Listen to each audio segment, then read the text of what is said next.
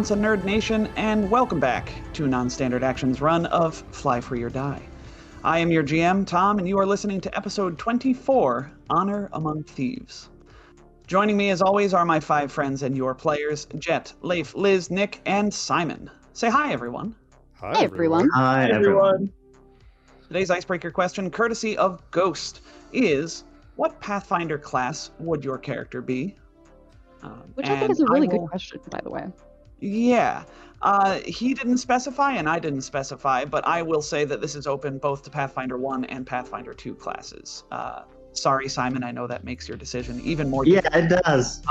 Okay, Simon. We need to pause the stream again. Oh, Simon, you are limited to Pathfinder 2 classes, and everybody else can choose from anything else. All right. So... All the Pathfinder 2 classes are classes of Pathfinder 1.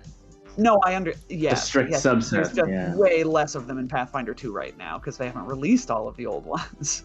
And also, some of them have had like material changes, basically. Yeah. Simon doesn't have to weigh the pros and cons of different versions. Yes. So we will start with Jet. And character names and pronouns and answer. I am Jet. I am playing Gus. We are both he, him. And I was originally just thinking Pathfinder 2, and I think Gus would be a champion. But Tom having opened it up to Pathfinder 1, the Pathfinder 1 version of Alchemist with the full-on body modification options seems to be very appropriate as well. Okay. I will take your word for it. I like that a lot. Yeah, because... Yeah. Like, they had permanent body modifications, not like the temporary mutagen stuff. Right, okay. Neat. Leif. Character name and pronouns and all that. Hi, I'm Leif, they, them. I play Ketch, he, him, and Ketch would 100% be a magus. He's got everything with the spell casting and with the attacks attached to it, and yeah, just magus. Love it. Yeah. Taking forever to get a single attack off. Magus. One really heavy-hitting attack every round or so. Magus. Yeah. So listen. I'm playing. I've switched over to. I'm playing a magus in my other Pathfinder 2 game right now, and it's the same situation. I feel very very Ketch-esque. Like, my first round isn't even spent attacking. It's all just getting ready to attack next round. Yeah. You just stay there. I'm gonna get you. Once I get over there and charge my spell strike, you better watch out. Yeah, gotta get into my stance. Gotta recharge my Eldritch spell strike. Gotta do my breathing exercises. Yeah. Gotta stretch. That last one is really important. All while I'm baking a nice apple pie. Liz playing Auntie Nuna. Hi, I'm Liz, and I play Auntie Nuna. We're both she, her, and Auntie Nuna, well, on the one hand, she could be a bard, because, that matches more what she does in terms of, like, boosting other players and that kind of thing. She would be, like, a dancing bard, though, like, because that would be her bardic performance. I don't actually know Pathfinder 2 bards at all. Yeah, that's fair. There's I think there's like fascinating performance. I think you can use you can obviously use dance for performance anyway. Yeah. But then in terms of like, so in the same game that Leif is playing their magus, I'm playing an investigator. And honestly, that wouldn't be a bad fit for Auntie Nuna either, because, it's like that's true. Setting something up, and eventually someday I'll be able to give my teammates, bonuses to hitting things, I think. Yeah, where's my get? Someday. And also it's just it's a skill-heavy class. Yeah, that's fair. All you do is roll nat ones on your devise a strategy. Yeah, basically at the moment that is pretty much what I do. Pop date! Oh, what a big popper. Oh my god. My roommates are out of town right now. They are at a wedding, and and I'm watching their dog for them. And she did not get to sleep in anyone's bed last night. You can see how needy she is. Oh, look at that hug. Look at that hug. Oh, Such a pretty dog. it's the best thing in the world right now. Beautiful. Oh, sweetie. All the way up. Nick. Names, character names, pronouns, and answer. Hi, I'm Nick. Whatever pronouns, and I play Sloan, who uses she/her pronouns.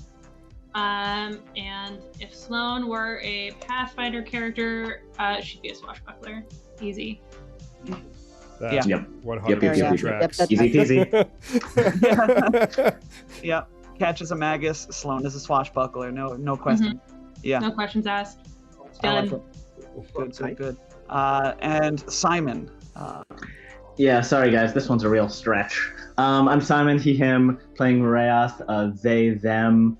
I'm leaning towards monk, interestingly, because they have the same like hot, strong, like independent streak, and also the emphasis on like combat maneuvers. And I think there are a few stances that let you do things from range, although probably not blind people from range. No, if you're talking Pathfinder 2e, there's that tree stance that lets you wrap, like, slow or stop people from like 15, 20 feet. And Yeah, but not blind people from 30 feet. And there's the grasping. At that point, I'm getting. Yeah, there's the grasping shadows or clinging shadows one. Necrotic damage from 10. Yeah, that's 10 feet. Yeah. Well, yeah, not quite as easy as Sloan and. I honestly thought you were going to go like sorcerer maybe, but no, monk makes a lot of sense. Yeah, maybe. Oh, interesting. Maybe monk with like the key strike or whatever that like you can extend out to 30 feet or whatever. Starfinder again. Yeah. There's the chi or key adept warrior. I've always pronounced it key, but Yeah. I guess if we brought in PF1, there's like kineticist, right? That has the same like magic that you use every turn kind of thing. Yeah. Okay. And they have combat maneuvers as well. Cool. Well, excellent question. Thank you, Ghost, for this question. That is a good one. So before I get into the recap, I feel that I would be remiss if I didn't address something that recently happened in the Paizo community. Yes, I'm a bit late in addressing this on air, only because last weekend, when the allegations were sort of flying fast and heavy, we were off because I was unavailable and Jet was unavailable. But Gen Con. Sorry, happy moment right before we get to serious. Yes. So allegations were made after a customer service employee was fired and a second left in solidarity. In case you hadn't heard this, we at Non-Standard Action are eager to see what will come of any and or all of the investigations into these allegations that Paizo has planned.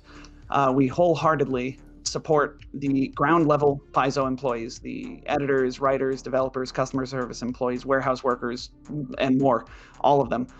They are what make Paizo the company that we love. And they deserve the best working conditions. So that is how we feel on that. And now we will get to the recap.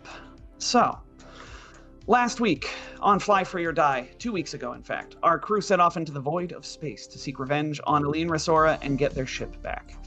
They encountered some teleliths and promptly blew them out of the sky.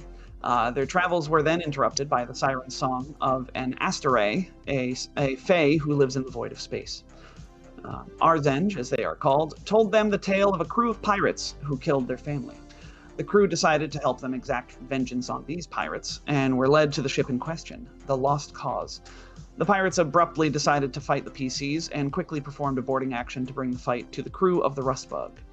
And that's where we left off, with the crew facing down a group of undead Vesk with Doshkos and glowing chains and a shield projector. So, the fools. I just remembered, Tom. Pirates. I activated my undead adrenal gland. I've still got like 7 rounds on that. I'm immune to cold damage. You are, yes, you are, my friend. And definitely not confused anymore. Thank you, Leo Glass, again, for that wonderful payoff. I can't wait for you to hear that in the future. So... Yes, we are at the top of the round with a Sloan Rider, who is not quite as bad off surrounded by pirates anymore, but yes, you're in the thick of it. What do you do, Sloan? Let's see. We were in fact in the thick of it. Where am I? I have a vest pirate in my face. But their boss is trying to run away. I'm gonna turn around and shoot him in the knee, as I do. Run away, fly up into the sky, and explode in a terrible cold fury, you know. So rude. I got to ignore that. That was great. That's right. He was doing an explode, as one does. As one does. Because he's an armor Solarian, right? He is. And he's also a very cool sort of, you could call it a variant Solarian in that all of his fire damage powers do cold damage instead. Yes, Gus, that means you get to ignore them with your undead adrenal gland. I know, it's so good. I know we've tested this, but his CR is less than 13, right? I've been taking 10. You have been taking 10, yes. Okay. Let's keep him in one place. Tampering. So that's 27 versus flat-footed EAC. Yes, that will be a hit. Perfect. That is 32 points of fire damage, and he is hampered. 32 points of, you said fire damage, yes? I did. That's all I got, man. Yeah, that's okay. You're still doing a decent amount, and he's hampered, you say. Oh, and I have some fast healing here, Jet, right? Is that 2? 2, or actually, no, at this level, 3 stamina, and then it's 5 temp hit points. Sweet. Oh, yes. We are playing with a newly minted official nanosite, everybody. As it turns out, Jet, I think you were telling me that not much changed in the class at all? Yeah, they streamlined the wording on 2 of the abilities that I have yet to actually, I think, use with Gus. So, as far as you all are concerned, nothing's changed. That just means they did the playtest really well. I guess so. Wait, halfway through the combat. Sorry, Nick. I thought Nick was done with their turn, and so that's why. Please continue. No, not quite. Because sort of want to keep this boss pinned down. Could move around this side, setting Gus up for a flank. Oh, wait, he's in the air. Gus, do you have flying? I can 25. fly. I You have have a my jetpack, wings right? out. I have my wings. Okay, yeah. I use my jetpack to get up next to him in the air. Okay. You are, he is 5 feet up in the air, so if you want to mirror that, that is perfectly fine. Yep. I'm going to get rid of red, because they are dead. There will be no redemption, probably. All right. Also, I have put the little angel token on to Auntie Nuna so that we are all reminded that she has her horns glowing. So Yes. there is a will save involved in attacking her. Got it. Okay. So, Lost Cause Pirate the Yellow is going to... yeah, you know what? He's engaged in combat with Gus. He's going to take a full attack at Gus. Go with on. his Aurora Storm Doshko. Yes, this is a full attack. Come on. Oh, very close to a critical hit. A 32 versus your EAC is going to be... will hit. Of course. 20 points of electricity damage. And then a 29 versus your EAC is going to be, I believe, a hit. Both of those will hit. I am going to spend one of my nanite surges to reduce that damage a little bit, because goodness. This is so difficult to get into hit point damage. So then that's going to be another 20 points of electricity damage. So it was 20 and 20, you said? Yeah, 20 and 20. Okay. Where is defensive dispersal? There we go. So 25. All right. So, Marayoth, remind me, I have a blue grabby hand, and blue has a grabby hand, which means that you disarmed him. I imagine you took his Doshko. Probably, yeah, Probably. that sounds right. Yeah. All right, well, he's gonna... Oh yeah, we've got a gun. He draws a gun from his from a holster and is just going to fire into this cloud of rude bugs above him. And he pulls out a snub breaching gun. It looks like just a sawed-off shotgun that he pulls out and levels it at you. That is only a 22 versus your KAC. Ralph doesn't have a great AC.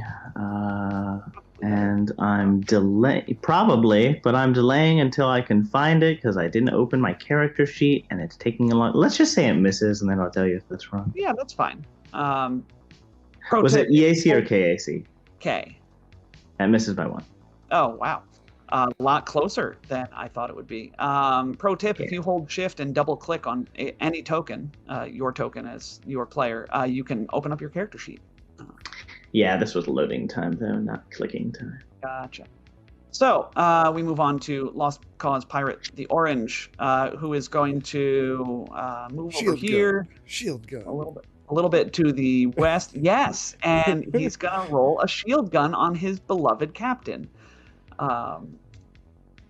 So let's see what we get. Defender Shield Projector. Will a 24 hit Captain Kaihanex? I think this is EAC. Let's say sure. And yes, that will be a hit as a result. And Captain Kaihanex gets a little bit of shield points. Nice. Totally worth his standard action. Standard action, yeah, for 2d6 plus 0. If only he had a dual mode shield gun that also did damage and he accidentally switched the... Purple Pirate is going to... has identified Gus as one of the heavy hitters on this team, is going to keep up the get 'em on Gus. So Gus, you still have get 'em. And Gus, it is now your turn. Gus is going to dramatically... Before you dramatically... I'm going to dramatically interrupt you, remembering that I have improved get 'em on purple, so he absolutely takes a shot at you as well as getting you. Sure. Remembering how to play my characters. That is a 30 with get 'em versus your EAC for 12 points of fire damage. Now you may play for it. Not resistant to that. Why don't they all just do cold damage like civilized people? Why don't you have a thermal capacitator like civilized people? Because I spent my money. I spent my money on modifying my body as it should be. I have the feat so that this does not cost extra movement.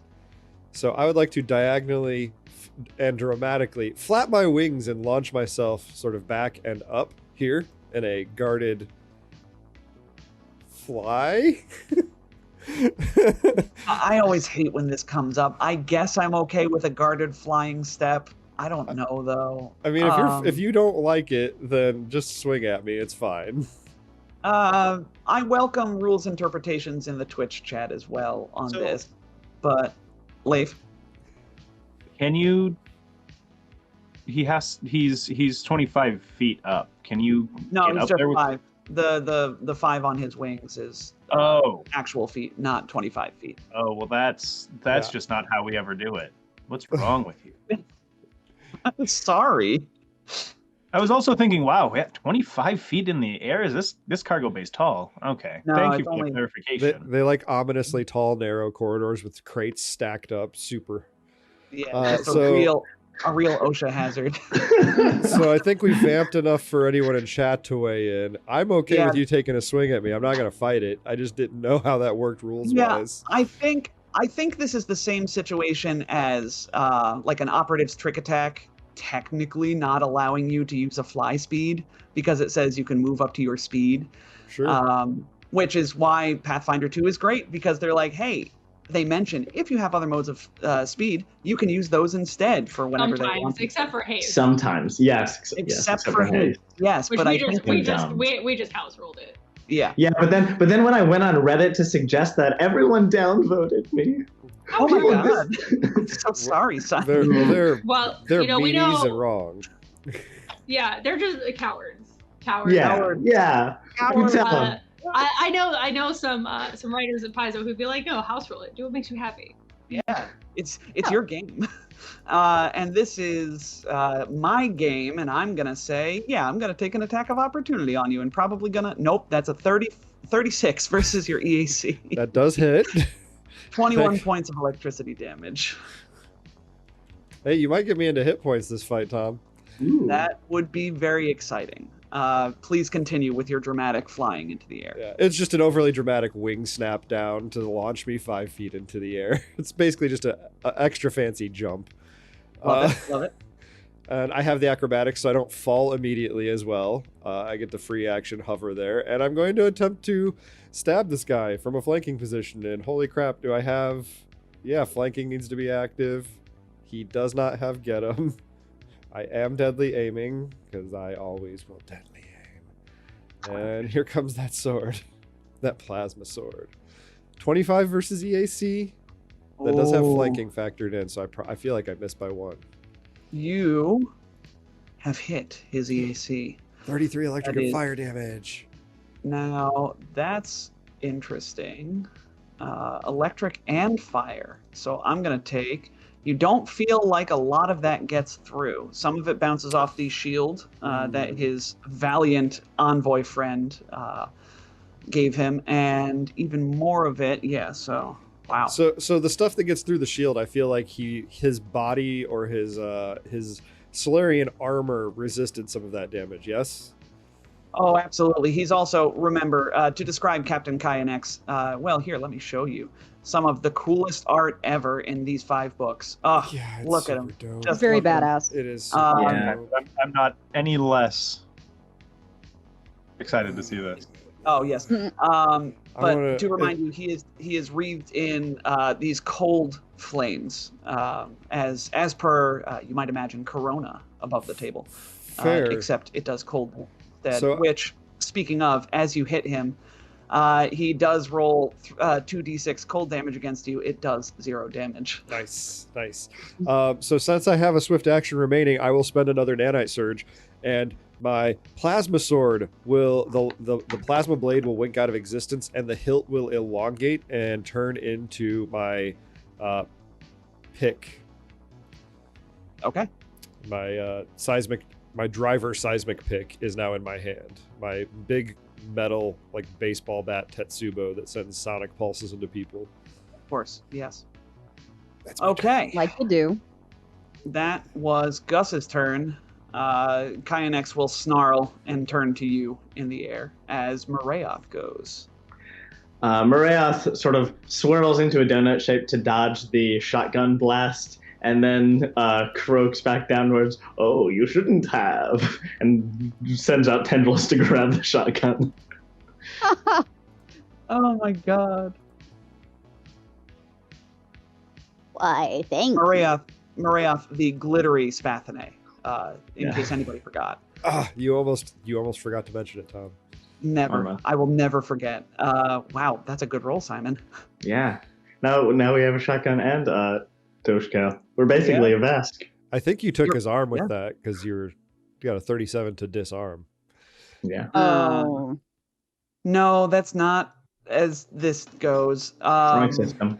They're undead. Yeah. He can fix it. So wrong. Can you put a 2 under his disarmed to show that he's lost 2 weapons? That is a better idea than what I was going with. Yes, I have done this. He now has no arms with which to attack you. And with my move action, we will activate gravitic reinforcement. All right, Auntie Nuna. I have the same energy as, and with my action, I die. Auntie Nuna will... Who all has been get-emmed? Is there a lack of get-em? I think there might be a lack of get-em in this, up in here. There seems to be a lack of get-em, because Red was get-emmed. Gotcha. And well, she's gonna, and I think she might have moved. Auntie Nuna might have moved. Sure. She's gonna place a get-em on both the captain and Blue over here. No, Blue is done fighting. Oh. Then on Yellow. All right. Yellow, yes, you have line of sight to both of them, obviously. So, all right, we've got to get them. And we've got, whoa, don't scroll down the page. Just scroll down the options. Get them. Okay. Thank you, Auntie Nuna. Would you like to shoot at either of them as your standard action get them? Oh, man, yeah. Sure. She'll go with the captain because he's closer, I guess? Wait, hold on. Yeah.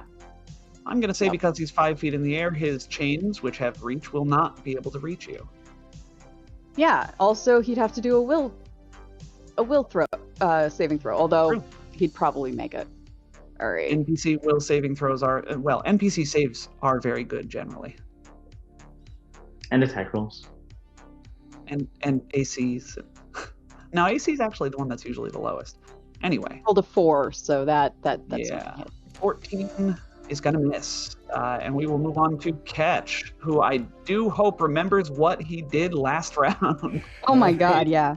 I remember what Ketch did last round. Ketch dropped red last round. So he's going to vent the steam out the side of his guns, and he's going to spend a round recharging and looking for weaknesses in yellow. Right. You're recharging and targeting yellow. And Captain Kyanex is up. And he's got a lot of status on him, so let's make sure that we remember. All right, I think what the Skull and Crossbones was that important Solarian thing. So he is attuned, and that counter ticks down, and he is going to, you know what? You two are rude. He's going to full attack you. So one at Gus, one at Sloan. I still hate that the numbers next to the wings are inconsistent. You've got to change them to 1 instead of 5. Now I can't. First attack's going at Gus. Such a contrarian. Oh, 35 versus Gus's EAC. I've been rolling rocks on Gus today. He's a big boy. He can take it. Then I remembered that this does pure cold damage. I'm sure Cap has observed this happen and he's in a rage, and so he forgot and wasted that fantastic damage on Gus. So I won't even tell you how much damage I rolled. How about a 27 versus Sloan Rider? A 27, you say? Yeah, EAC. Meets. Rude. 25 cold damage. Ow. At least you're not immune to it. I think you're resistant to it. I think I do have 5 resistance. Yes, and currently fire. So that's all right. Sloan Rider, your response. My response is to shoot this boss again. Get pronked. Get pronked. Don't forget to. Did you take off your temporary hit points from that damage? Oh, I didn't. So let's put 5 back. And then you recover those 5, and then you recover 3 stamina. That's true. Obnoxious nanocytes. Haha! What a good friend. Wonderful nanocyte friend, yes. Shoot this Solarian in the knee. He's not trying to move, so let's make him off target. Make it harder for him to hit us. Because he's quite rude. It's a 29 versus flat-footed EAC, which I believe will hit no problems for 33 points of fire damage. All right. You mean not 33 points of fire damage. Ouch. It still hurts. Okay. And we are off target now. Let me mark that on his sheet. Yep, since he's not trying to move. And oh wait, I got something to do with my move action, didn't I? I believe, yes, I got improved demoralize. So I give him a very intimidating glare. 32 to demoralize. 15 plus 1.5 times CR. Mm-hmm. You do it. You demoralize him for 1 round. You did not beat the DC by 5. You spooked a ghost captain. Pretty spooky. I am very spooky. It's true. He's shaken by your intimidating glare and decides that you must be the one that he should be fighting. especially since his weapon does bupkis to Gus. All right. Excellent turn, Sloan. Lost cause the yellow. Yellow is going to... You know what?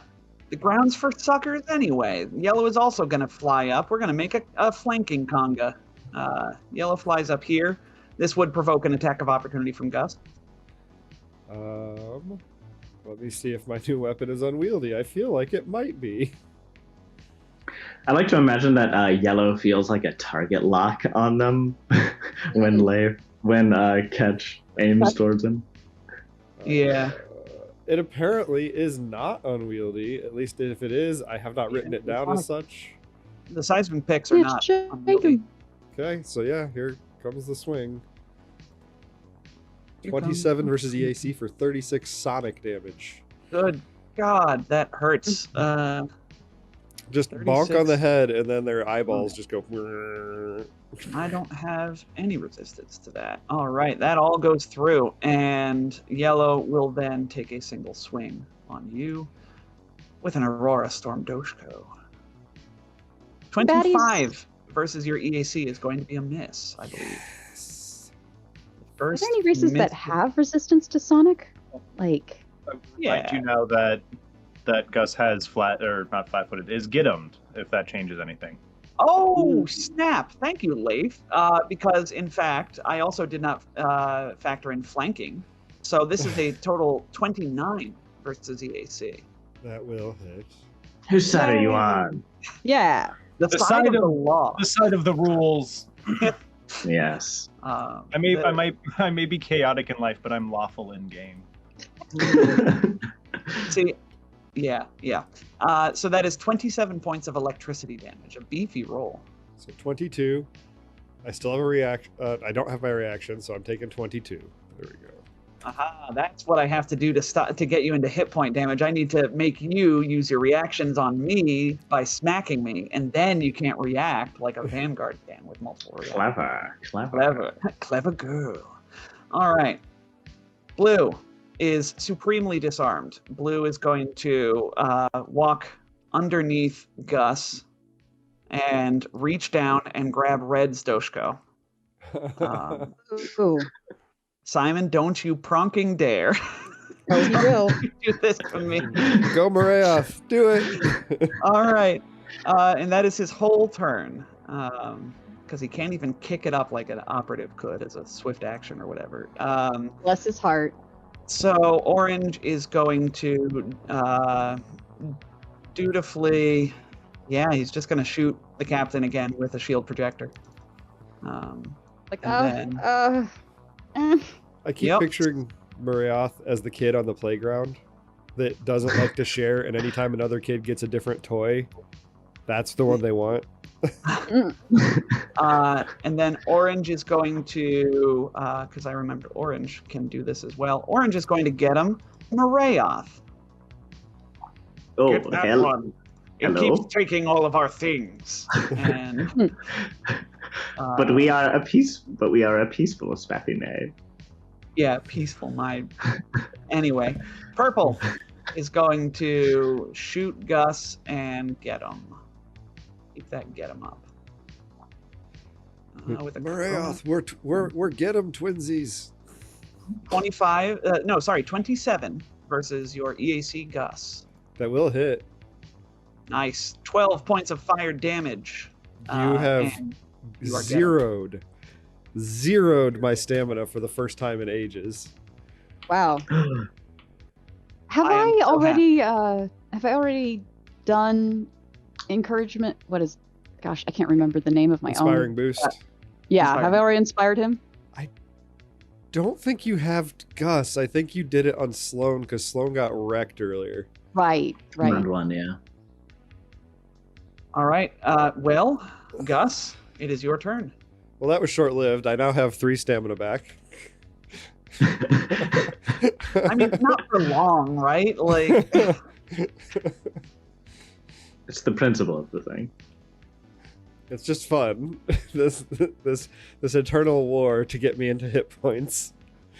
I am going to As much as I want to focus down on that captain, I want to get rid of these other people that keep hitting me in the back. So I'm going to go for yellow. I'm going to full attack with my seismic pick.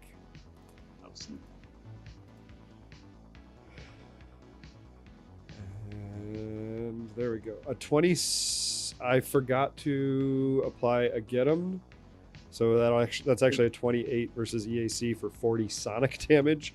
And I doubt the 17 versus EAC will hit. 40 sonic? Yeah. You biff this guy right on the head. He's definitely still up, but you have rocked his head. He just like spins around midair as you go away. Go away. There it is. There we go. Took me a minute. Maria, it is your turn. Marayoth will. I feel like blue's had enough, and yellow's being damaged. And I can't take the chains from a stupid Solarian. Darn Solarians. Why can't you? Oh, can't they just like again? Right? Not a weapon Solarian. Yeah, this isn't his solar weapon. This is just regular old shadow chains. Yeah, he's an armor Solarian. I'll take those regular old shadow chains. Shatter chains. I wish you wouldn't. Well, you get your wish. 27 probably doesn't get his KAC. His KAC right now is, it's always been 25. So that does take my shadow chains. All right, we've got Dashko, shadow chains, and shotgun. 3 out of 4 hands are taken. Have you collected the set solar yet? Weapon. Your solar flare is how you are using these combos. Oh, you're right. All right. Yeah, all right. So my hands are full. Dang. Gonna have to just start dropping things on the ground. All right. Just put them in my backpack. Well, that's unfortunate. And do you have a move action you want to do?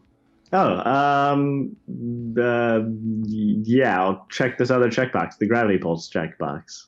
Oh no, I'll put Blade on the Night on the boss. Yeah, just in case I ever attack. Okay. Auntie Nuna. All right, Auntie Nuna will see that Gus is feeling a little bit under the weather. Gus, do you need some encouragement? Yes, please. You're a good boy, and I'm proud of you. Oh wait, no, sorry. Gosh, it's been a while. You're a good boy, and I'm proud of you. Yay! So that's, gosh. It's something absurd, like 21 or something, isn't it? Yeah, it might be 21 at this point. God, sorry. Inspiring boost. I hit the thing. Why you know pop up? There we go. It is 24. Nice. Very, very nice. 24 stamina back. And that was as a standard action, so she'll just use her move to maintain get 'em on the captain. All right. And we are on to catch. Yellow does not have get 'em anymore. That is okay. It is because their EAC, I'm not going to tell you how low their EAC is, but that does hit on that 4 on the die. Oh boy. Rolling extra damage. 50 cold and electric damage. 50 cold and electric, you say? Okay. Yellow had 49 hit points left. Nice. Wait, does he have DR or resistance? No, not these guys. Just the captain. Thanks, The captain took all that equipment for himself in building this encounter portion. So, all right, Catch just once again casts Kill Steal with his gun, and Yellow is dead. Falls to the ground. I feel like that should be like some sort of like old Western song. I'll get back to you on that one. Yeah, you do that. Captain Kyanex finds himself without a weapon, Or is he? He's going to turn to... Yeah, he's going to turn to Gus. Nope, turn to Marayoff and say, "Shoo, little bug," and is going to fire a shoulder laser at Marayoff. Can't disarm that! Oh no! This will provoke attacks of opportunity if you have melee. He's not a true Vesk. He apparently is. He apparently can be unarmed. Are you going to take that attack of opportunity, or are you reserving it to protect yourself? No. I'm going to attack. That's what Gus does. Yeah. Yeah, flanking and get him. Flanking, get him, making sure those are active. Let's go, seismic pick. 27 versus EAC for 35 sonic damage.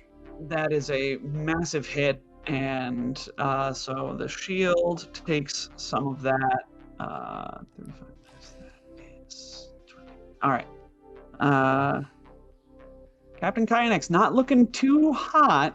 In fact, he's very cold. Yeah, I was going to say. However, oh, I forgot. Nick, please take 6 cold damage for starting your turn next to this guy, minus your resistance, because of his corona that he has. One cold damage. Yes. Are you doing okay, Captain? This is going to be a 24 versus your EAC on this shoulder shot. That hits. Marayoth is wearing level 7 armor. Gotta up those numbers, my friend. That is 12 points of fire damage. Yeah, Oh, that's not so bad. And then thermal cap. Kyanex is going to fly down to the floor next to Blue and shout, "Give me that Doshko!" And hold his hand out. Blue's like, I haven't gotten any actions this fight. And that is Kyanex's turn. Marayath looks at them sympathetically and then takes the Doshko away from their boss. Sloan, it's your turn. Alrighty. Road boss running away from me. Let's shoot him again. There's my laser pistol. Let's keep him off target. Does a 21 hit his flat-footed DAC?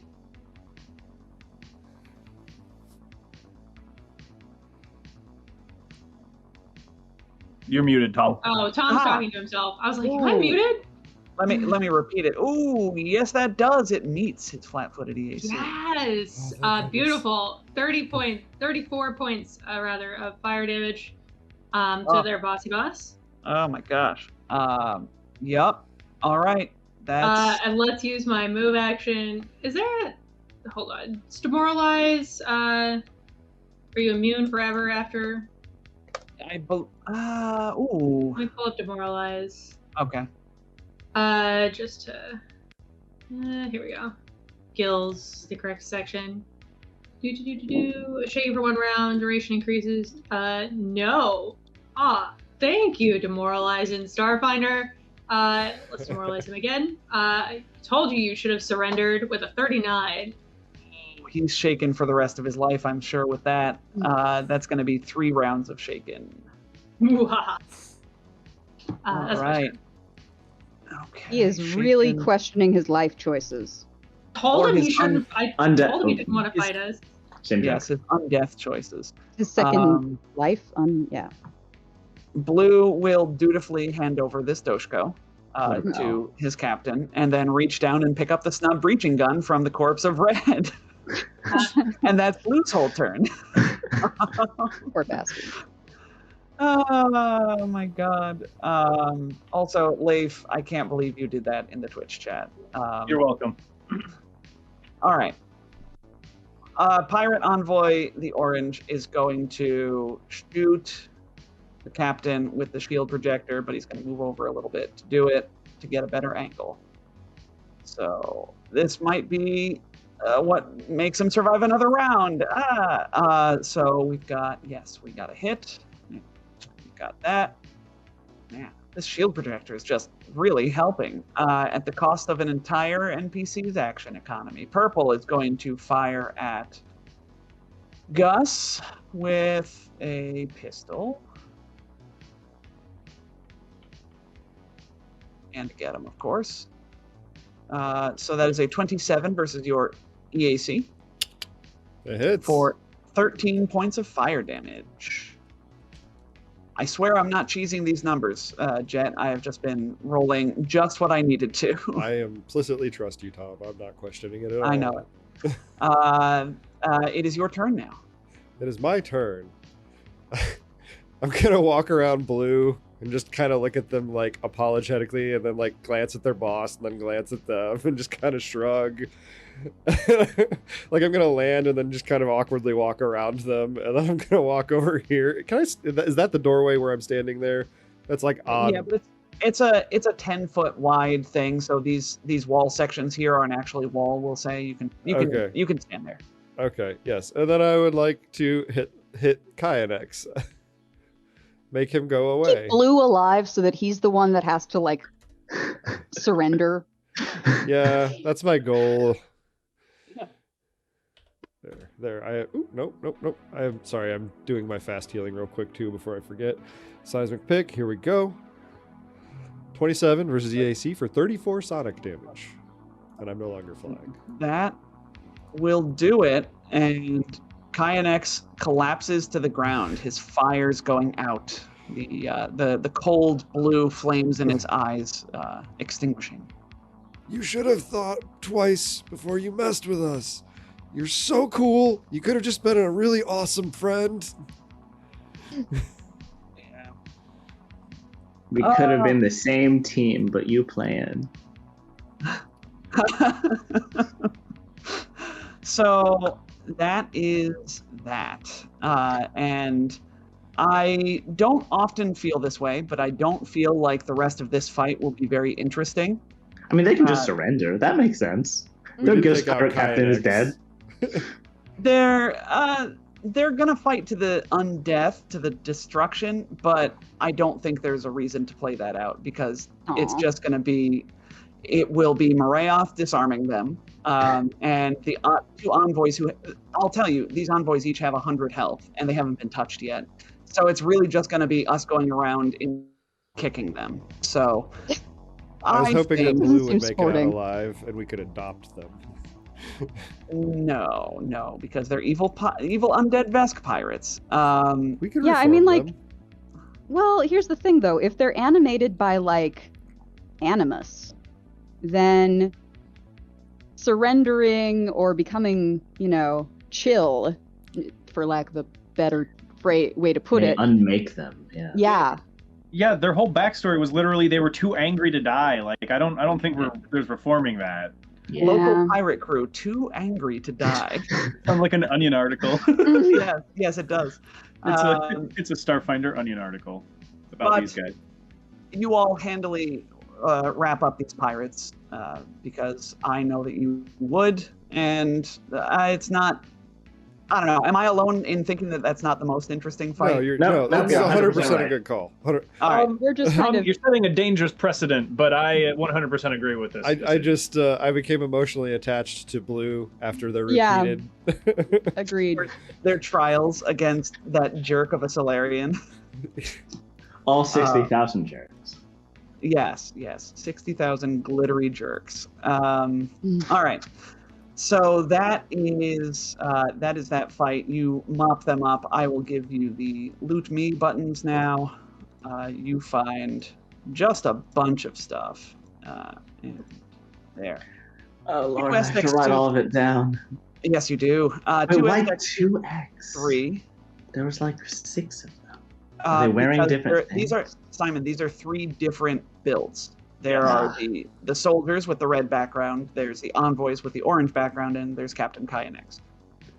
So you got 2 STEC suits 3 with jetpacks installed, Corona laser pistol with 1 battery, tactical knife, incendiary grenade, cred sticks with 200 credits. 1 defender shield projector. Then 1 Okay. Aurora Storm Doshko, 1 Sub-Zero Frost Half Doshko, 1 Blaze Flame Doshko, 3 times Snub Breaching Guns, 3 Golem Forge Plating 3s with jetpacks. And then Kyanex had Vesk Brigandine 3. That is not level 7 light armor. With They had Deflective Reinforcement installed, and Acolyte Shadow Chains, and a cred stick with 200 credits. So, I'm excited about that deflective reinforcement. that you are. Do I have a jetpack yet? Get level 8 light armor. Yes. So that is that fight. And afterwards, remember, your purpose in doing this was Arzenge, the Astray, the Space Fae, or Spay. I don't know if you will or not. We implored you all to come out here and defeat the crew, the mind of this ship, the Lost Cause. In return, this would sort of and adding the Lost Cause to their pile of ruined starships that they and their family lured and murdered the people of the crews of. I think we all know what happened to those crews. The souls of their dead family would be freed from the Lost Cause, and they would be at rest. So, It deserves to be at rest. Even murderous space sirens. It's true. They're just, acting according to their nature. They are. Yeah. Saying we should be mad at bears for eating people who invade their home. As long as the Space Fae doesn't delight in the torture of their victims, I think we're okay. I think they just eat them. Yeah, they just they must have just eat them. Didn't do anything wrong. We just wanted to drown her. That's mermaids. Well, I mean, they're basically space mermaids. They are. Space mermaids, space sirens. Yeah. Sirens and mermaids are similar, but Sirens. I think sirens eat their victims. Mermaids drown. Hmm. Am I correct? Mermaids are just evil. Oh, okay. Mermaids don't eat their prey. They just drown them. The pleasure of yeah. it. Sirens are just mermaids that are divas. So, debate on whether siren or mermaid aside, Arzend will thank you all telepathically and ask you to help them bring the Lost Cause back to their home to be added to the cluster of ships there. Sure. Assuming you do this. I can't. Too busy writing down inventory items. We 100% do this. Yeah. Yes. They We ain't got lead you time to back fight to sirens. they lead you back to their home of crushed up ships, with you towing the Lost Cause behind you. There, they instruct you to send the Lost Cause sort of careening into the rest of the pile. And once this is done, they will gift you with a few things. A heavy teleportation beam starship weapon, which is a very fun weapon. Again, I, as the GM, am saying you don't have time to add this to your Rust Bug, but that's something that you could, keep in the cargo hold and throw on the Severance package if you get it back, of course. When? When? If, as well as they gesture for you to sort of gaze around their home and see if anything there interests you. The only thing that you find is that intact and worth salvaging is a suit of adamantine enforcer armor 2 and a punishing heavy sap, both from the long dead corpse of one of the many ships' captains. I will post these in Roll20 as well, much to Simon's dismay. Great. Yes, you're welcome for this bounty. And you also, I should post the heavy teleportation beam starship weapon. No, I'm not writing that down. That's a starship thing. That's a jet. Enforcer armor 2? Yes, I believe that's heavy armor. It is heavy indeed armor. heavy armor. So, And we've got what starship? Heavy teleportation beam starship. heavy teleportation beam. Those are a lot of fun. They're to give you an overview. You can, when you hit a ship with them, you can either move them 2 hexes in any direction of your choice, maintaining facing, or if they're within 5 hexes of you, you can swap positions with them, still maintaining the same facings. So that's fun. I like that. All right. So with that, Arzend will thank you once more, and then wish you good luck in your travels. You continue on to Eline's estate. Yes. Yes, please. All right. So you enter the final leg of your journey, the approach to Resora's estate.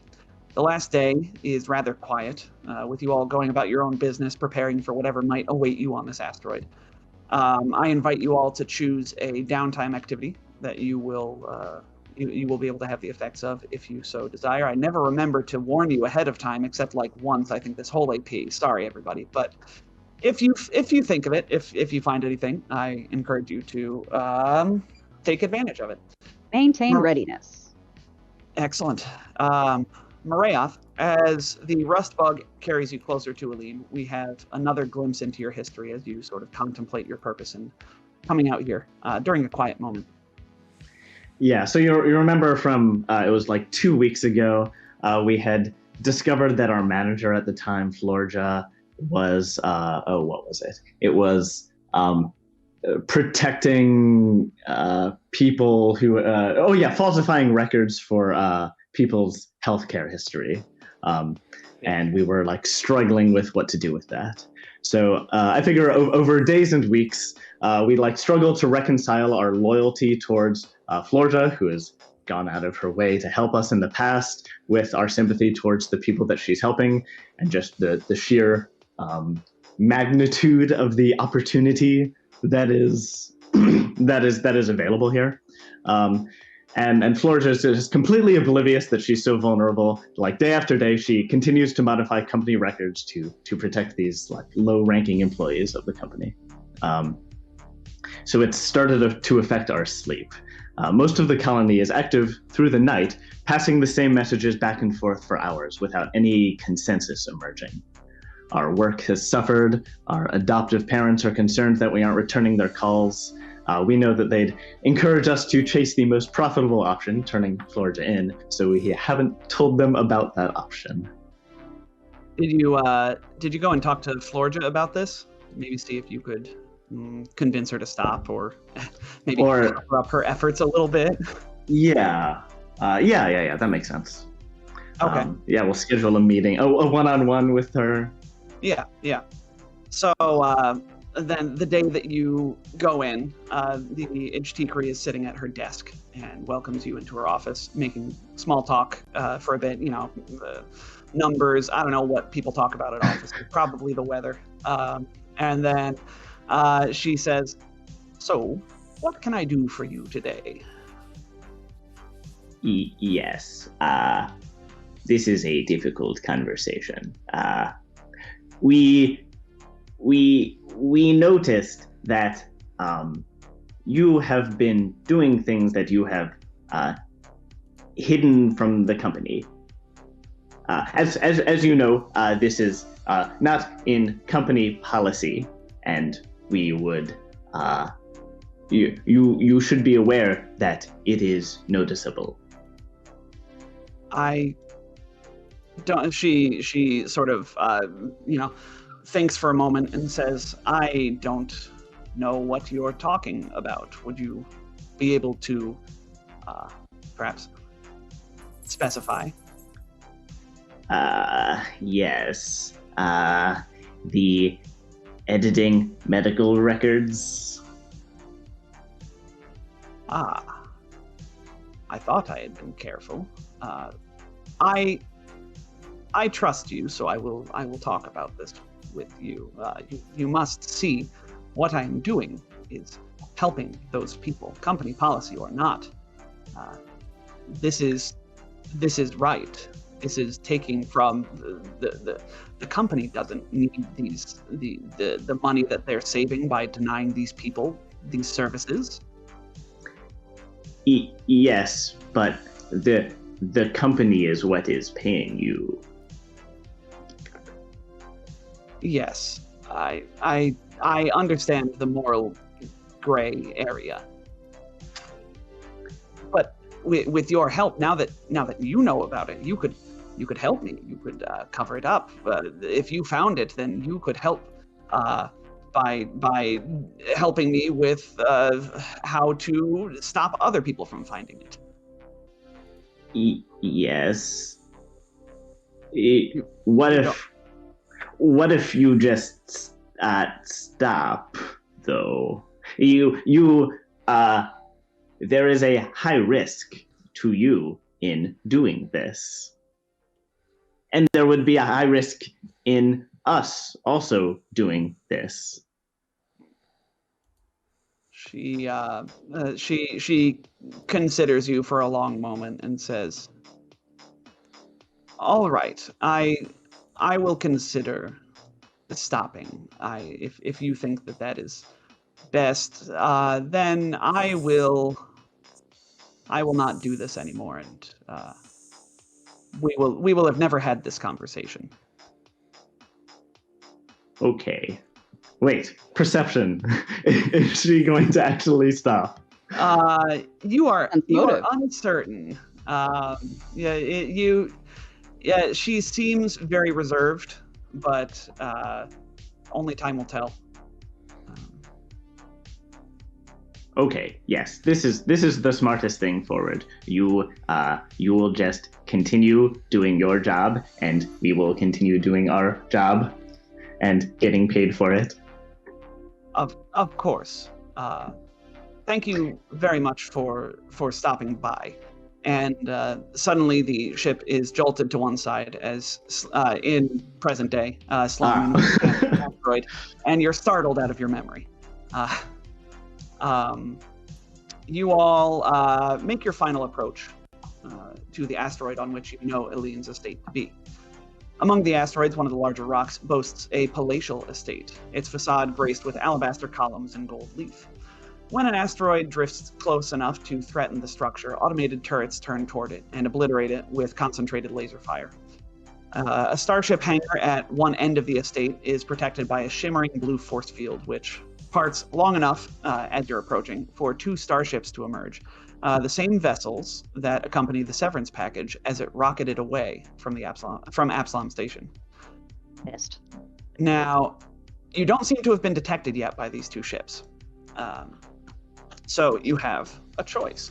You could either hide here in the asteroids and wait for them to leave, or intercept them, perhaps even take one of their ships and try to get past the automated defense system surrounding the estate that way. Conversely, if you let them go, you'll probably have to make some sort of run at the estate to get past their defenses. Perhaps call it some sort of chase, a starship chase. Yes, so I am letting you all know as the players, and I'm letting the audience know, this is a choice between a starship combat and a starship chase, a new thing from Starship Operations Manual. What do you all, what does the crew think? You can either, to present your choices again, you could hide in the asteroid field, wait for them to leave, and make a run at the estate. Or you could fight them and try to take over one of their ships once you've disabled them, and sneak in that way, past their defenses. Starship Chase. Starship Chase. It does feel a little bit more thematic, especially like given the ship that we're in, which is not really optimized for combat. Yeah. Also, the subterfuge option does feel somewhat more up our alley. Oh, much more. Or I guess they're both sort of, let me think. They kind of are, right? Because you all are in equal parts a sneaky crew, but also a sort of bombastic, like, let's rush in. So, yeah, I preparing this, I do have both options prepared, obviously. And I was thinking, I really don't know how this is going to, which way they're going to go. So what does Sloan think? The sneaky way. The sneaky way. That would be involving starship combat, and then take one of their ships and fly it in under the radar. What about Catch?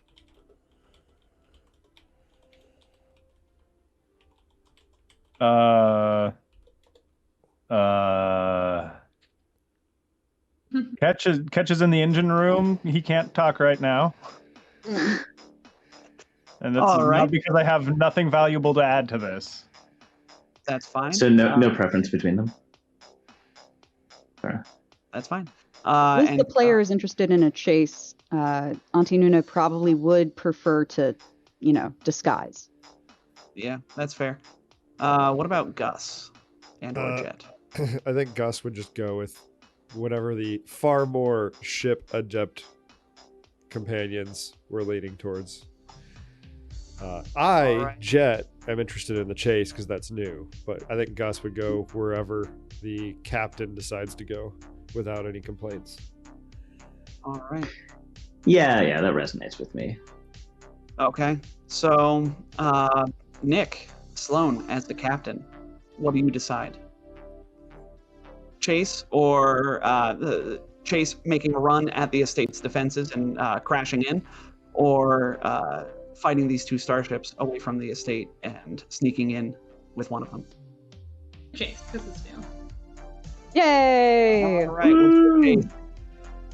So, and it makes sense for the characters as well. Like especially Morath is probably leaning towards is less comfortable with deception, at least relative to. Oh no, yeah. Morath has always been into property destruction for when it comes to Eline and/or the company. Yeah, pretty much. Okay. All right. So, a starship chase it is. The two. Where am I? All right. You let the two ships go. Yes, Leif. I just wanted to get in there and say, actually, so my downtime activity requires a check. Oh, we didn't get around to that. Yes. Leif, what is your check? I will be exploring my futures with my rig because it is technically a tier 5 computer, and if you have a tier 5 computer, you can use computers to explore your future instead of mysticism. Interesting. The DC is 10 plus 1.5 times my level, which is going to make it 25. I can't possibly get any lower than a 26, so I auto-succeed. So I don't know why I drug us through this. I just looked at my computer's bonus. So yes, I get one D20 reroll of my own for the day. That is super handy. Handy, and I'm glad I actually bothered to look up the downtime activities instead of just saying, "Oh, weapon maintenance." Quick thing: as anyone lounging?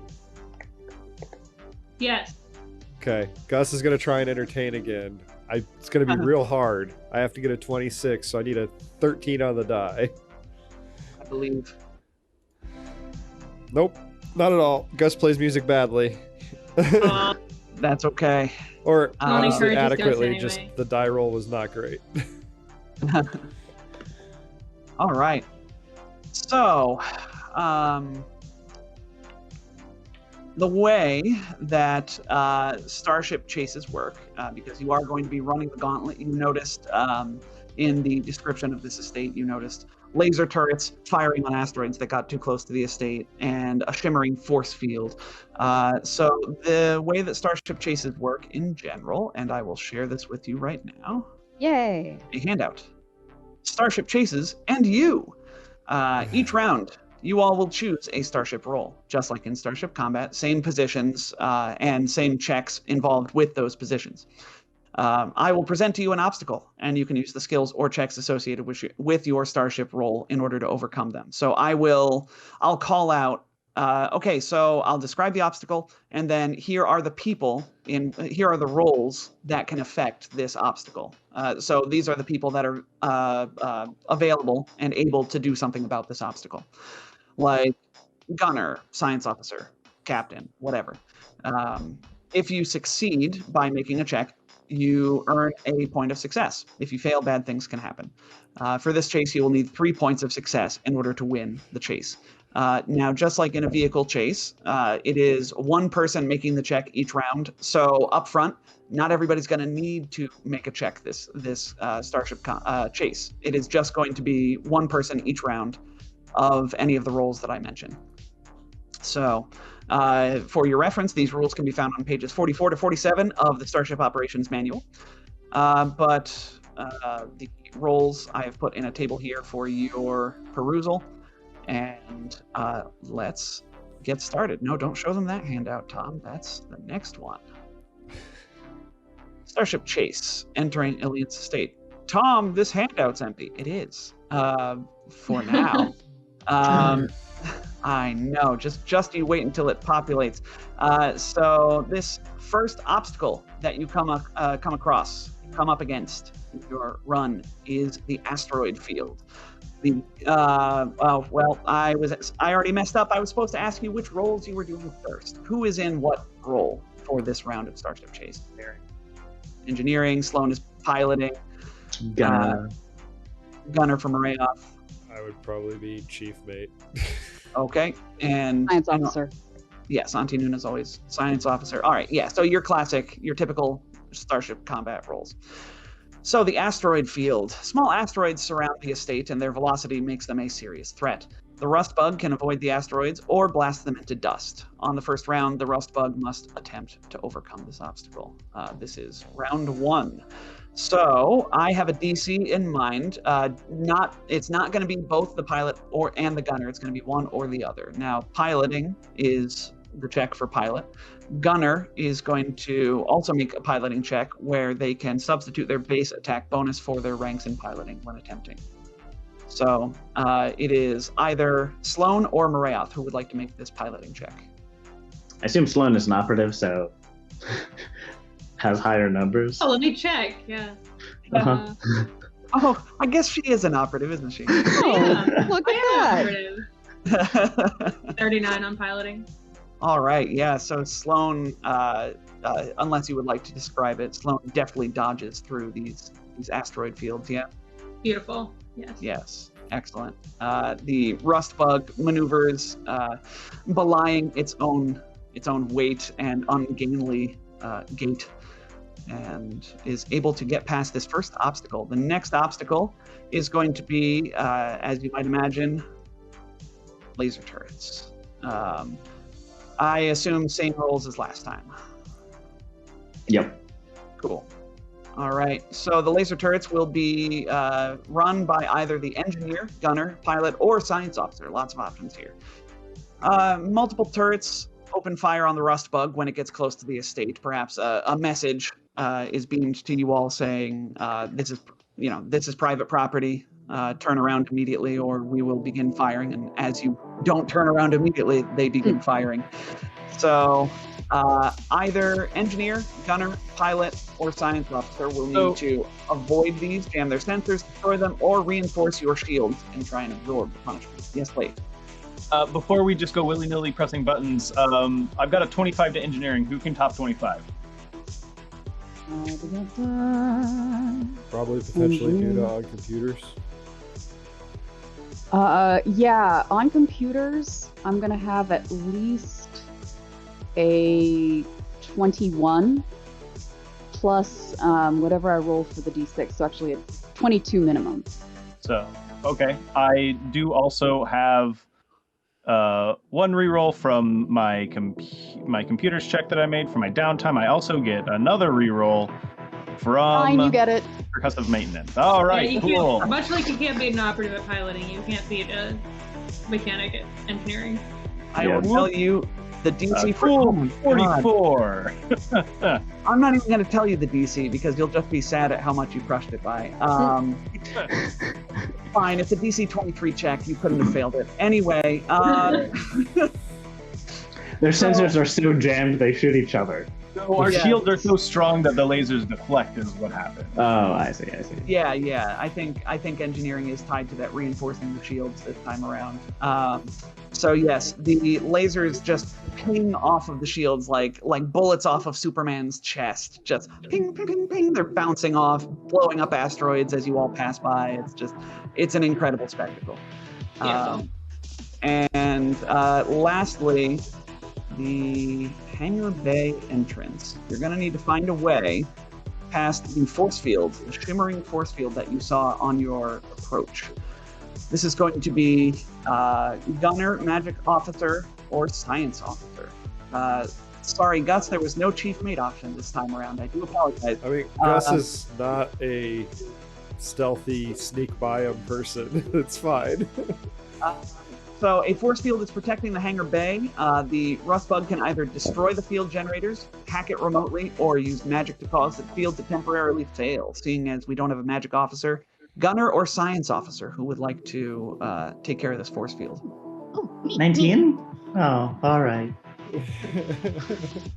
All right, Auntie Nuna is going to roll computers. Whew. It's a 26 plus 8 is 34. 34 is going to beat this DC by a lot.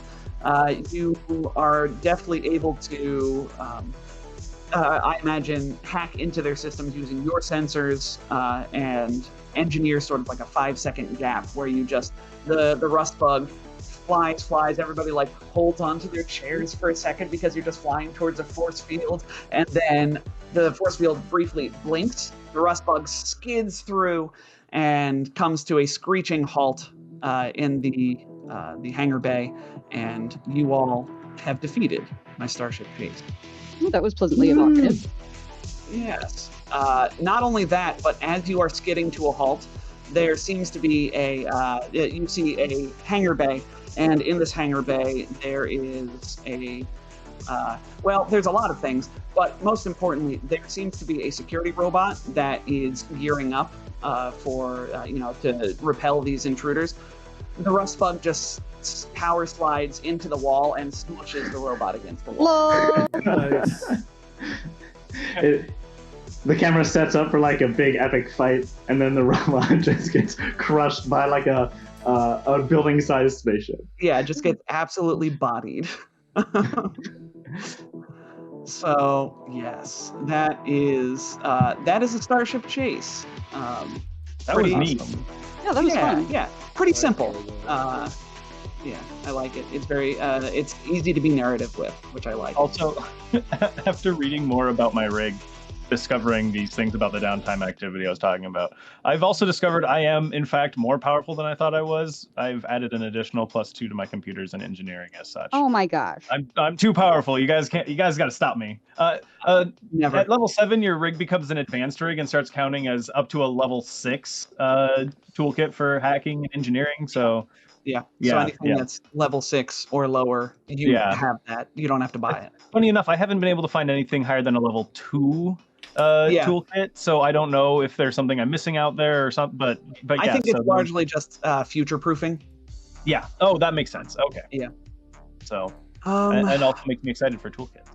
Yes. All right. So here, I'll just bring you guys, you friends, back to the opening splash. Yes, Gus. Jet. No, I just noticed what the ghost gave us. A nat 20. That would be a very useful thing for this episode. All right. So, no, that was butt stubble actually. Oh, it was. I misread it. It's butt stubble. Yeah, it's below. It's below the. A quick thing before we actually infiltrate, because we had time to do a downtime activity. Yes. Is anyone opposed to Gus taking that deflective reinforcement and installing it in his armor? Not at all. Do it. Yeah. Also, Auntie Nuna took one of them jetpacks. Nice. Yeah, I should probably take that Vest Brigandine. I thought you were going to say I should take one of those jetpacks. I was like, you have a fly speed. Yeah, I thought he was going to say. Yeah, although the jetpack is so much faster. Guys, It is. It's what, 50 feet?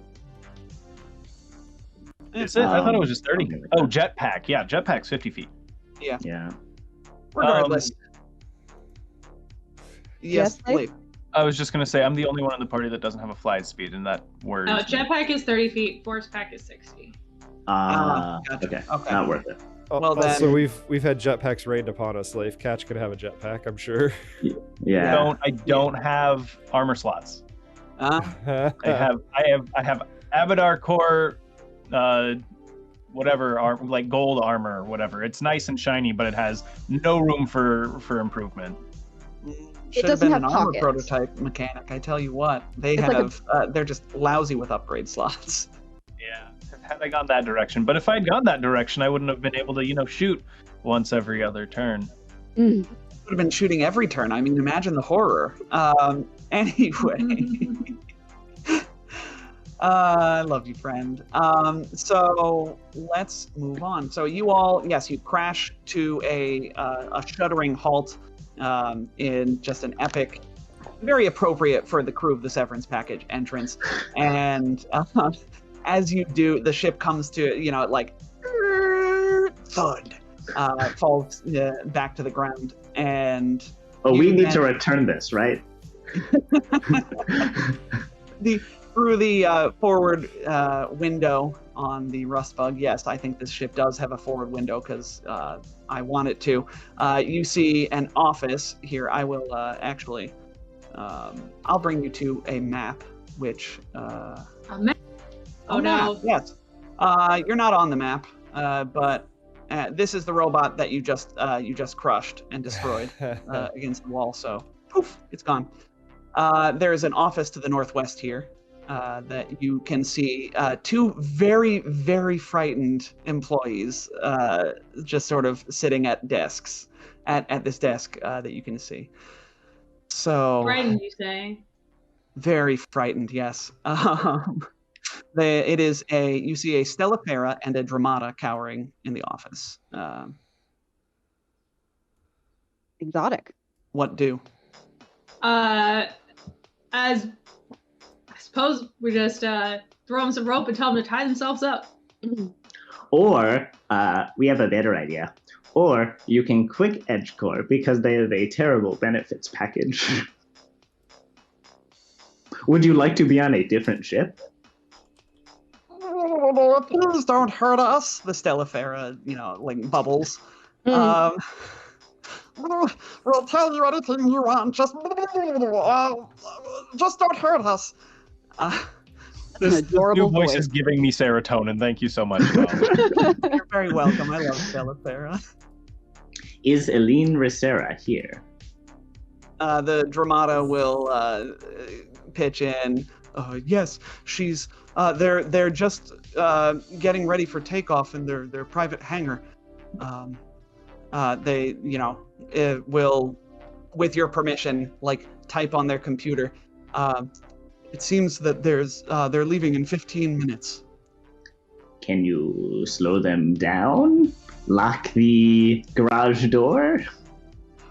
There's nothing I can do about it from this system. This is just this is an internal system just for this. I only have the controls to this hangar bay.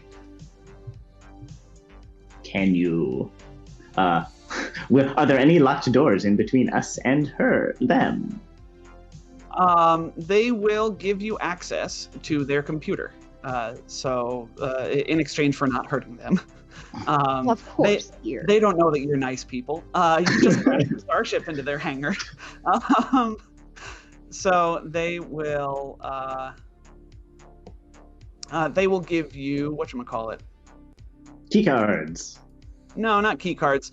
They just give you access to this computer. You're easily able to find the Severance package in private launch bay, just as they say, the route to that launch bay, and the scheduled departure of Eline in 15 minutes time.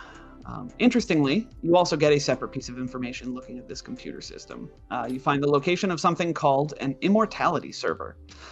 Simon, Marayoth knows that the Immortality Server is a powerful virtual reality device designed to store an individual's consciousness forever, granting them a kind of immortality, hence the name. So, some background on this that Marayoth knows is Callistocrats have multiple ways of avoiding judgment by Pharasma and escaping the cycle, capital C cycle. Some mummify themselves and sail forever on starships through deep space. Others, such as Eline Resora, build powerful and very expensive hybrid virtual reality simulations. Every month or so, the user, prior to death, uploads their current consciousness with all their memories into the simulation, but the simulation won't activate until they die. On that day, their soul will travel to the Immortality Server, and they'll wake up, quote-unquote, in the simulation, where they could theoretically continue to live for as long as the server is maintained. Eline... So, this is a phylactery. Let's just put it out there. I guess it is. That didn't occur to me. A modern technological phylactery. I love it. Yep. Digital phylactery. Ugh. Well, I love that's it. different from there's Admiral Saravox in Dead Suns also had a technological phylactery. They were a space lich, which is slightly a different but yes, you all are on the right track. This is basically like a phylactery, except you're not necessarily resurrected in reality. You are instead digitally uploaded to a server of your own creation. Well, is the simulation like sufficiently complex? Because it doesn't matter if your consciousness lasts forever if all you can do is play solitaire. Well, you just need a new body, right? Altered carbon style. Oh, jeez. Meets cheap. So yeah, this is true. All right. Mrayoth will explain this to the rest of the party. I guess, do I have any intuition about how Eline would react to us threatening this device? Oh. Would that be enough to stop them from leaving with our ship? Marayoth, you have a pretty good idea that this is their plan, right? Their capital P plan. This is their retirement. This is their literally the fate of their immortal soul, right? Assuming that is a thing. They believe, that they believe that they have a soul. And therefore, this is where their soul is going. To threaten this would be to threaten their afterlife.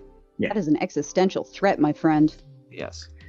Yeah. So Mrayoth will start furiously typing something, and then we'll sort of look up at the rest of you and say, "Oh, yes, Captain, we have an idea. Can we blow up the immortality drive, or maybe at least threaten to do so?" Sure. Yes, thank you. I'll finish typing the message. And it is a picture of the immortality. It is a picture of the immortality drive, taken from cameras that we access using the computer here.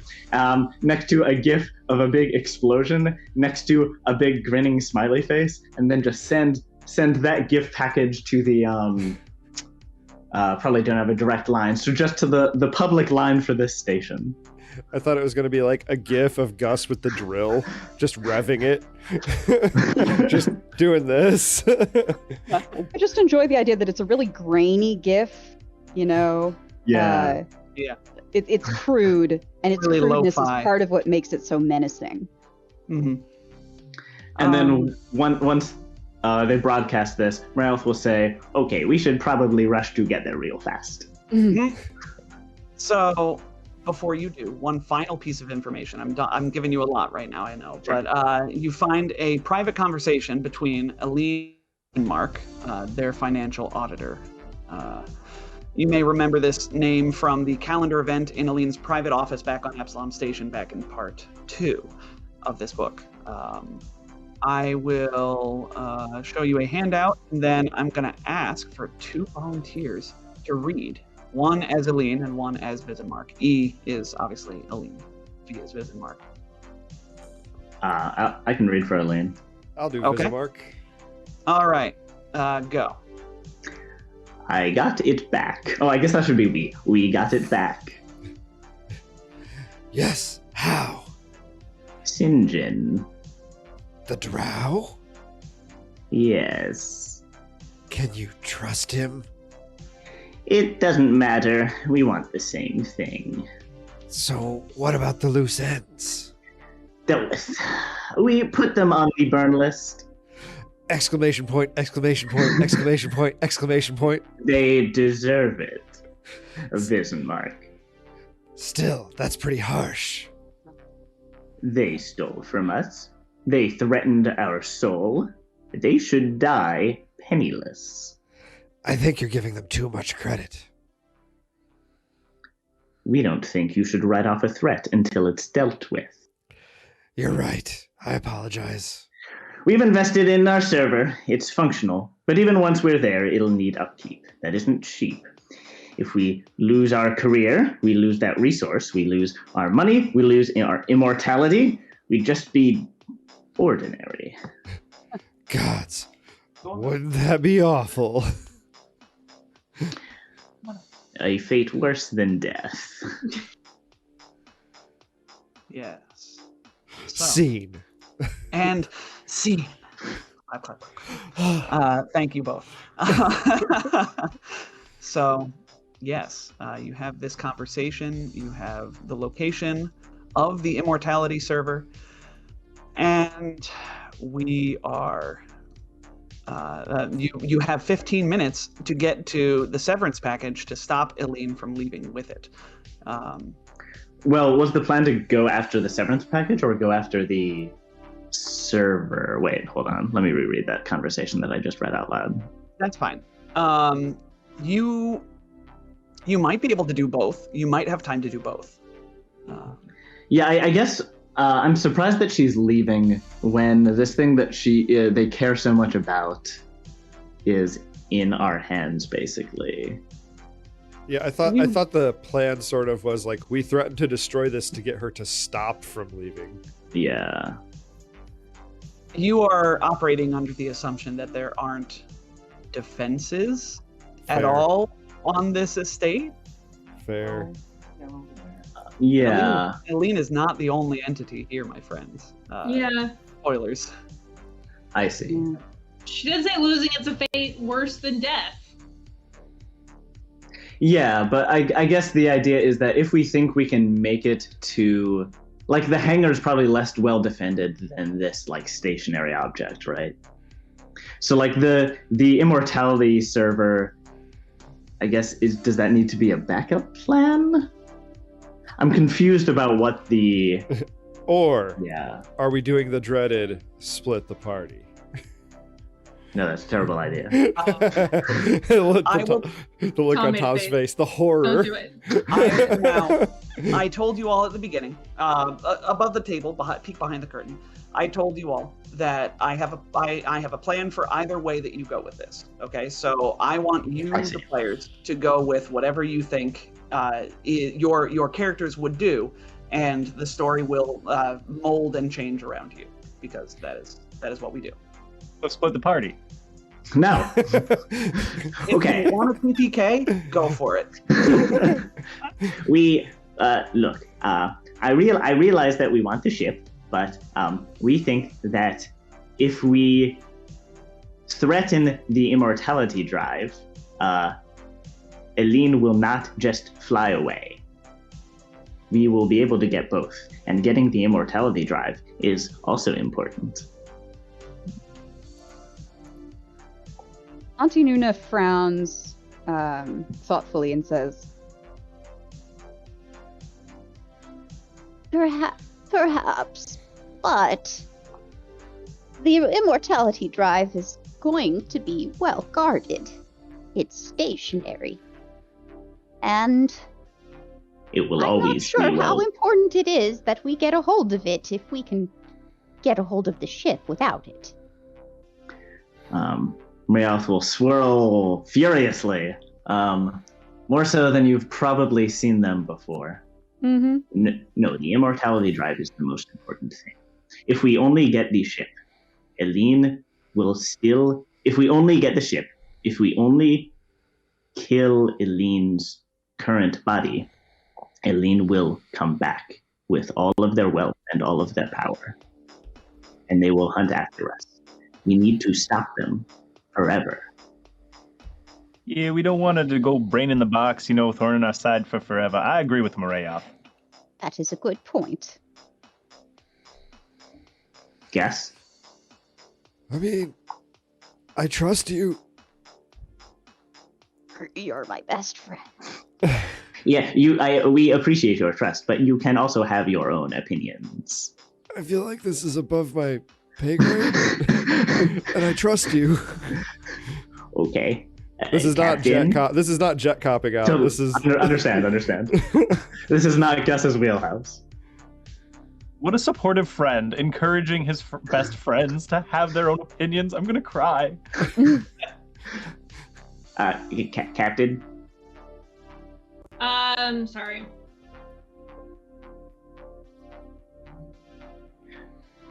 we are trying to. Eline can keep coming after us. She's never going to succeed. This was her best gambit. They will keep. If we just kill her body and take the ship, they will keep coming after us. If we destroy their soul, we destroy their immortality machine, they will be powerless. They will no longer be able to try anything like this ever again. We will not have to look over our shoulder for them. Plus, they deserve it.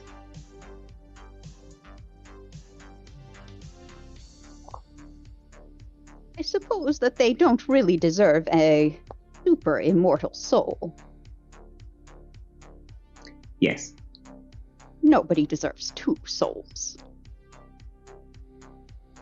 Or, kind of potentially infinite, but Yes, that second one is more of the issue. They have done unspeakably awful things in their position in Edgecore. We can stop that and save a lot of people. Whoa, we've had a pretty good job here. The Stellar Pharaoh piped up on the floor. Have you? What have you had to sacrifice to get this position?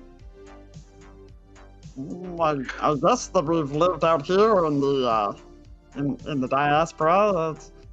How many crimes have you had to turn a blind eye to? How many bosses have you had that have treated you poorly or held promotions over you as leverage? I only just started here about 6 months ago. We see. He's still got the new hire rose glasses. The new hire glow, yeah. It will get worse. They shrink back down. All right, what are you all... We can go after this drive. Hey, Tom. I will direct you to Roll20 chat just because you've been doing funny voices. But what, Captain? But if we lose our ship because of it, I'm gonna space you. That's fair. Just telepathically to Marayoth, keep your environmental protections on. We think we can get both. All right. It sounds like Sloane is generously letting Marayoth's plan pursue vengeance. Yeah, pursue vengeance. Yeah, yes. We'll let you pursue vengeance. As long as it works. Much obliged. As long as it works, yes. That's every plan. Just enough rope to hang yourself, as it were. Hey, you know what? Hey, check this out, everybody. I got an idea too here. Let me just, and Ketch'll pull up a screen, and he'll do the sci-fi equivalent of turning the monitor around for everyone to see as he goes in. You see like the schematics of the severance package pop up, and then like these kind of like green indicator lights, and then all of a sudden those green indicator lights flash red, and there's a big warning sign across the screen, and it says lockout initiated. And I'm just like oh yeah, no, now that we're within 5 miles, I totally have access to the severance package. It's grounded for the time being. Not permanent, but I don't think it's going anywhere anytime soon. Oh, that makes this much easier. When was that an option? Mechanics. My expert rig, which there's this little like emoji in the upper corner that totally like waves at you all when I turn the screen around. It has artificial intelligence. I have connection to our ship within 5-mile range. I have everything. I don't know why I don't use this thing more. Because the mechanic gets so many neat little features like this. Why did I know the base is up? Why didn't we just send Well, 5 miles is pretty close, right? In space, 5 miles. In space, yeah. Now, Catch, I will say, this is not a permanent fix. You get a notification on your custom rig that somebody is already trying to counteract this. So you feel like this has bought you some time, perhaps a 10-minute rest, as it were. But this will not be a permanent fix, and should not stop you from hurrying. No, he's got a huge grin on his face, and then like he's like, we should probably move. They have a mechanic too. Yeah, exactly. And it has it been a day since that last thing? Because I need to know for nanites. Yeah, your resolve points, stamina, health is all. Just want to confirm because I feel combat coming in my bones. Oh, we got a downtime. We had a day. Yeah, you got combat coming all right. Speaking of, you gonna head out to the server. Yeah. All right. We rush over there. Gus slurps his wings back into his body so that he can move quicker, and he starts leading the pack. So, our crew of valiant traders and ship thieves continues on into the heart of this estate. This estate is massive. We don't have a full map for it, but your route will take you through a couple highlights. The route takes you through what is marked on the map as the Garden of Contemplation, a gilded cobblestone walkway dotted with comfortable. Oh, and I forgot to mention this before, but there are alarms blaring as you all walk through the facility. As soon as your ship crashed through the force field, blipped through the force field and then crashed into a wall, the alarms were signaled. So your presence here has not gone unnoticed. Now, a gilded cobblestone walkway dotted with comfortable benches winds through a spacious park featuring clean-cut grass, carefully maintained flower gardens, neatly trimmed trees, and pools of crystal clear water.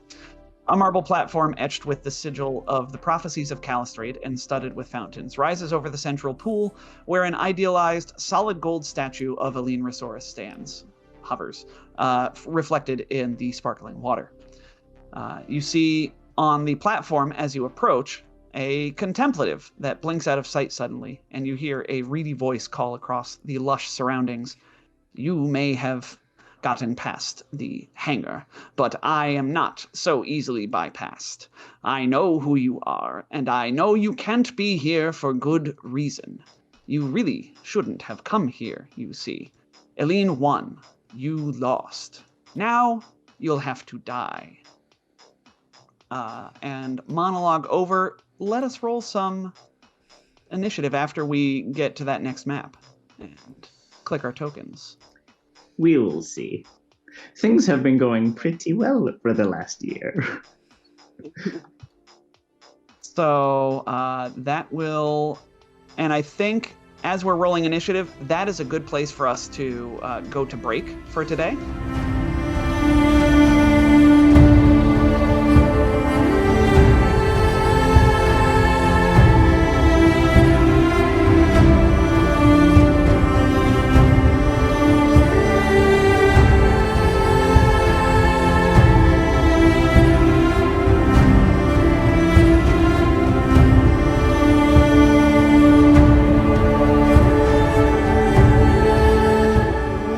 Welcome back, everybody, and hope you had a nice break. We're going to get right into it because we've got a lot of stuff. There's just a lot of things in between the players and the end of Book 5 today. Honestly, who knows at this point if we'll make it to the end of Book 5. But we'll see what happens. And in the meantime, Liz had brought up an interesting feat that she took on Auntie Nuna. Liz has Fast Talk. Yeah. Which is a notoriously difficult feat to use. Yes. So, Liz, why don't you tell us what Auntie Nuna says to this contemplative to try and cause them to have a surprise round? Or you to be surprised. Okay, so she's going to be telling them,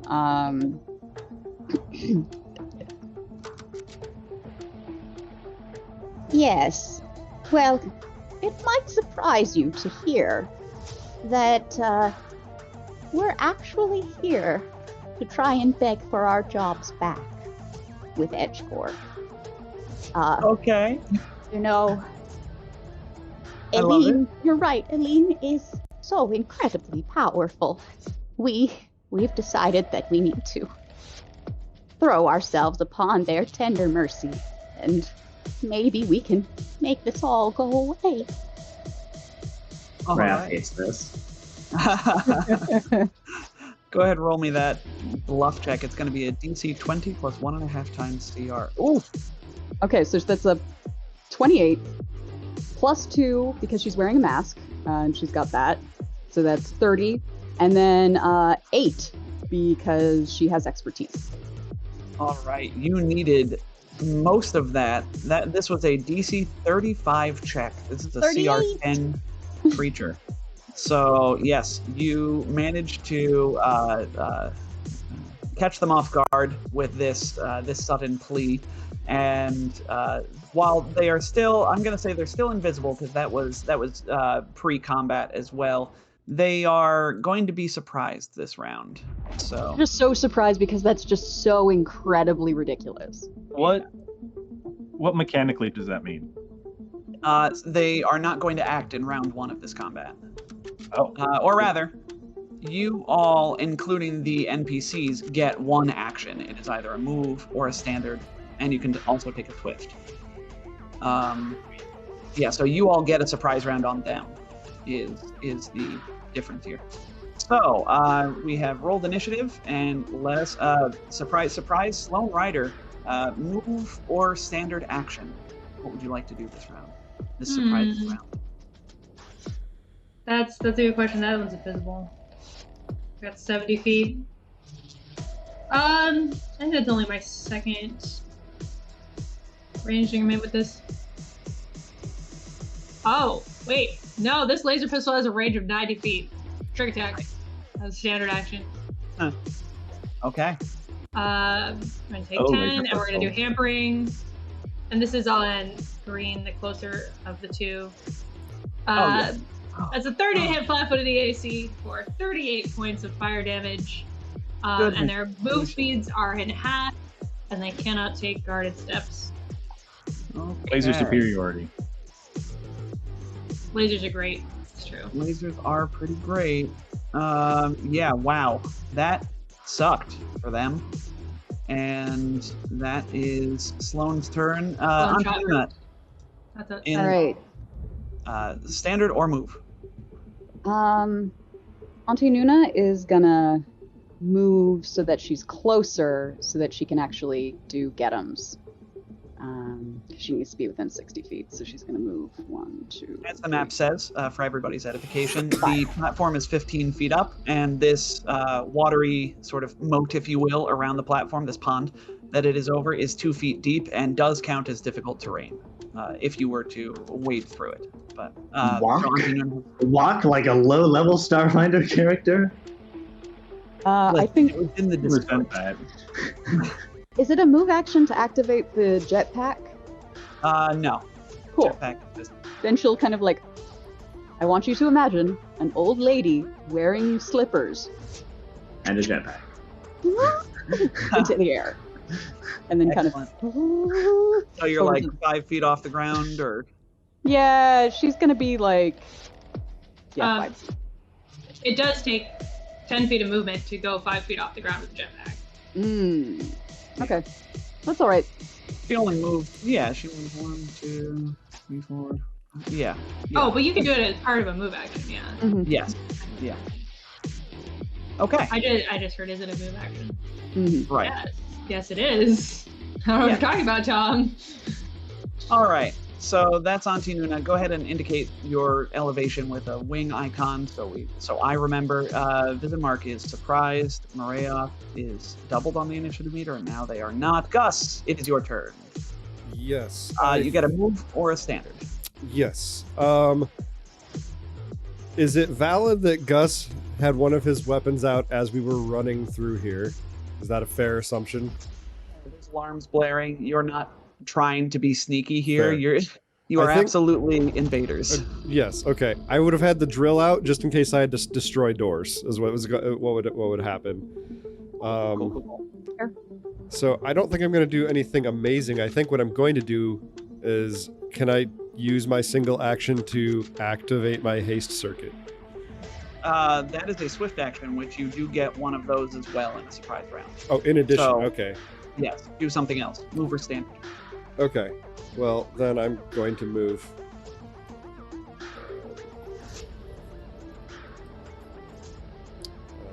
I don't have my wings out, so my movement is complicated. And haste circuit is brand new. I cannot. Does that give me a boost to my movement?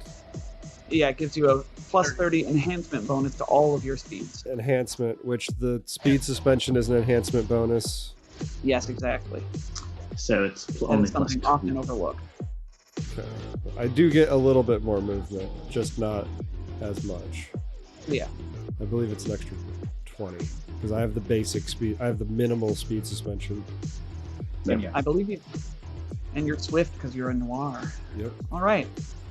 That is Gus's turn. Marayoth, what do you do with your move or standard plus swift? Marayoth will just turn on gravitic reinforcements. All right. Catch. Catch is going to work miracles. Ah, a miracle worker, you might say. You might say. You know what? I would say, in fact. Aww. Yes. Station security, the green, is going to be surprised by you all being so aggressive when Antununa was just talking about, you all wanting your jobs back, but is not that surprised, so we'll take their turn to draw a sintered star knife because Shocked. so Shocked. close. Well, not that shocked. Shocking. Positively shocking. Blue, on the other hand, is going to draw a pistol in their one hand, and that is their turn. Gus looming over him. Give me my job back. Or else. And at the top of the first round, Sloan Ryder. It is your turn. You get a full suite of actions now, my friend. Sweet. Yes, exactly. Let's start in. I think I have 40 feet on this character. I do. I'm not crazy. I will shoot the same one again.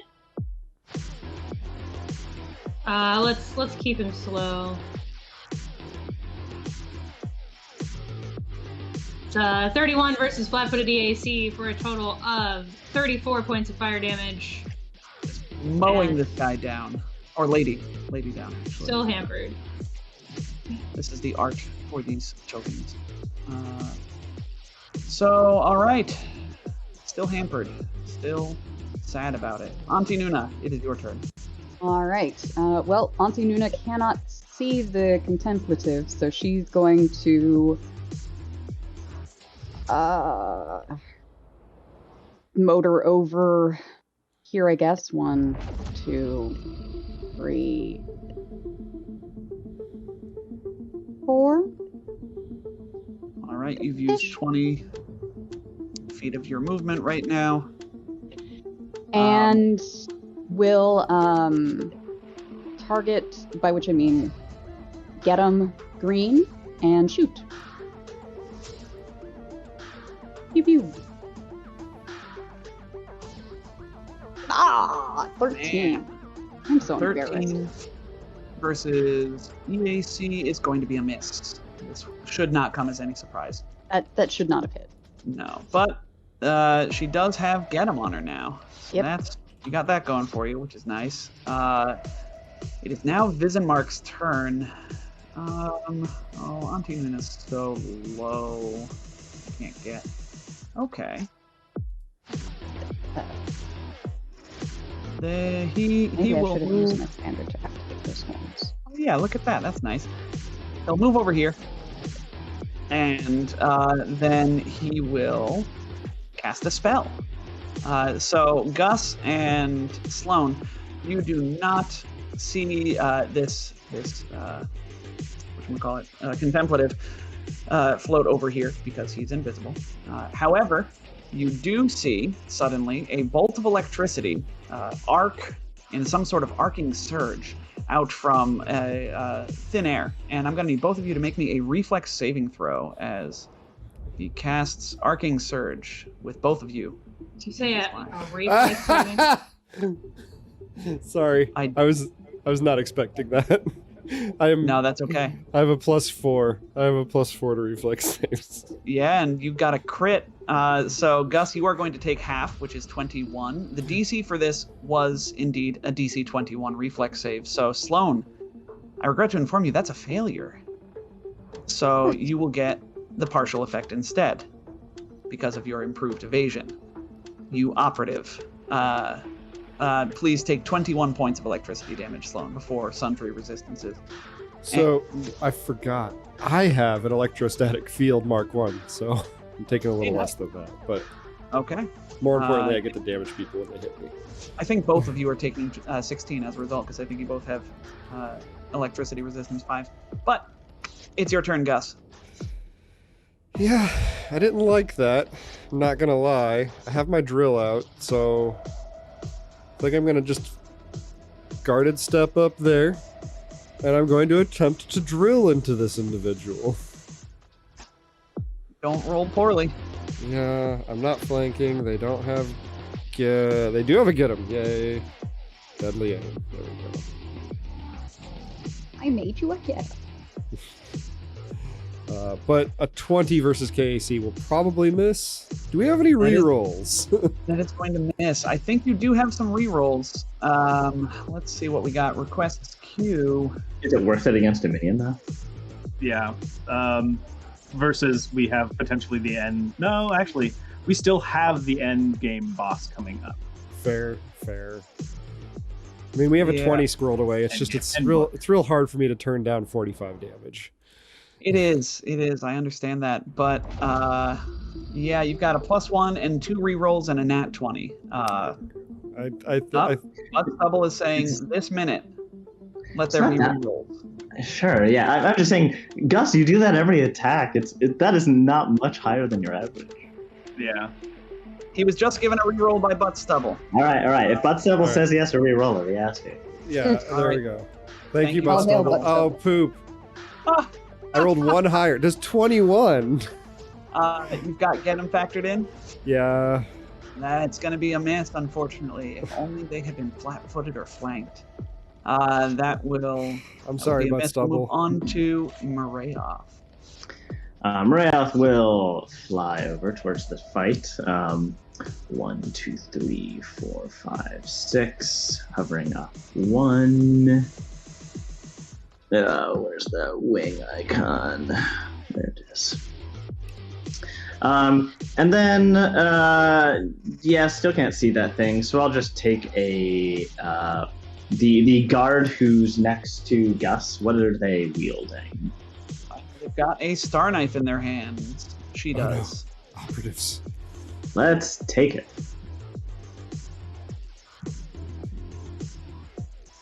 It's a 26 versus KAC. You do it. You take my star knife. Okay. Catch. It is your turn. Oh boy. Guys, I can't tell you how long I've been waiting for this. Everything's about to pay off. Finally. All right. First thing Ketch is going to do is activate his special heart and gain his extra move action for the day. To activate superior firepower, Tom, can I request a colored dot on the contemplative just for my edification? Purple. Marvelous. It's got to be a red dot, right? You activate your Skittermander heart and are filled with childlike glee. As I use it to look for weak points on this contemplative that, yes, I can see with my special eyes. Look with your special eyes. Eyebrow. My contemplative. No, hold on. I have a bit of my target.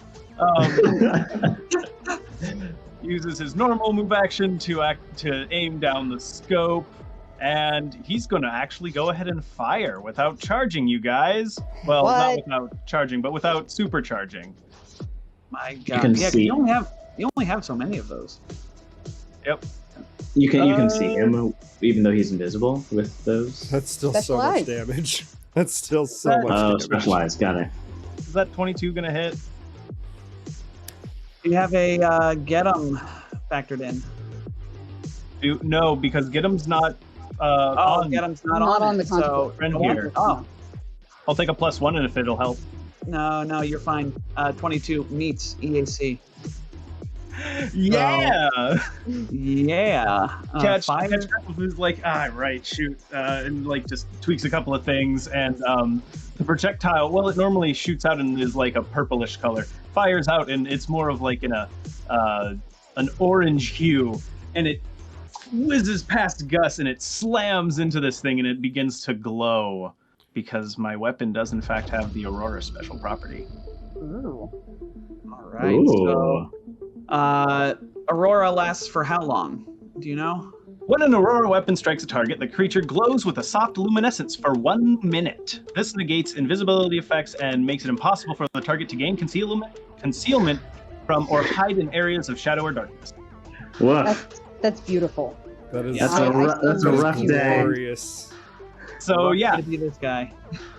Oh, and let me roll you my extra 2d6. I'm so proud that you got to use that. Oh, me too. 7 additional damage. So that's actually 50 fire and electric damage. Yep. That stung quite a lot. What if I told you that was like a third of his health? I buy it. It's lovely being on this side of the mechanic bypassing invisibility. Yeah, right? Yeah.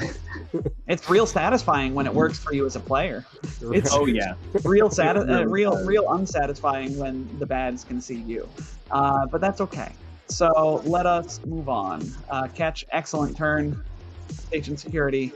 Green finds herself without a star knife, and so will guarded step up these stairs, and while doing so, draw a 15-notch plasma fork and shoot it at Marayoth or Gus. Marayoth took her star knife, but Gus is right there. We'll shoot Gus. Can they draw a weapon as part of a step? I thought it was Yes, just they as part can. of it.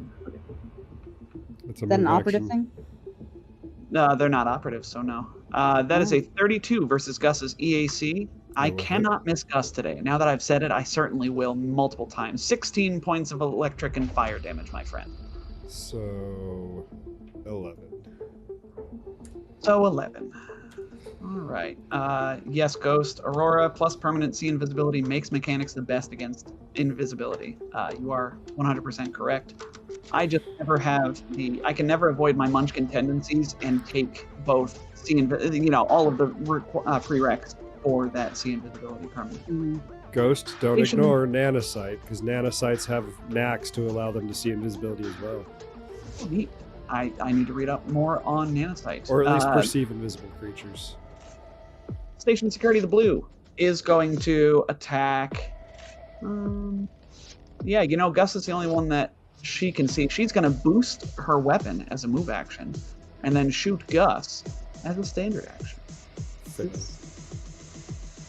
That's only a 22. Like I said, 22 versus the AC is going to be a miss. All right, Sloan Rider, it is your turn. All right. The contemplative is in view now. It is. That's true, but it's a little bit far away for me to be too effective against. So let's bounce around this side of this station security and do a trick attack here. That is not the right screen. I want attacks. Thank you. Roll 20. Take 10. And let's flatfoot, since Gus had a hard time hitting on a 5, but still.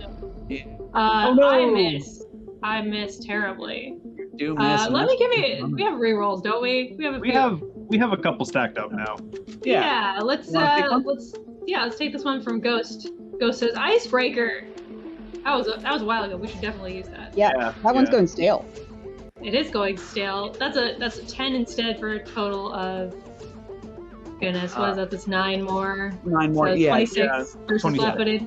You are you finish off this station security. Please describe your kill. Oh, I suppose Sloan just steps up, gets behind them as they're distracted by Gus, and puts a round in the back of their head.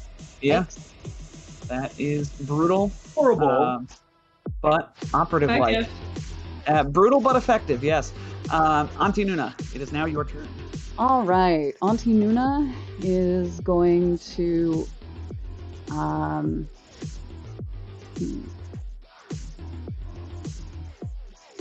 Let me just double check a distance. I should have done this while we were waiting. Sorry. Okay, we're good. Auntie Nuna will say, Oh, thank you, Catch. Now everyone can get them.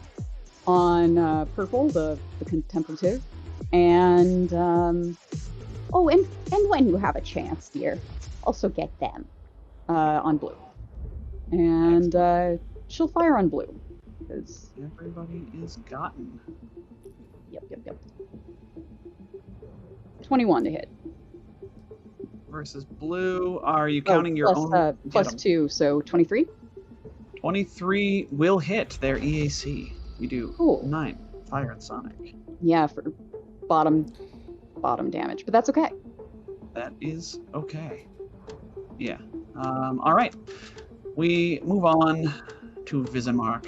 Visimark is going to. I'm gonna look around the battlefield. Catch is really far away, but let me just check the range on this fun little spell. Oh no. Oh. Catch, I'm gonna need you to make me a will saving throw, buddy. Oh no. That's a good save for mechanics, right? What if I told you I only had a +4? Oh, I would say please. Yes, excellent. All right, good. So, 13. This is Catch. a poison, though, right? You feel like your body is suddenly you feel a stirring in like your your sternum, like right center mass of your chest, and you look down and your chest is sort of like writhing, and you feel internally some just cutting motions as your flesh begins to rewire itself and you become slightly robotic in nature. This one. Why is that a will save? To I guess it's a transmutation effect. It is odd that it's a will save. Will negate Feels it. I very think it's 40. your willpower, like your mental fortitude is your will, and so you're stopping. No, body, be what it is. Be what you are. Exactly, to not be rewired. I think baleful polymorph is also a will save, right? And that's the same kind of thing. So, yes, Catch. On the start of each of your turns, things are going to happen. So, yeah. You also have the flat-footed condition for the next 10 rounds, and you take a -2 penalty to all sense motive checks, as well as to all charisma-based and dexterity-based skill and ability checks. That does not include firing with a dexterity, attack though. So. Okay. Well, then Yeah. It doesn't really matter at this point. Just all of your movement speeds are halved as well. So as your internal organs begin rearranging themselves and becoming more robotic in nature, and he's just gonna fly down here towards his security friend, Gus. What do you do? Marath will say, Gus, wait a moment, through our brain link. Oh, I'll delay then. Marath, what do you do? Marath will, how do I measure? Whatever. 1, 2, 3, 4, 5, 6. Am I within 30? Ah, dang it. He flew away, and I hate it. You were going to take their brain, weren't you? No, just make them see less. Okay. I'll just, and they don't have like a weapon or anything, right? They're a wizard, Harry. Yeah, I mean, they don't have anything drawn right now. Okay, then Morales will say, "Oh, sorry, guys. He flew away too fast." And instead, just take this guy's knife, the blue guy. Oh, is he within range? Oh, they're both so far away. No, she is not. Both of these station security officers seem to be female. My bad. All right, we'll just shoot purple. Okay. With just a normal, with like a damage. My face wizard. Yeah. Oof. All right, a 34 will for sure hit. So that is 18 points of cold and electric damage, none of which he seems to resist. Gus Barrett Sinclair. So, Gus is going to charge forward. And is that contemplative while flying at ground level effectively? Yes. Yeah, he's just skimming across the ground. Okay. So a fun thing about being hasted is I can still make a full attack as part of my movement. So I'm going to run forward, and I am just going to do I'm going to bellow like a very angry bull, and I am going to swipe my horns across the area in front of me, and I'm going to full attack with my horns and attempt to target the security person and the contemplative. Okay. The guard is going to spend their reaction to take half damage from the first attack. Okay. Oh, why did it do that? It broke itself. I had this working. The second attack just got real weird. Why don't you roll me a d20? Yeah. You just gotta stretch it out. He got a 27 to hit. Oh, really? Yeah. Let me. He rolled a 15. Oh God. Oh, I see. Okay. Yeah. 27 to hit for 27, and then the second. So something's wrong with the second attack because the first attack is fine. Yeah, I don't know why it did that, but yeah. All right, so half damage on the first attack is going to be we'll take 13 to the guard, and 14 will get through to the to Visinmark.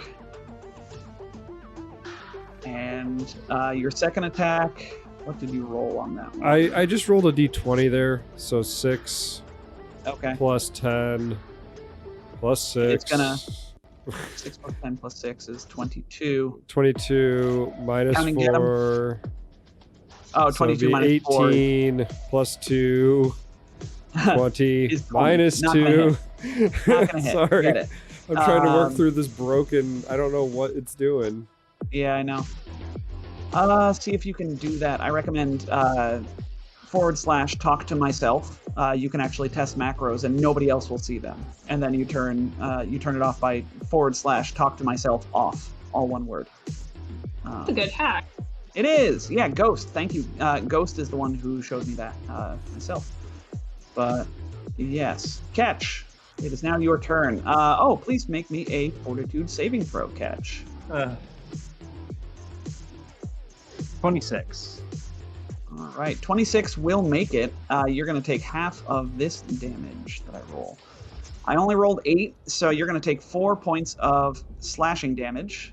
You're not talking to yourself, Gus. I activated it. Said I was. That's weird. Well, anyway, your organs continue to rewire themselves as you make this fortitude save. So you only take a little 4 points of slashing damage. Please continue your turn, remembering your move speeds are halved.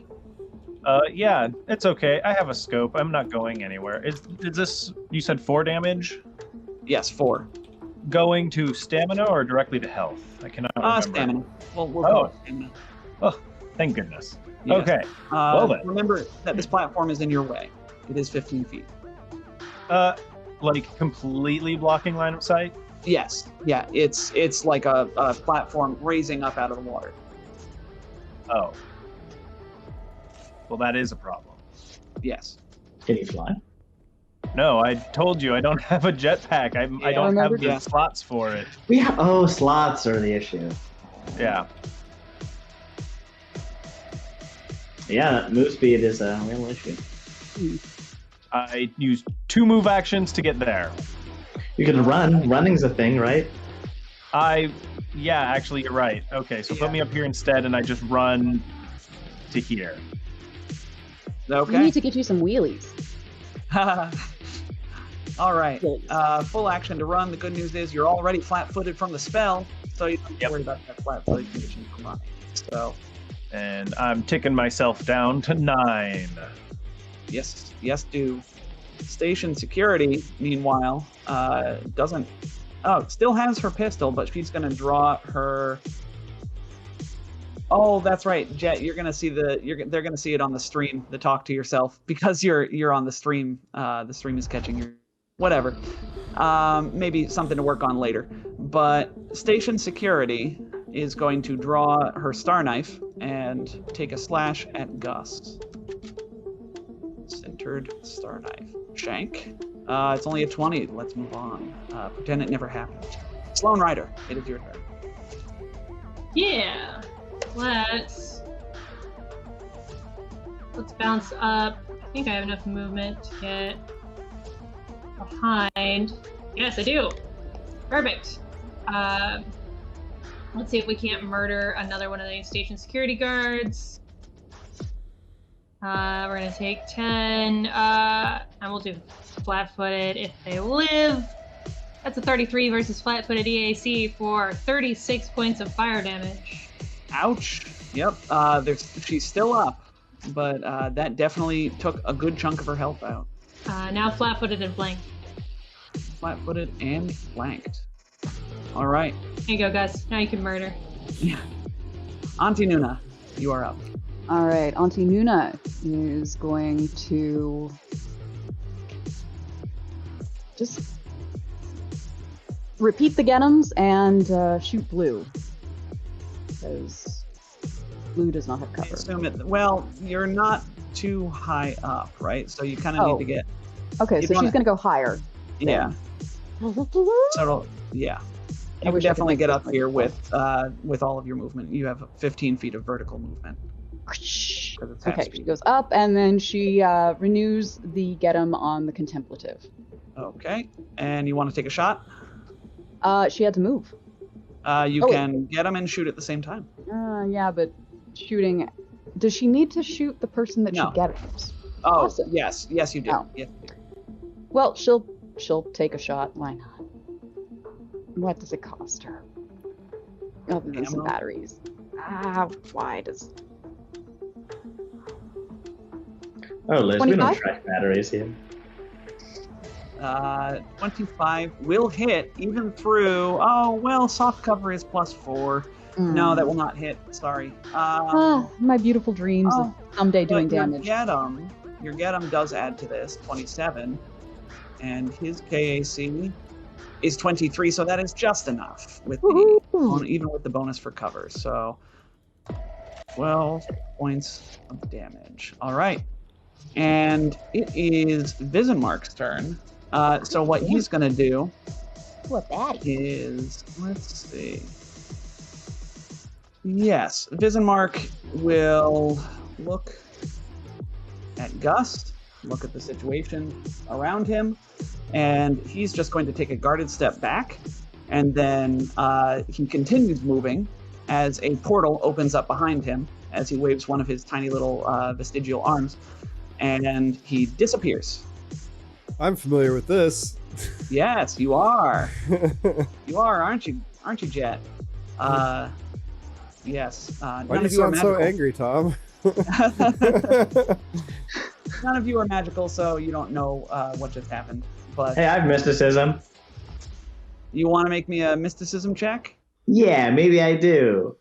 All right, go for it. 31.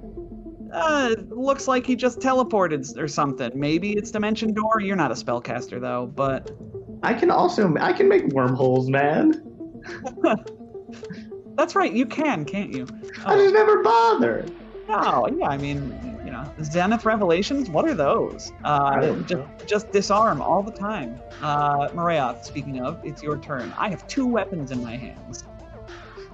Not for long. So just to be clear, I don't see the glowing contemplative anywhere in the room.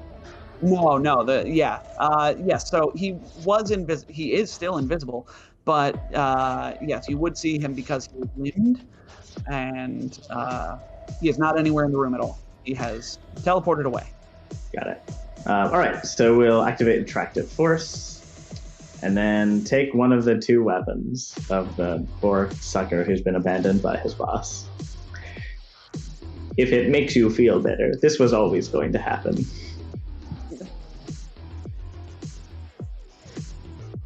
So which weapon are you trying to take?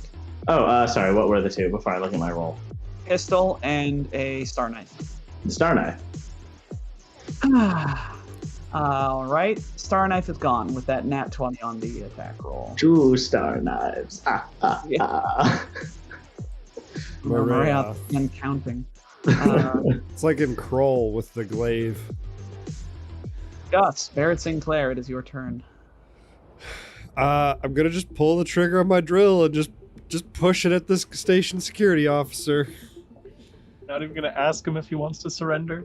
No, Gus is just beyond that at this point. They took our house, but I did roll a 22 versus KAC. So, oh wait, I forgot to activate. Flanking. I forgot to activate flanking. So 24. All right, that will be enough to hit their her flat-footed KAC. Yeah, and they are dropped to within an inch of their life by this. They are going to take a free action to hold their hands up, especially since their boss just abandoned them. And, well, one of their bosses anyway. So, yes, she is going to raise her hands and surrender. Do you all accept? Drop your pistol and any secret family recipes you might have.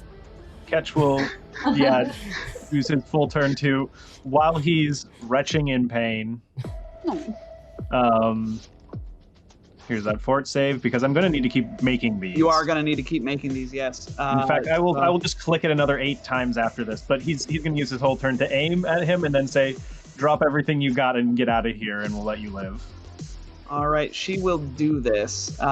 So here's the loot me, and then I will also go to... Here comes some fort saves. Loot me. All right, so Catch, please make me 8 fortitude saving throws. Jeez. You know what? Hold on. What am I doing? Hold on. 8. Because it My lasts goodness. 10 rounds. It's rounds per level. Oh, wow. Okay, and add 8 to this. All right, so you have... All right, so the first one... First one was a 19. Yeah. So... I'll read them off to you. You tell me what happens. All right. Go. 19. So, well, the 13, you fail, so take 11. Okay. The 22, you succeed, so please take 4. Okay. All right, now read them off. From the the first 19 d20. Okay. There was also the the flat 19. It was an 11 that I rolled, but it was a 19 before you posted all the stuff that I have not taken yet. So Gotcha. So that's another 11 points of stamina. Okay. All right. Okay. Yeah. 27. Take half. 5. So that is the half. Okay. 12. Take 10. Another 20. It's another 19 on the die, so another half. Is 3. Okay. 13. Take 10. Okay. 20. Take 10. Okay. 22. Take 7. That was a lucky one because I rolled 14. Jeez. Quick question, Tom. Hold on. Is that it? That was Catch. the last one. That was the last one. Okay. All right. And with that, your body sort of reverts, and you, with like the biggest feeling of relief I think you felt in a very long time, your body just sort of loosens up a little bit, and you probably retch some more, and then you feel fine. So glad I bought us a 10-minute rest, you guys. One second, Leif. Yeah. So, quick question. As this was happening and Catch was being injured, could Gus have expended a nanite surge to activate the fast healing to defray some of that damage? Sure. That would effectively give you 30 stamina back. Well, you might save your resources because it did take me down just into hit points, and I would like a 10-minute rest either way, I think. Okay, just wanted to be sure. I appreciate it. But yeah, save your resources for the boss fight we got coming up here. Okay. So, that happened. And Catch was just like, I'm fine. No, I'm fine. I'm fine. I don't think you're supposed to throw up copper wiring. Yeah, copper wiring and lots of blood. Or man, copper wiring. microchips. That brought me back to freaking Threefold Conspiracy, where half of our loot for book 2 was copper Gold wiring. it was gold wires and Moqual circuit boards or something. Yeah, it was fun. We gutted that place like an old rundown house for its copper pipes. We sure did. Yep. All right. So that happened, and I'm going to clear initiative before I forget again. And now you all are free to continue on. You take a 10-minute rest, I imagine? Because Catch Yeah, for Catch, we looks would. haggard. Yeah, all right. Good. Auntie good. Nuna uses one of her arms to like rub his back, another one to hold his hair back. Yeah. He's just laying face down in the grass, just. So, Catch, you are able to, at this point, we'll say, the mystery hacker on the other end, who's on the severance package, has broken your landlock and is proceeding with takeoff procedures. We are back on track for the original 15 minutes that you all, we'll say, 14 minutes because the fight and all that, but. Hustle. Yeah, during these 10 minutes, Marath is not resting. There's just sort of restlessly pacing back and forth, like looking back and forth between the doors of the room and the comm unit that like shows the timer. Just a roiling mass. A boiling mass of bugs. So was there something we needed to do in here? No. This was you were interrupted in your journey to the Immortality Server. We haven't even made it to the Immortality Server yet. Oh, hey. Yeah. Oh, I guess like during the 10-minute wait, Marath will tell Gus in our telepathic, Gus, we know that you like drilling things instinctively, but maybe you don't kill Eline. Is that an option for you? I mean, something bad needs to happen to her. Them. We that is exactly what we are doing. We, as you saw in that conversation, we believe that they will be more distraught by the loss of the immortality engine than by their just regular old dying. Okay. So we need to blow up the engine, but leave Eline to suffer. I'll follow your lead. And then regret all of their choices. Yes. Okay. Part of this, don't we also need to find a way to remove her from a position of power in addition to destroying the Immortality Server? Because otherwise she has resources to hurt us. That is a good point.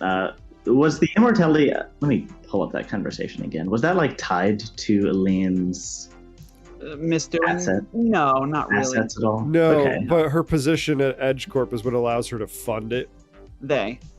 Sorry. That's okay. I've made changes to the adventure path, and I make mistakes about their gender as well, their pronouns. But yeah, you are right. We need to make sure that they cannot use the resources of EdgeCore anymore. Step 1, though, is to get rid of the Immortality engine. We will figure out step 2. Immortality Server. We can figure out a step 2 without just killing them. Although, to be fair, Immortality engine sounds dope. That's It like a does. band name. Yeah, man. All right, so Magic the Gathering card. you continue on through the palatial estate. Now you have the location of the Immortality Server, and you are able to get there without further route interruptions. A steep stair ascends into a wide chamber illuminated by flashing lights, swiftly changing vid screens and descending streams of code. Computer terminals line the walls of this circular room, each in a separate cubicle. A central command chair can swivel to monitor them. The place is deserted. 2 stairwells ascend to the upper level, where a massive power core disseminates and distills energy through 2 attached reactors. As you enter this room, you hear a whirring sound as a turret descends from the ceiling. At the same time, a creature emerges from one of the computer screens at the head of the room, and I will show you a handout. Oh no, we're gonna fight a glitch gremlin. Very cool art. No, not a glitch gremlin. Ooh. That's super cool.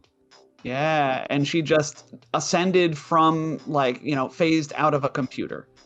So, dear listener, this individual looks like sort of a female demon or perhaps devil with red skin, horns, glowy eyes, pointy ears, etc., wearing a long flowing white dress, strapless.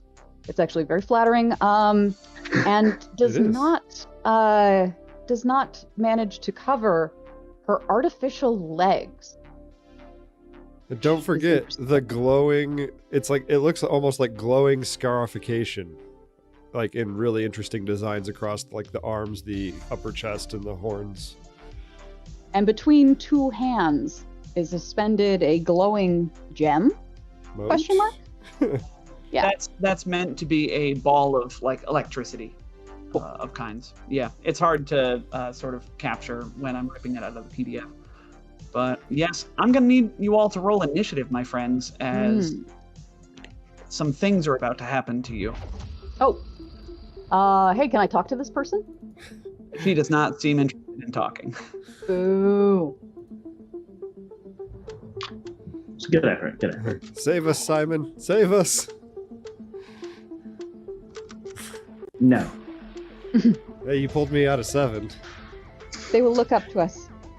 They will look up to us and say, "Save us." We will look down and say, We rolled it and say we rolled a 7. Or we rolled a 2. It's okay. We all rolled garbage, even the baddie. It's true, but you know who didn't roll garbage? The automated turret in the ceiling.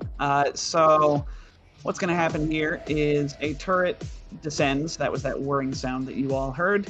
And we are going to fire at random. Who are we going to fire at? D10. Cat will be 1, 2, 3, 4, and so on. That's how I want my turrets to operate. Just firing at random. Yeah, well, that's Marayoth. Marayoth, you are going to be the recipient of a 42 versus your EAC. No, that misses actually. I'm at 43. Then don't take 44 points of acid damage. Got it. Yes. And does that beat your EAC plus 8? No. Again, it missed completely. Yes, it does get my EAC. Right. Okay. Good. So please take a temporary penalty to your EAC and KAC of 2 as the acid eats into your armor.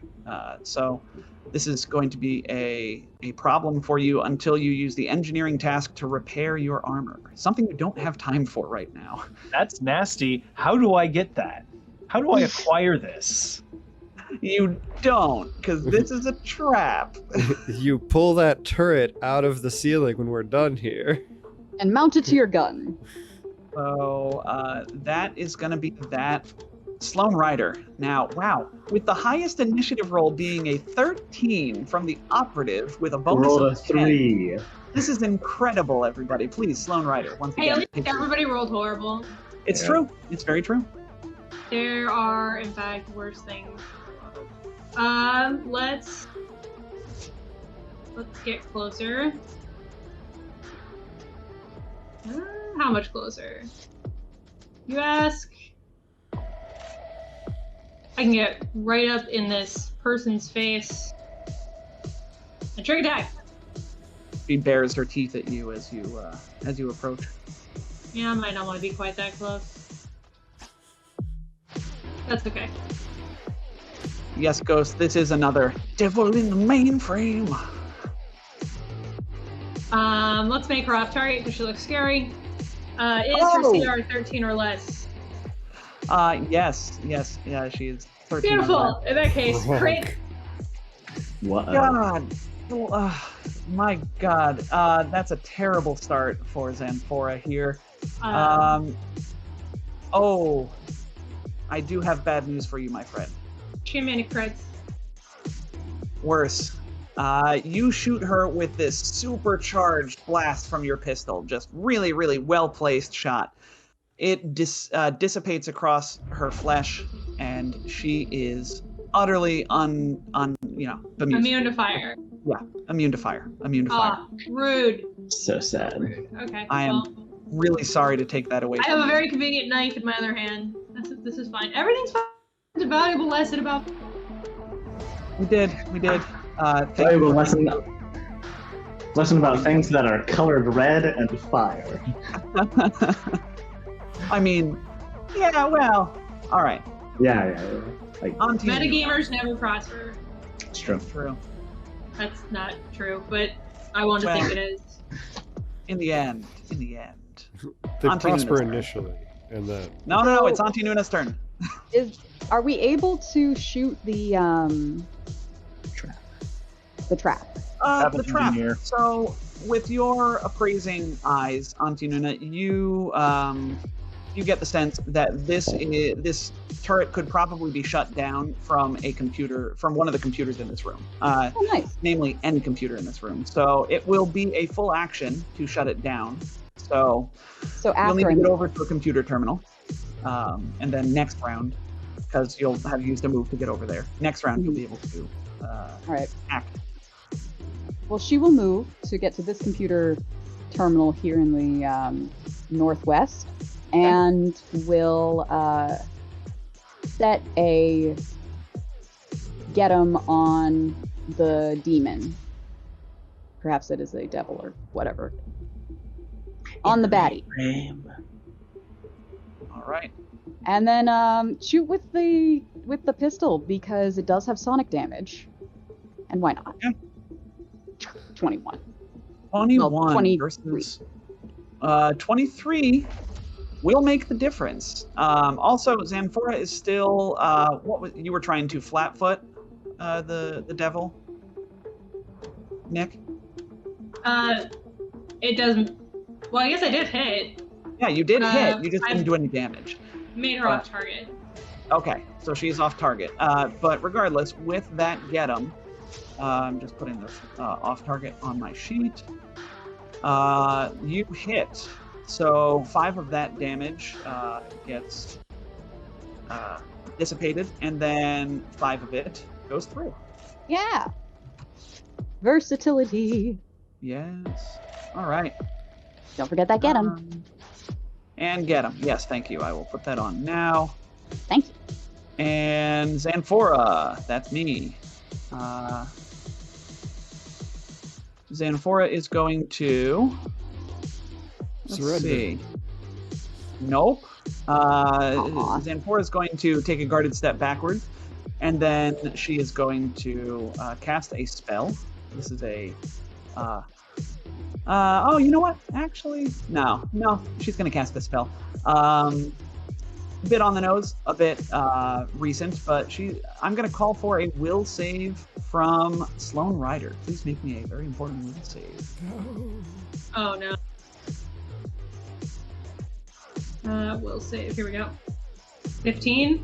Ooh, that is a won't save. Oh, no. Similar to Catch, your flesh begins to rewire itself, and you feel the internal workings of your body just revolting against you. You are going to be flat-footed for the duration, which is to say 10 rounds. All your move speeds are halved, and we will talk about damage on your turn. Marayoth, it is your turn. She doesn't have any weapons. Right? No. What do I do? Can I forget how interrupting spells work. Can I, ready an action to shoot her when she tries to cast a spell? No. Shoot. All right. I mean, you could, but that would not prevent the spell. Yep. Yeah. That makes sense. That'd be too good otherwise. Yeah. Let's just give her a regular old entangle then. All right. Okay. Wait. Yeah. Just hold.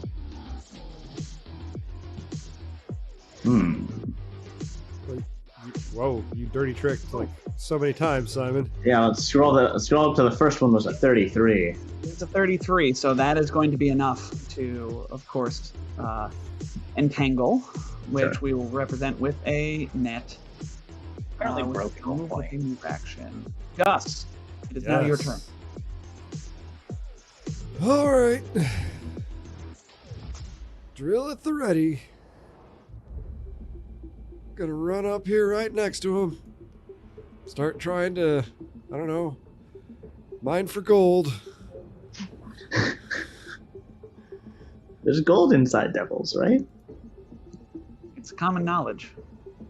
Like leprechauns. Maybe there's Look, maybe Sickatite. those legs. Maybe there's Sickatite inside there. A 29 versus KAC for 37 piercing damage. Goodness gracious. Yes, that is a big old hit. She shrugs off some of it, but certainly not enough of it, of this just pure piercing damage. She's hurting. Not that dramatic, though.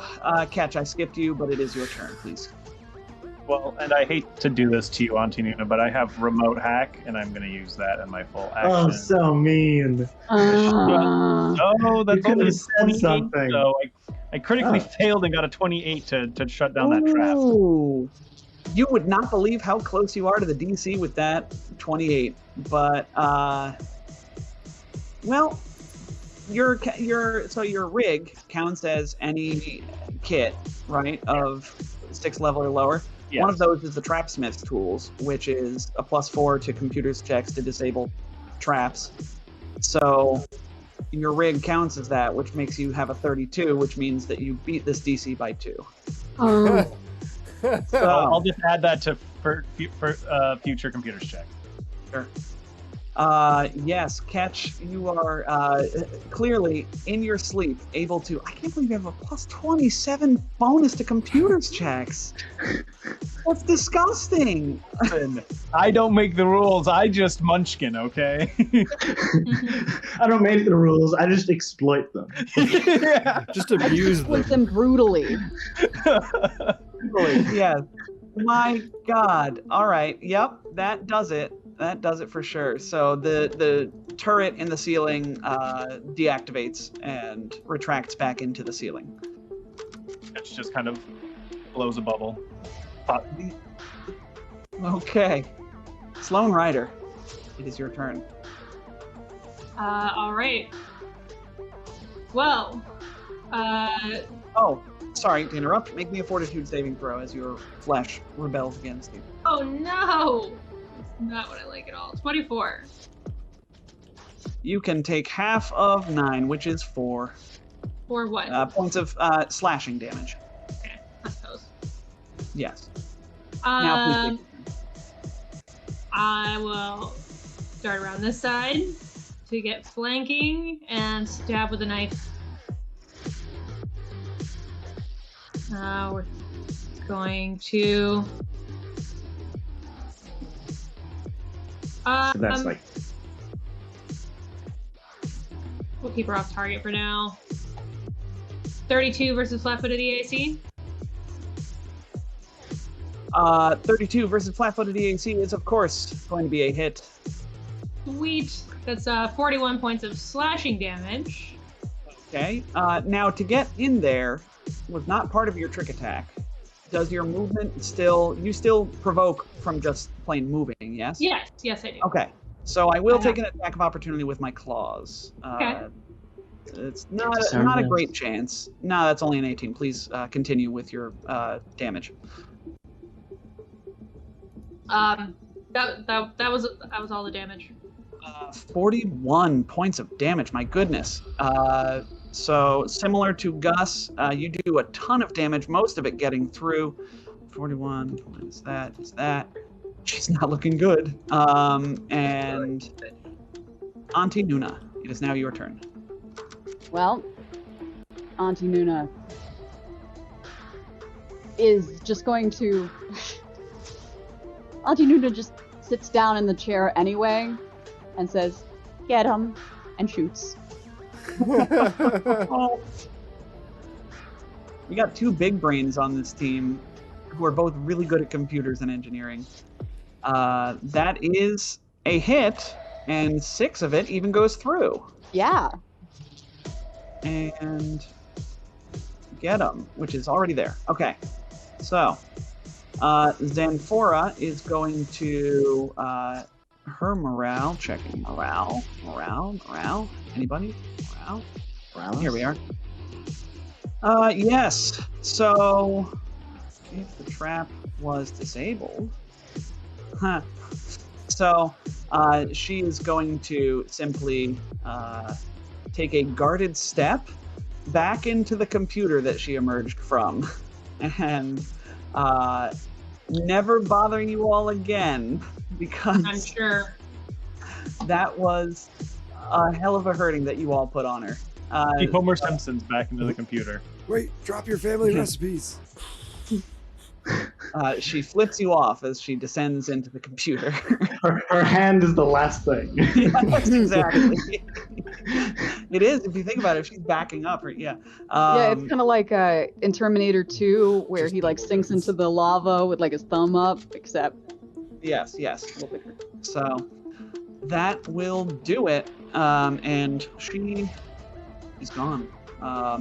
You all, wait around for a bit, perhaps, to warily on guard, but she does not seem to emerge any further. Sloan, we will, you want to real quick roll, I say real quick, roll me another 9 fortitude saving throws to see how much damage my spell does. Oh my goodness. Okay.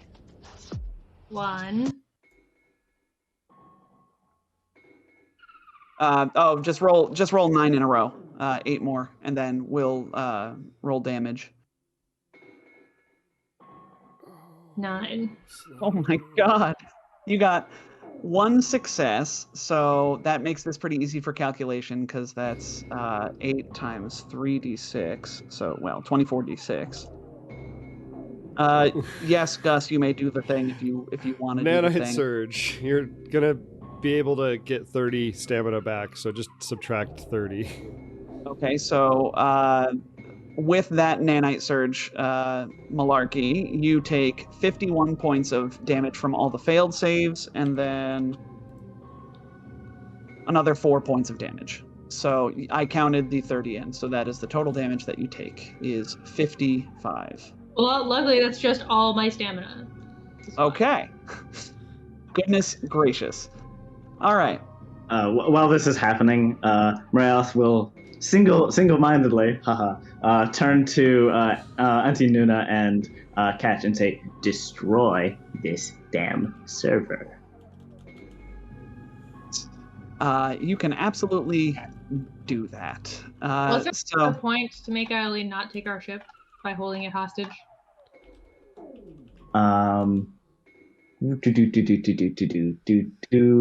We believe that she is. They are on their way here. If they, I guess. How long will it take to destroy the server? Is it something you can do with a button press? Vroom. So you, in order to destroy this server, you have 2 options. You could either use computers to shut down the server, plain and simple. But for that, you would need to have access to the computer, which might have more information on Eline that you all could maybe use. Seems like there might be some interesting morsels in a computer server based on her memories. Alternatively, you could use engineering to overload the reactors in the corners of the room. This would cause them to slowly build to an explosion, destroying the entire room with plenty of time for you to escape. So, yeah, I guess if Auntie Nuna summarizes that, Moreas will say, we should try to get all of the data that they have stored here. We can use this against them. Do we have access to the computers? You don't have access to this one. This one is guarded pretty securely. So in order to access, you'll need a computers check, obviously, from any of the terminals in here. Who would like to lead or aid? I'll aid, because Catch at this point will just blow me out of the water. I'll aid. Automatically. High-level mechanics. Also, I'm dumping a second nanite surgeon to Sloan while they're doing the hacking. All right. That's a 35 plus 2 from the 8, making it a 37. But that's only an 8 on the die. I can re-roll that if need be. I will stop you there. You have done it. Flexing. You also got a +2 bonus for hacking the computer. Well, for having access to the computers in the hangar, as you're used to the I don't know, hacking phlegm inserted here. So you, glancing over the data you see upon successfully hacking this computer, give me another computers check, and you'll definitely want 8 on this one. You also have the +2 bonus here. I will point out now also, as I hack this, I am able to disable 1 countermeasure. That's great. You disable. There is a feedback countermeasure that would punish you if you failed by 5 or more. We deactivate that one. All right, that one's deactivated. Go ahead and make me, assuming an auto aid from Nuna and Gus, go ahead and make me that catch. That's a. Ooh, I only rolled a 6 this time. That +2 for the hangar computers, +4 for your friends is a 39. Yes. That is just enough to crest this DC 38 check. Whew. You have gained access to the mainframe here. As you open up a module, it seems to activate a routine displaying highlights of what appear to be Eline's memories. You see flashes of their life on the uncharted planet their adoptive parents found them on. They're being introduced to EdgeCorp employees by their father. Another screen displays memories of another uncharted planet, running from the natives only to discover an incredible deposit of star metals, of exploiting those resources and how that was their breakthrough in both their career and their status as a Callistocrat. You see Eline setting up their private office on Absalom Station and installing the server that skimmed their competitors' info off the EdgeCorp servers. Yet another screen shows them in front of the EdgeCorp board of directors, lying through their many tiny teeth about the cause of the delays in the Oliphant's delivery. All of this is just like sensory overload. It's flashing across because this is a ring of computers and displays. You see images of meetings and correspondence with Sinjin and other Golden League lackeys organizing the theft or the re-theft of the Severance package. One memory conspicuously absent from this tour of Eline's life, however, is one that I think should be continued right now. We see the same scene as before the crew arrived at Eline's estate. Florja waves a tentacle in farewell as you go to leave and says, "Well, thank you for stopping by, Eline. I appreciate you coming to me about this instead of just immediately turning me in." Yes. We hope that you will make the right choice. A few more weeks pass. She does not make the right choice. She continues the right choice as Eline sees it. She continues to modify these documents in an attempts to be a little more sneaky about it. Fails egregiously. You, Eline, notice this more and more. Yeah.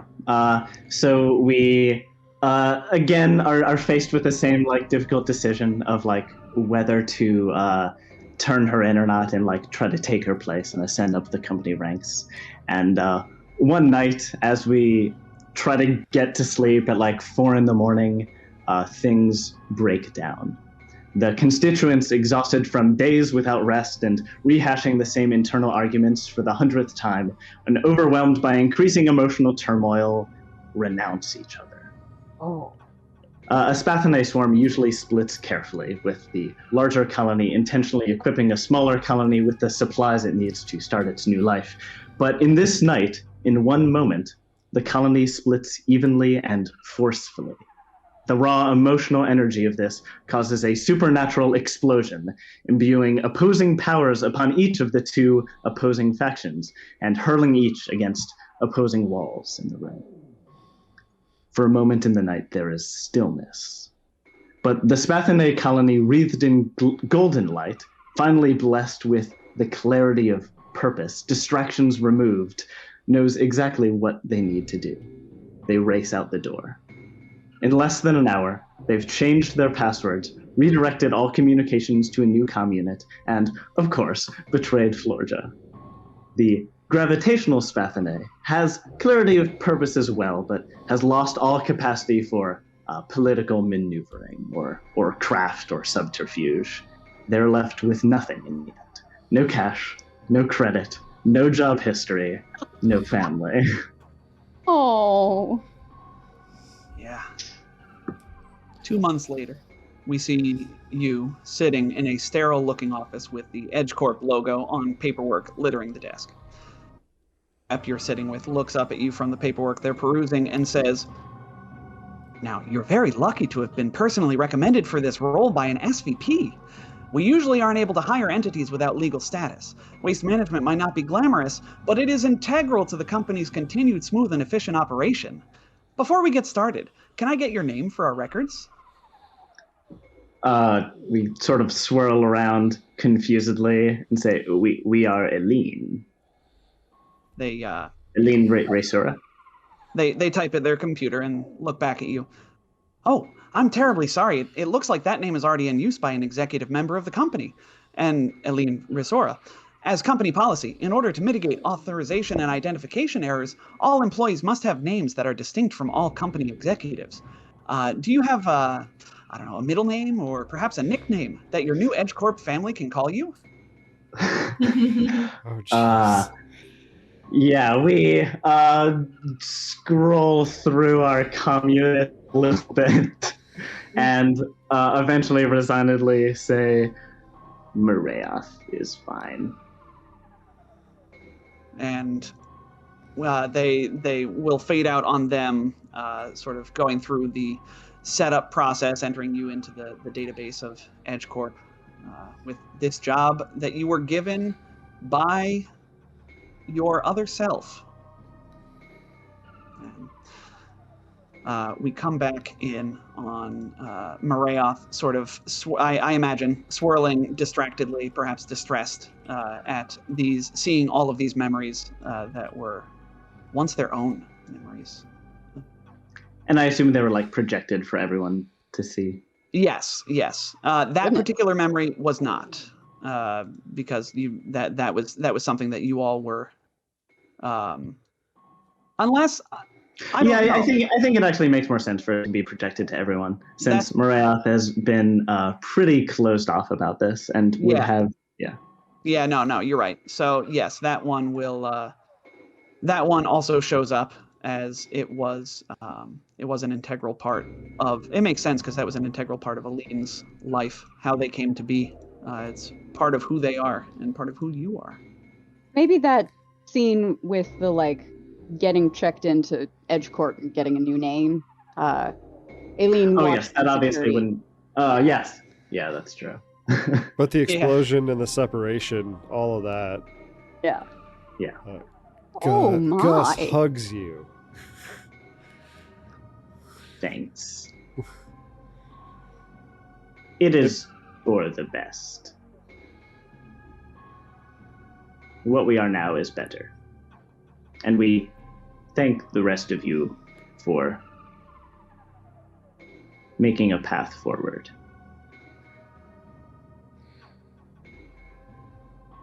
Bugs. For bugs. Bug hugs. Bug hug.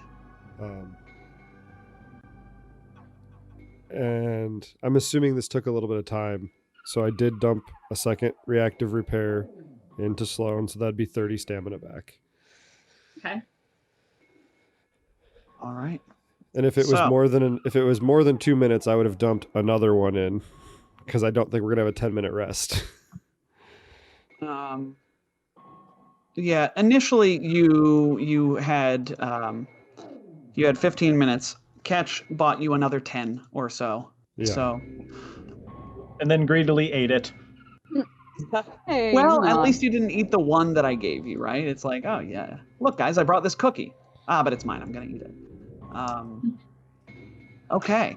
So. And I guess we do have additional leverage over new Eline now, right? Mm-hmm. In that we can also send an image of all of the emails all the recordings of the evidence that Eline has betrayed EdgeCorp, followed with a little paper airplane icon, followed by another grin emoji. Also broadcast to the public channel. Yes. Yeah. Yeah.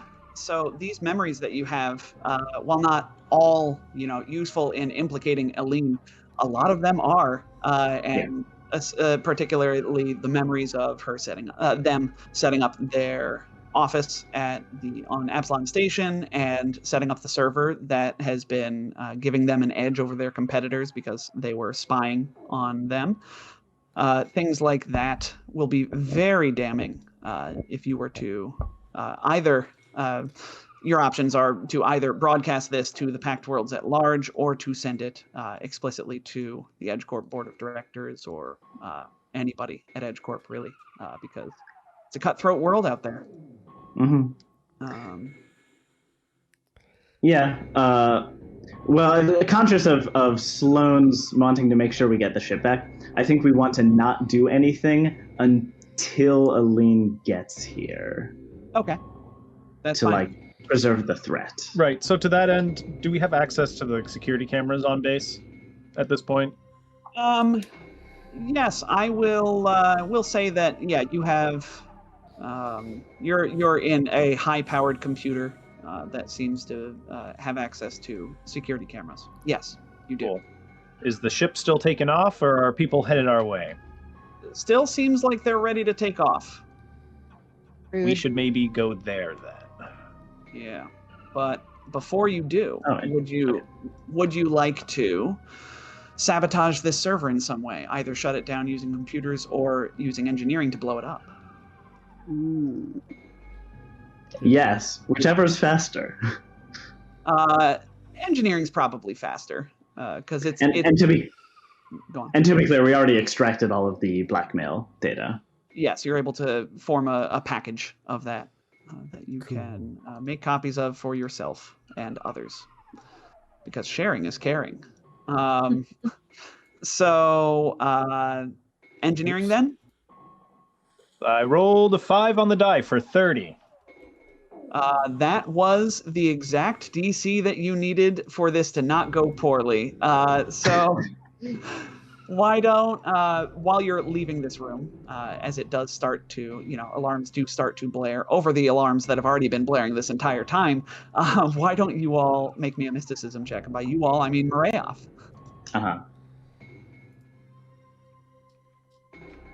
29. Ooh, got it by 1. You all are on fire today.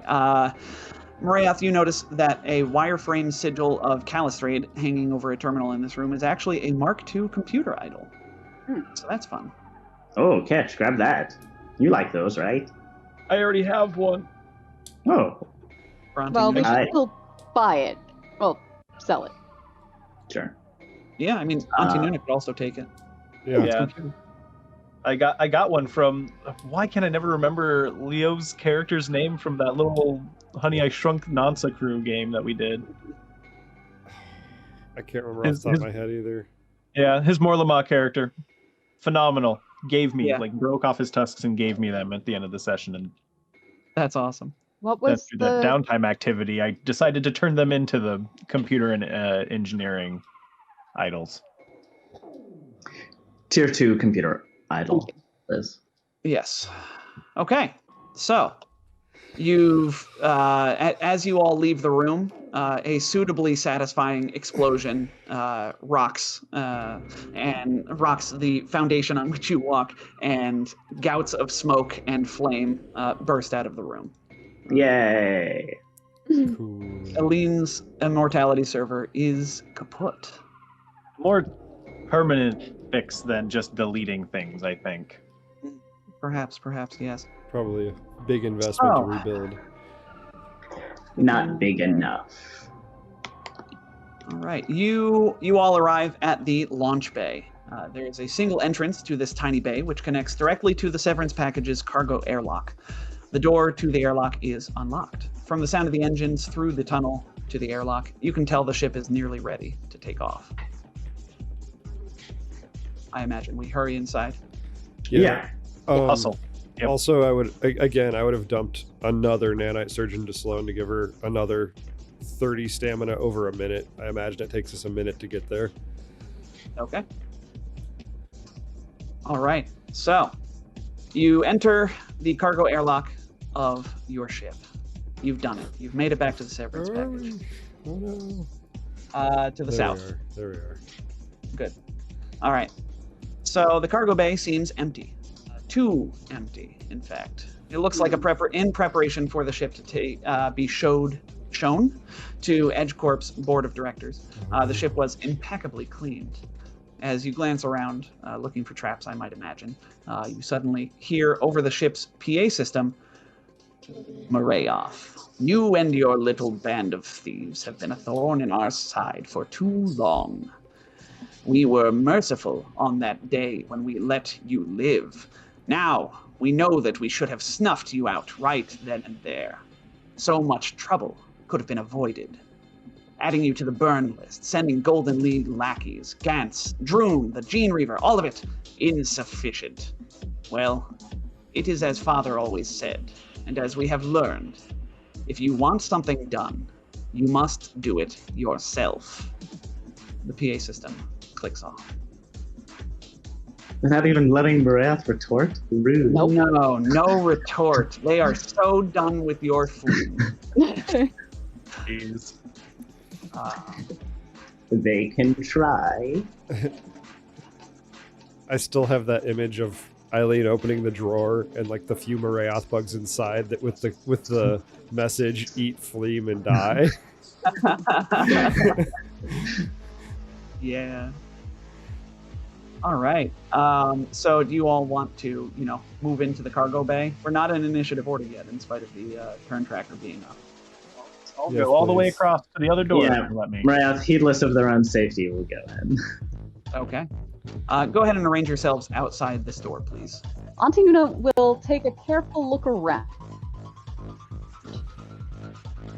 I will save you any trouble. You don't see anything in this cargo bay. Okay. All right. Who's opening the door? And where did Slum? Miners. I was trying to ask if that was where Gus wanted to be for real, because I couldn't move. I mean, I feel like I should be in front because if we trigger anything bad, I will absorb the blow. Yeah, absolutely. All right. So, my friends, this is the time when I confirm. Are we good going maybe a half hour over today for this boss fight? Let's do it. Does anybody I'm have okay anywhere with to it. go? But is there any way I could have 2 minutes because I drank way too much stuff this morning? Yes. Would you roll initiative for me? Yes. All right. Why doesn't everybody roll initiative? Because as you open the door, you are immediately peppered with a couple of shots from further down the hall, and we will indeed be in initiative order. Come on, roll 20, And I will open your cooperate. door for you. Roll 20 There. is just not happy with me.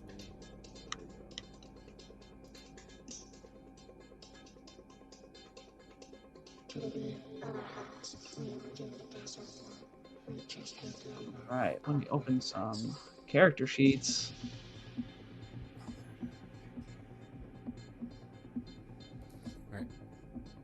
All right, go Jet. Yes, I will go. I also want to get something to drink. But just kind Can of I also go? problem. Let's just take like a 3-minute break. Okay, go. I will entertain people as I'm on as you all go. Oh no, Simon, turn your camera. All right.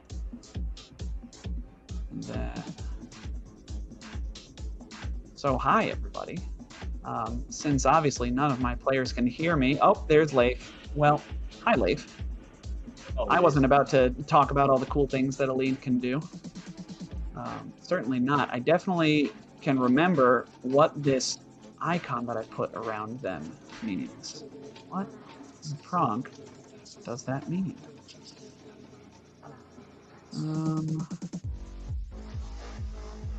Huh. Well, anyway. How you doing, Leif? Oh, you're muted if you're talking. I'm doing good. What's up? Good. Oh, not much. We're waiting for people to get back, that's all. Oh. Oh yes, J-Rock, you do know who this boss is. This boss is Eline Resora themselves. Executive Vice President for Evgeny Jameson Corporation.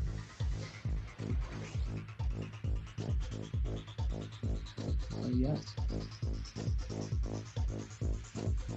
Oh yes. Oh my.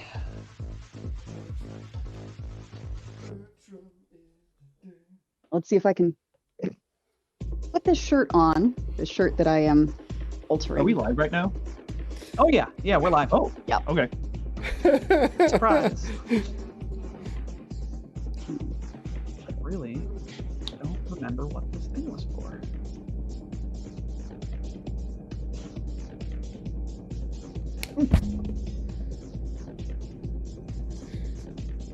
It's an aura of some kind. Oh well. There's believe it or not, there's a lot of things that go into a Book 5 boss fight, and I appear to have forgotten one or two of them. And I just prepped this yesterday. So while I was at Gen Con, I did not run into any of our viewers. But I did hand out a bunch How of big is cards. Gen Con? It was a much reduced from what it normally is my understanding. But I did meet a lot of people. I did hand out a lot of cards, and I basically lived in this hat for like 4 days. I do have a new edition though. I got rid of the do not touch thing, and I now have the symbol for Operation Phoenix from Stargate, because I have the new Stargate RPG limited edition book, and I got the patch. Oh, that's cool. One of the pre-made adventures is on a planet of minotaurs. And I happened to be in that one, and the GM about lost their crap when I walked in with this hat and the Phoenix symbol. All right. So since we're still waiting for somebody, that's fine. I'm going to take advantage now that enough of you are back to have conversation. Distract the listeners as I go to the back. How was everyone's weekend?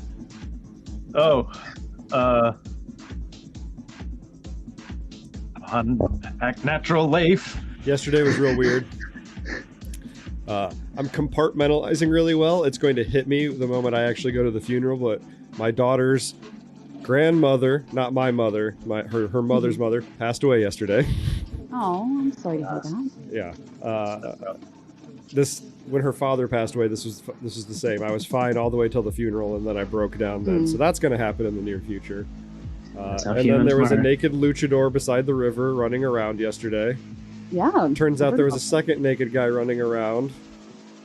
Was it a convention? Not to my knowledge. The second guy didn't have the luchador mask, though. He was just naked. Yeah, but he could have just moved it, you know? Yeah, maybe it's the same guy. I don't think so, because the description of the second guy was like super slight and skinny and scrawny, and the luchador was like a guy who was built up and jacked who had let himself like lose a little bit of that definition, but then wearing a luchador mask. So definitely different people. And then someone's boat broke down in Then someone's boat broke down in the Chicago lock, and they stayed in the lock. We all came in, and then in the middle of like them getting ready to let us out, somehow they cut the tip of their finger off, like starting at this knuckle. What? How?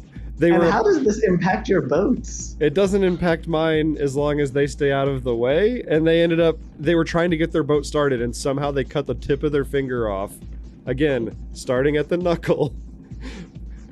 Yeah, it's one of those engines where you gotta reach in to the big spinny thing in order to start it, and then pull out your hand real fast. The only other thing is maybe it wasn't cut. Maybe they wrapped the line around their finger and it. Oh.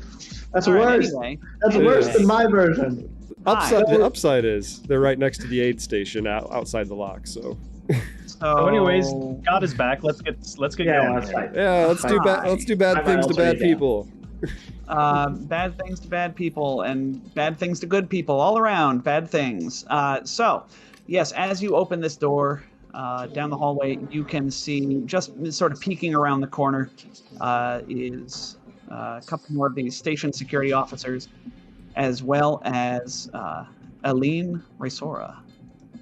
Full art, of course. Now that the cat is officially out of the bag, yes, full art done by Nicola, if that wasn't obvious, who also did our character art. Yes. So. All jaggedy and orderly. Yes, exactly. Not purple glowy. Absolutely no one. Sloan Rider is the first in initiative order. Sloan, they will have cover around this corner just like you do, from their shots. What would you like to do? Yeah. This is a nice long hallway too. Have tactically advantageous for them to come to us. Yeah, I was gonna say I'm gonna delay. Okay. I will just move you after station security, and we'll see what happens. Feel free to come out of delay whenever you want. Station security, the blue, to duck out of cover and take a shot down the hall. Gus, being the first one she can see, will shoot. That is a 32 versus Gus's EAC for 9 points of electricity and fire. 9 electricity and fire. I will ignore the electricity, and I'm assuming you would like me to take 5 fire. Yes. Yeah, do. Right. Red will do the same thing and duck out and take a shot. We're going to decide. Yeah, also Gus. Doing my job. 37 for 16 points of electricity and fire. Okay, so 11 damage. All right. And that was red. Orange. Man, my bads rolled really well. Orange is going to step out and shoot through blue, which, yes, will confer a +4 bonus to your AC, Gus. Plasma fork. 25, I think, is going to miss your EAC. All right. That will be it for the bads. Sloan Rider, would you still like to delay? Take your time, no problem. I know. Of course, Gus, as soon as I put more trail mix in my face. I'm very sorry. It's okay. I will do my bounce across the doorway trick, taking a shot as I go at red. Okay. Let's not slow him down. Let's make him off target, so we're harder to hit. That's a 21 versus flat-footed EAC. Versus flat-footed EAC. You didn't even need the flat foot. That lady is hit for 27 points of fire damage. Booyah. Alright, I'll leave that. Pass to Gus. Off target or flat-footed? Off target, it says so right there. Yeah, it's in the macro. Yes, I apologize. Conditions. Well, I mean, it's there to remind me that I have to declare it before I roll it, right? Right, okay. All right, Gus, it's your turn. Yep. And Marayoth should be just after me. They adjusted their initiative after you did the sort. Making it so. I know you guys wanted to wait back here, but they have ranged weapons, and I am a melee combatant. So... Yes. See how far I can go. I can get right there, which is just far enough on one move action. I am then going to attempt to aim a little bit lower than the heavens, but pierce what's in front of me. I get that reference.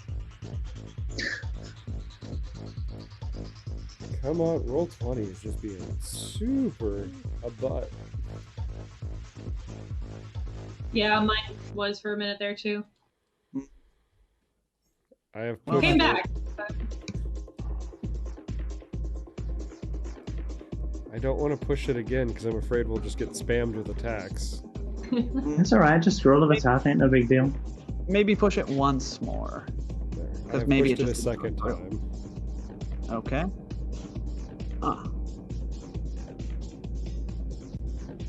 36. There you go. Versus Casey for 40 piercing damage. Oh. Okay. Then you got 50. This drill does 5d8? Yep. What? Yeah. All right. It's a level 10 drill. It sure is. It sure is. All right. 40 points of piercing damage. Very nice. On blue, you said. Yes. Okay.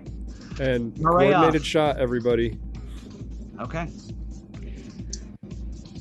Marayoth cannot disarm Eline because they don't have weapons. My favorite trick ruined.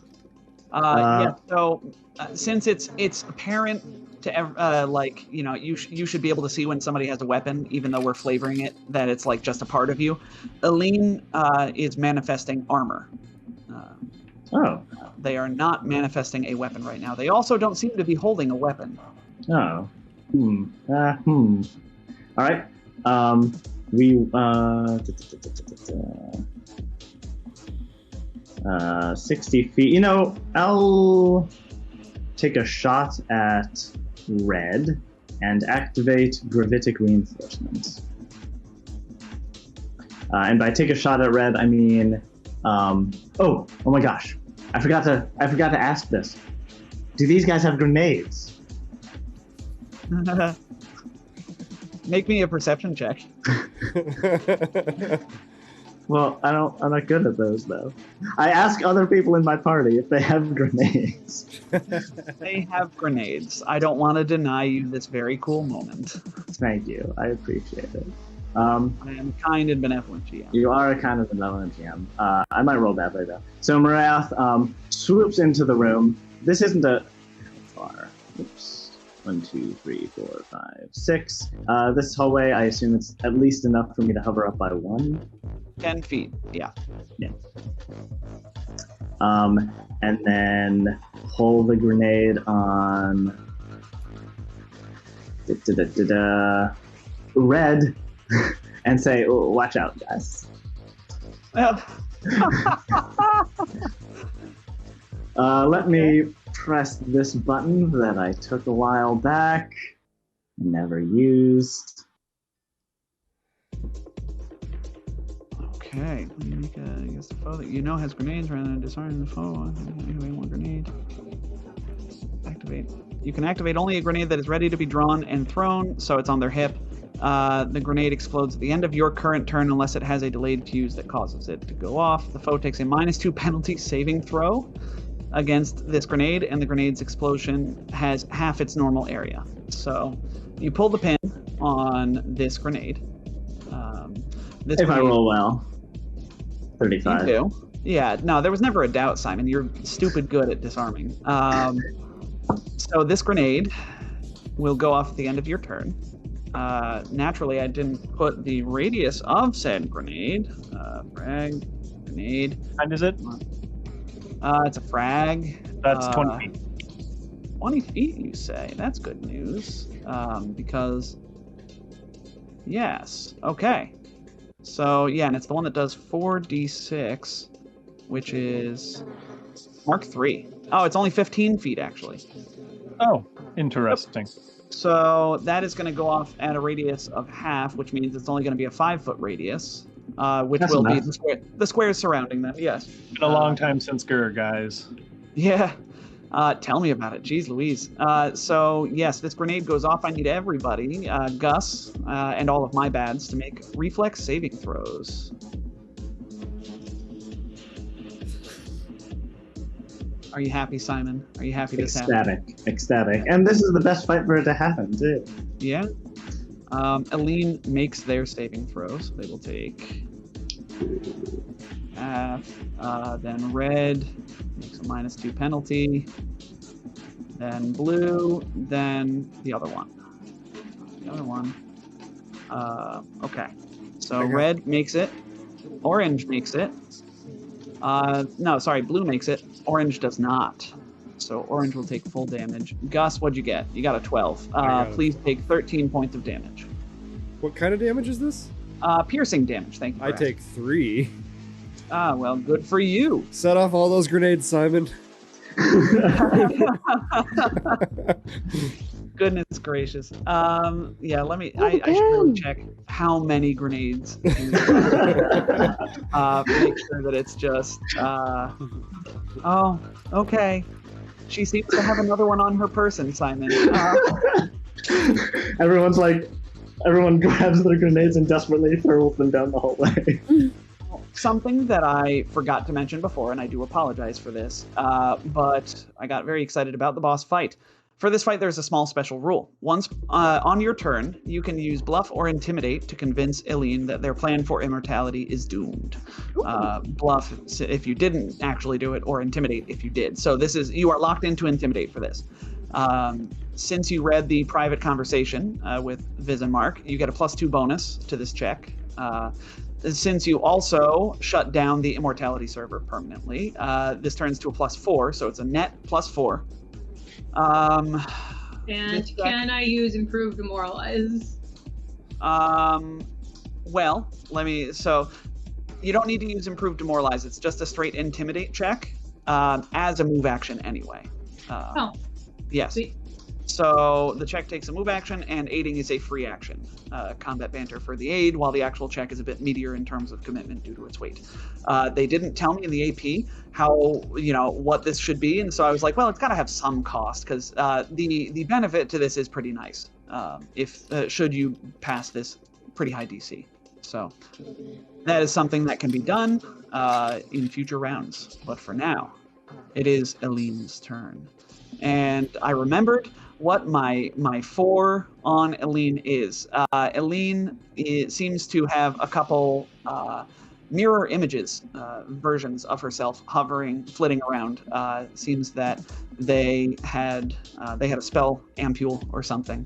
Unless they have spellcasting capabilities, who knows? I know, but they have mirror image on themselves. So, okay, let me read all of my rules for this boss fight. All right. So Eline, as they see the Marayoth hovering down the hallway, they will shout down the hallway, "You are the worst parts of us," and will then make a full action shot at Marayoth. They take a full action to send an attack your way with Solar Inferno. That is a 42 to hit your EAC, Maria. That hits. Yeah. Please take 24 fire and sonic damage. And go ahead and make me 24, yes. Go ahead and make me a reflex saving throw. As this ball of photonic energy. Oh, yeah, let me describe it. It's what happens is Eline sends a few constituents out, very similar to what Marayoth does, except these ones seem to be radiating just burning hot energy, like balls of plasma flying through the air, and they collide into Marayoth's colony. Wait, so these were like zeros from World War II? I don't know what that is. Like kamikaze fighters? Isn't that what Marayoth does? Yeah, it's the same thing that Marayoth does. Yeah. See, I always pictured individual constituents as like shooting out beams, not actually sending constituents. No, the constituents are the beams that are being shot out. Okay. So a DC 19 will pass the reflex save for this. All right, so that is Eline's turn. Catch, we are on to you as Eline begins to glow more brightly.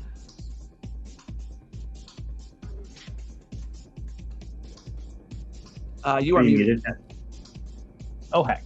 I just said Catch is running and gunning, actually. He's running up here, and he's not even aiming. He's just firing towards Eline. Oh, dang. Let's get rid of some of those mirror images. 29 to hit. 29. Ooh, that will be enough versus EAC. Go ahead, roll me a D5, because Eline has 4 images up right now. 3. In my head, before I had said it, I said that 1 would be Eline. So I had assumed it was going to be either 1 or 5. So yeah. Yep. That will be a miss as you shoot what you think is Eline, and your shot phases through and destroys a mirror image. All right, all part of my master plan. Of course. Yeah, no, that's a good idea. All right. On to Auntie Nuna. All right. Auntie Nuna is going to move closer. And I'm sorry.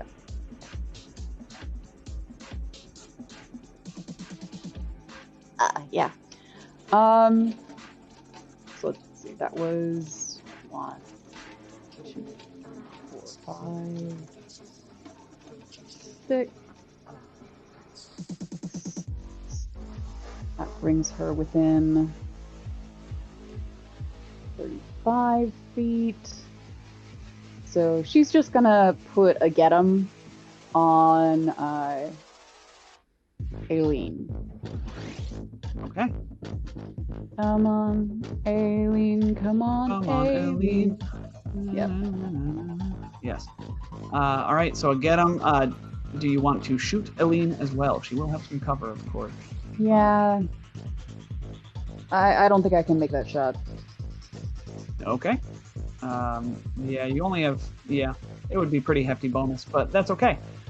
So you've get 'em'd, and now security, the blue, will take the star knife that they have in their hand and stab Gus.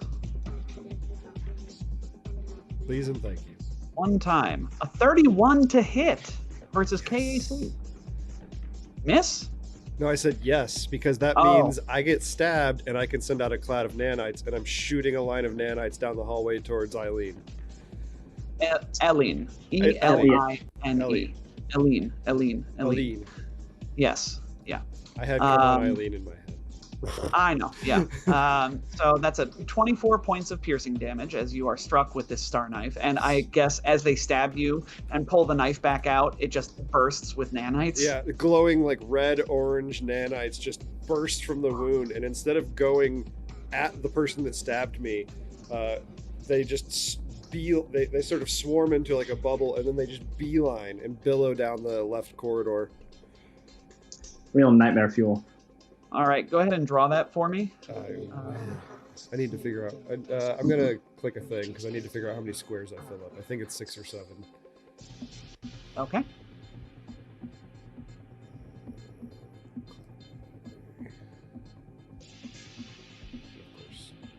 While that is happening, I don't think that's going to have make a difference for Red's turn. Nope. Am I correct? It's not going to have any mechanical effect on anything except for one of my moves on my turn. Okay. Red is going to hold their ground. They are going to take a shot at Marayoth or Nuna. So Marayoth odd, Nuna even. Marayoth odd. So they will take a boost with a move action and shoot Marayoth.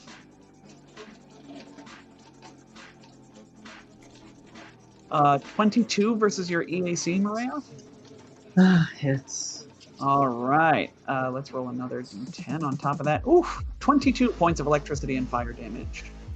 I'll resist both. Oh, well. Isn't that nice? Okay.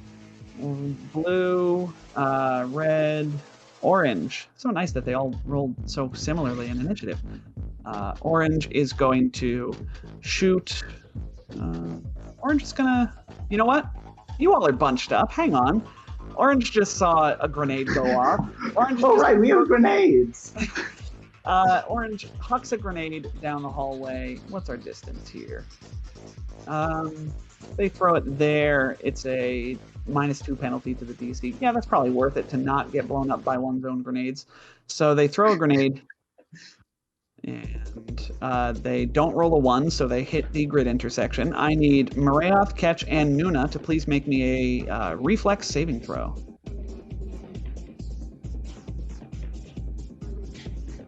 All right. So Marayoth, Ketch, you both take 8 points of piercing damage. And yes. And then Nuna, you take 17 points of piercing damage.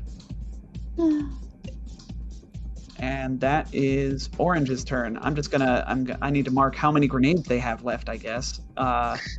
So I don't forget that. Oh, look, there's a grenade icon and everything. That's nice. So that, and then blue. Okay, great. Sloan Rider, it is your turn. Well, you're not making a compelling case for me going up there. Not one bit, but... Oh, the grenades are tiny. But I'll do it anyway. Why not?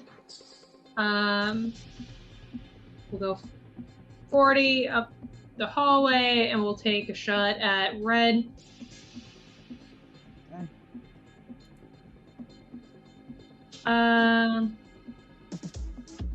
Flat foot this time, make it real easy to hit.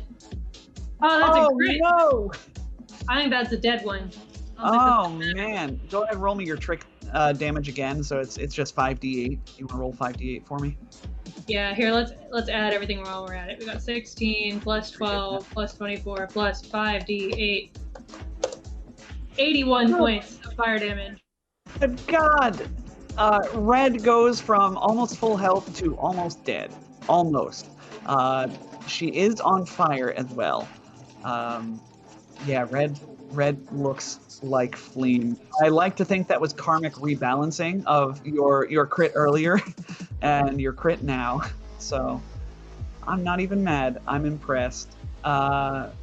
Bleeding 1d4. Burning 1d4. Please remind me on her turn. Got it. Okay. Gus. Heck of a turn.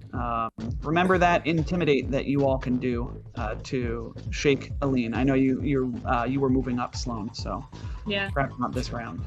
Gus, it is your turn. Quick question. Probably gonna be able to see me. Since I've thrown up that cloud, has anyone damaged Eline?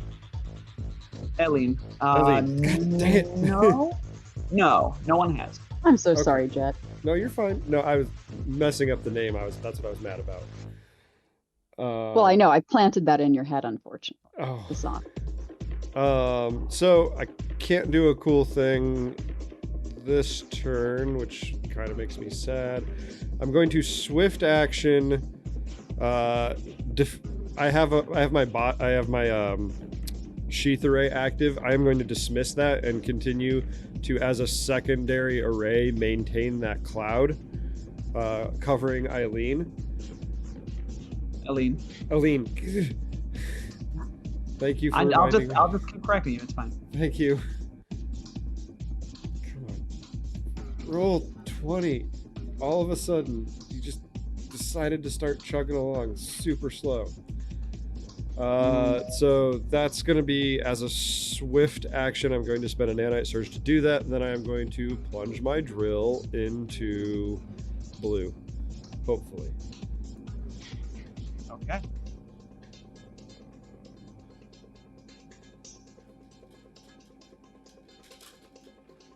Here comes the drill.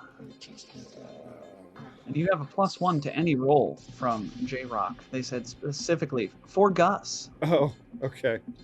Well, I'm going to click the button again. Here's hoping. Oh! That is a natural 1. I'm very sorry, Bet.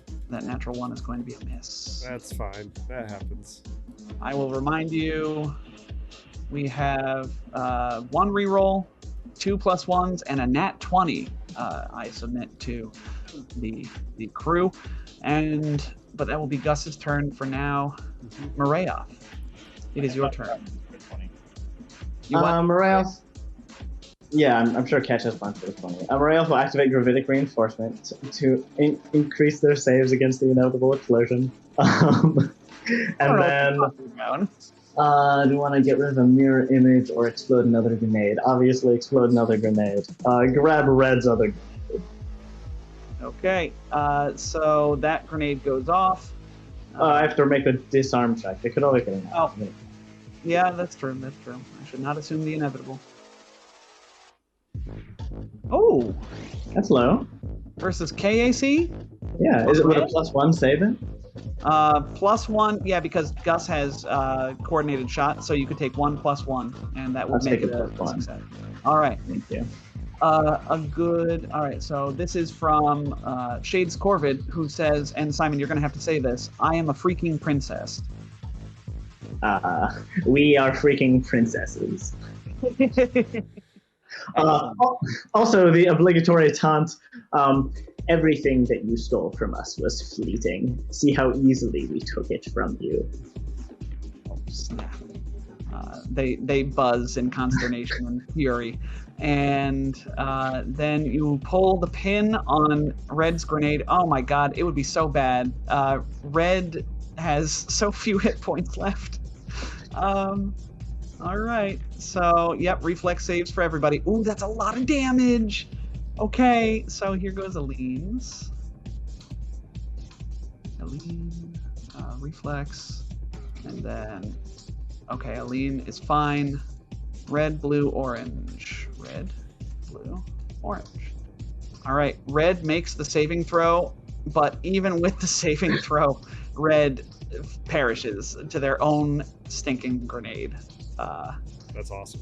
I love that. And then blue and orange both make it for half damage as well. So Eline just took damage while in the cloud. Does that have some effect? She did. Okay. I'm going to need... well, what damage did Gus take? I want to know that first, and then I will delve into You what's take... happening. full damage is 19 points of damage. So that is you. You got a 12 on the reflex saving throw, right? I have DR versus piercing. Was this a... Oh, was this sorry. not I thought... Yep. Go on. Okay. I thought it was still a frag grenade. That's why I was... It is. It is. So I am activating Hungry Nanites. Oh. Oh, I don't like it. What does that do? So she needs to make a fortitude save, or she starts bleeding as my nanites in the cloud burrow into her colony and start shredding her from within. There. Yes. Yes, that's okay. So, all right, they need to make a, what kind of save? Fort save. All right. Pretty good fort save. I got a natural 20 on that save. So well, then nothing happens and that's wasted. Okay. Yeah. All right. That could have been bad. That would have been very annoying. And that is all of Marayoth. We're back to Marayoth's turn when this all happened. Do you have anything else as a move action? No, I already activated reinforcements. Okay. We are on to Eline. And Eline begins to glow furiously as they call down the hallway. We gave you a job, a new purpose where you couldn't cause any harm. Why couldn't you just be happy? And as they're doing this, they manifest, and you can tell Marayoth especially, but everybody knows they are armed now. They have reached, as a Solarian Marayoth, you know this, they have reached their zenith. They are fully attuned, and they seem to have drawn a solar flare in addition to their solar armor. My God, you can have two? Yes, you can, actually. You could do that. Furiously pages through the book.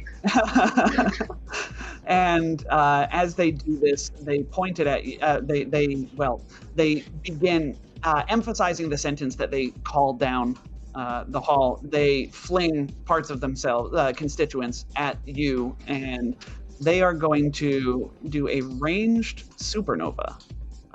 And the supernova is going to go... Hold on, it's just going to sort of enter the hallway because I drew the shape out because I don't have a thing. You cowards, you're supposed to shoot me!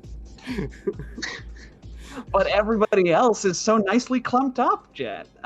So we're going to center the supernova right underneath Marayoth to really just send a message. I need everybody in this red area to please make me a reflex saving throw. All right. Rolling low today. Supernova. Oh no. Oh no. Oh no. Poor operative with the low reflex. You're gonna have to actually take some damage. Yeah. It still counts as half though because you have improved. Yes, Yeah, I love it. So we've got a 19, a 31, a 26. Anybody below a DC 20 is going to take, so Auntie Nuna, you're going to take 39 points of fire damage as these constituents just, they all form a little ring that spins furiously, and then all of a sudden just flames fill the hallway. Gift her a +1. Would that get her to a success and half damage? Because I know J-Rock gave me a +1, but I would It would. That would be acceptable. So Hey. then, Auntie Nuna, you take everybody, in fact, including Sloan, is going to take half of 39, which is 19 points of fire damage. So 19 points of fire damage to everybody. Yes, Ketch, you have fire resistance. I know other people also do. Okay. I do now. Oh, right, yes. Funnily enough, as Eline does this, Marayoth, you sense through Solarian flim flam, Eline has not gone unattuned. It seems that with supreme effort, they managed to actually use Supernova, which normally unattunes you, without losing their photonic attunement. So Are they fully attuned or just attuned now? fully attuned. Marayoth will say, "Oh, they will do that again." And that is all of Eline's turn. And I need to tick down something. All right, excellent. Isn't it always ominous when I say I need to tick down something? We're on to Ketch. It's your turn, Ketch. Tell you really threw a wrench in the works by giving her mirror image. Mirror image. Yeah. Just gonna aim and shoot at them. Gonna try and get rid. Is there a way to like focus on shooting the mirror images? Can you like miss them to ensure you're hitting their mirror image instead? Can you full attack? That would kind of do that. Because like if you miss slightly, you're guaranteed to get a mirror image. Yeah. I'll draw your attention to the unwieldy property of this weapon. Sad. So that 23 is going to be a miss, and let me double check here. I'm ignoring forward cover with you're that's move great, which means that you are firing against their normal EAC. Okay. And as a result, that miss is by 5 or less. So you do shatter one of the mirror images. So they have... Oh, hey, cool, okay. What appears to be 2 more. So there seem to be 3 versions of Eline floating around up there right now. Interestingly, I don't know if Blind Sense negates mirror image or not. I think it's blind sight. You have to have blind sight in order to negate it. If somebody wants to look that up for me, that would be wonderful. Auntie Nuna, it is your turn. All right. Auntie Nuna is going to... I'll point out that Marayoth's out of stamina. Huh? I'll point out that Marayoth is out of stamina in case you're looking for someone to heal. Oh, Maria, you need to stick with us right now. This is an important character development moment for you. Yeah. And actually, I mean, everyone's taken stamina damage. I don't think I've healed anybody. So you've all I'm taken gonna a 10-minute rest. So you can go. Yes, go on. Yeah. I'm going to inspiring oration. All right, everybody, we need to buck up. This is for Maria. He's part of our family. And all allies within 60 feet of me regain a number of stamina points equal to 24. So this goes to everybody. So the full amount? Oh. Yeah. And she could also spend a resolve point to add her level again to make it 34. But I don't know if that's necessary. Just wanted to remind her. Thank you. Marayoth is way far down. If you okay, yeah, she'll spend it. I mean, I don't need them really. Yeah, so. Who uses resolve? Resolve point, right? You've got resolve for days. So we get Thanks. 34. 34. 34 Nice. back to everybody, yes. An inspiring oration. Oh, good. So that means my station security gets 34 as well. And No. Thanks, Auntie Nuna. All right. Just So, as I understand it, that is a full action, so that's going to be your whole turn. Station security, the blue is going to take lead from orange, noticing that Marayoth is pulling the pins on grenades like a devious little so-and-so, and throw a grenade down the hall right at this intersection. And I don't think they'll even need Oh, it will be just out of their range increment. So Blue throws a grenade. I need reflex saves from everybody but Gus once more. Question: does throwing a grenade provoke an attack opportunity? I think so, because it's a range. It's a thrown attack, but I think it counts as a ranged attack for the purposes of that. So Ways to make it not, but unless this guy has like special feats saying otherwise, then yes, it is provoking an attack of opportunity. no special feats. These are minions. That's why I felt very safe in my assumption. Yeah. 26 All right, so, versus KAC. 26 will hit, and I take 27 points of piercing damage. Now, a reflex save from Marayoth, and everybody did it. Okay. So everybody, except Sloan, passed the DC. So, Sloan, you will still take half, though. So everybody take 7 points of piercing damage, please. Save for Gus. So, that is Blue's whole turn. Red is dead. There will be no redemption once more. I always say it. Orange will... yeah, I think Orange... Like, they're not great at this whole, not dying thing, but they aren't dumb. So Orange is definitely just going to throw her last grenade at that same group of people. So everybody, same 4. Why don't you just make me reflex saving throws? It's going to be that kind of fight. The tank is getting ignored. Poor tank. What was the DC again with the -2? With the -2, it is +2 because they're cooking the grenade. They do have a special feat, actually. I lied. So the DC is 16. Whew, just made it. All right. So that will be 17 full and 8 half. So Sloan takes none because of evasion. Auntie Nuna takes. The irony of Auntie Nuna's inspiring boosts is that she can't benefit from them. So yeah, she's almost out of stamina. Oh boy. Oh, I was not seeing that. I can do things.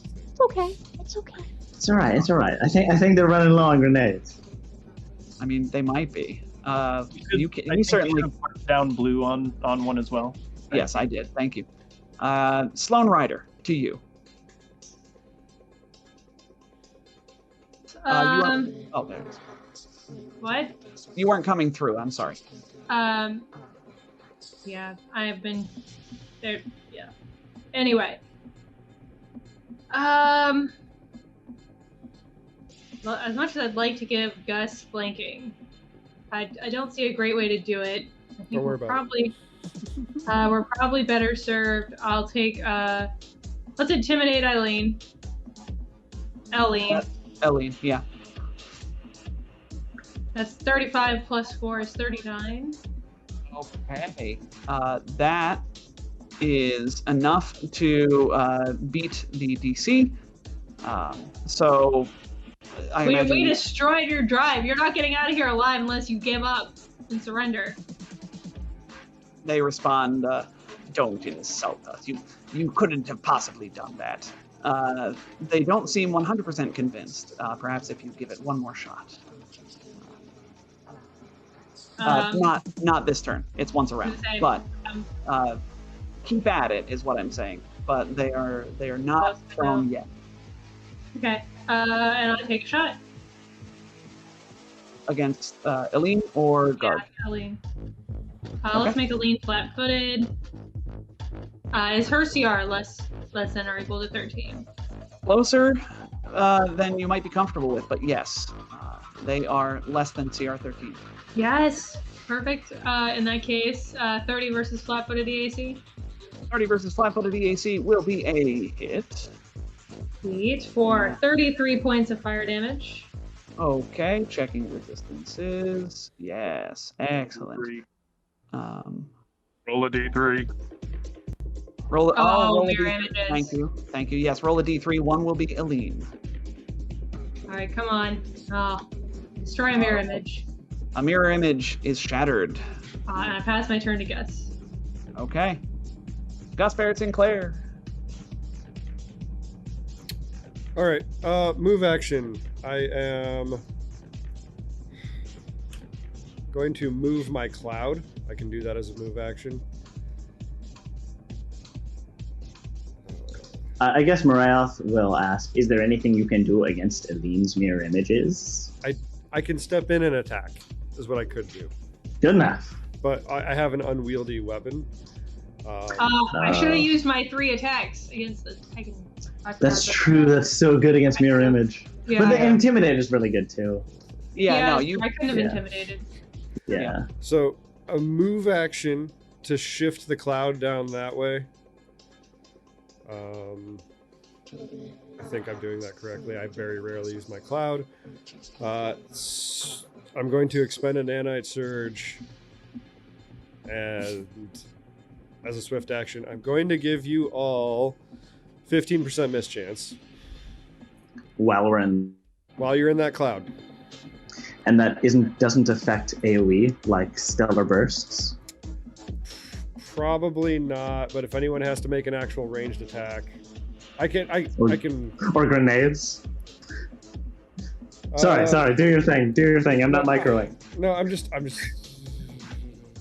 It's a useful. It provides concealment, but it provides at this level a 15% chance concealment. It does not stack with existing concealment. And then there's stuff about it filling more and more area as I level up. Yeah. I have so many nanite surges. I'm just using them and I'm trying to help. And then with my... Come on, roll 20. Move quicker. Nope. Cannot do. No. Sorry, Jet. Yeah, then with my drill, I will just go after blue again. Just trying to get them out of the picture entirely. Oh, because you can't get to Eline. Yeah. Next turn, I'm planning on stepping and... But... 23 versus KAC for 48 damage. All right. 48 damage. Yes, because that will be enough. Jet, you kill this station security guard. How does it happen? Very gruesomely. I plunge a drill into their torso and I rev it up, and they kind of go flying off in a bloody mess. Yeah, I don't know why I ask every time. It's always really gross. Excellent. Blue is dead. Red is dead. And we are on to Marayoth. Marayoth will rush ahead. 1, 2, 3, 4, 5, 6. Looming over Eline's form and saying, "You've lost it all. The immortality drive. We've sent the blackmail to Edgecore. You'll be worse off than we were. At least we'll have a ship. And I guess shoot them. All right. And a family." Yes, indeed. Is 23 high enough to get a mirror image? Ooh, that's a great question. Eline, I think damages also count as flat-footed. I'm just gonna say. Yes, they do. That is enough to shatter a mirror image, and the true Eline is the only one standing. Good. Spathne with mirror images is just a swarm. It's just a swarm. So many bugs. It's an upsetting number of bugs. And Eline looks at you with what you... I'm going to stop saying what you know to be. Eline looks at you with contempt and clearly does not believe that you have achieved all these things. And, oh, look, it's their turn. So Eline is going to... what we're going to do is we'll... I have so many cool things. Building Solarian NPCs is so much fun. I was telling Simon about this. Yes, so we are going to use a certain Zenith Revelation that fills this hallway with 3 10-foot bursts. And I'm just going to move all of these in right here. So this will catch everybody in the hallway. Why doesn't everybody go ahead And make me a reflex saving throw as Eline once more just contemptuously looks past Marayoth and sends out more parts of them, more constituents that we form 3 little balls looks similar to the supernova, but slightly weaker in power. 3 supernovas. It's a great revelation. It is. I really like it. So that is going to be a DC 20. So Constellation Blast, that's what this is called. All right, so anybody Sloan cares not your Constellation Blast. Marath is the only one who fails. Got a nat 2. That's poetic. So 30 points of fire damage is the full damage. Yes, natural toot, toot, toot. 30 points is full damage, 15 is half. And Sloan is obnoxious. I mean, inoperative. Sloan and Pet just standing there in the flames, cackling maniacally. Yeah. Yes, indeed. All right. That is Eline for a standard action. What do they do as a move action? Do they do anything else? No. They will respond in turn to Marayoth, though, and say, "We worked hard to get where we are, to build this ship. Then you and your crew of misfits and losers came in and threw it all into jeopardy. I will take it back, and you will not stop me." And you had it until the last part. Yeah, they will. Yeah, they'll step back. They'll fly backwards a little bit, and it is now Ketch's turn. Oh, sorry, it's your turn, Ketch. Why would you do that to me? Because I'm mean. We wanted this to be over. Okay, hold on. I can hold on. I'm gonna corner to corner. You can do it. I think I can still see her, Tom. Barely. I don't know, man. You've got 1 corner, right? You can make this shot. It is at a even taking a shot. I'm boosting and. Oh, okay, that's fine. That just means I need to. I'll come up to here, and then my horns will begin to glow, and that's it. All right. Auntie Nuna, on to you. Well, if Auntie Nuna wants to renew that get 'em, she's probably going to need to move. So she will do that. So that she can actually see Eline. And renew get 'em. All right, on Eline, I presume. Yeah. You can Orange, shoot like, as part of the get 'em. I guess I can. I guess. Orange is just like, hey, what about me? I just always feel like I don't do big damage like anybody. But damage on the board is damage on the board. In response to Orange, you don't matter anymore. Go away. That said, a 14 versus EAC is going to be a miss, no matter how many bonuses you throw on against this Armor Solarian. Life is hard. Yes. Orange is going to swipe up at Marayoth, who they can still reach because Marayoth is only, So Orange takes a swipe with her Star Knife. Single attack. A 20 versus KAC is going to miss. We move on. Oh, what a treat. To Sloan Rider. I don't like us all being bunched up. Not one bit. It's hard not to be with these hallways, though. This was a great map for me to redesign for. Yeah, very, very rude. Well done, Tom. Thanks. So rude. It was. She wasn't. They weren't even a Solarian in the original material. I'll tell all this later. Oh, you could also do the Intimidate again if you. Yeah, but I can't shoot unless I move. You'll deal with cover, but not sure how good the Intimidate thing is. I'd rather hit. What I want to do is get behind her, but I don't have enough movement. She's backwards. I should have done that instead of trying to intimidate in the first place. So I'll move up here and take trick attack. We'll do flat-footed. She's hard to hit. 20 versus flat-footed EAC. That's a miss by a country mile, my friend.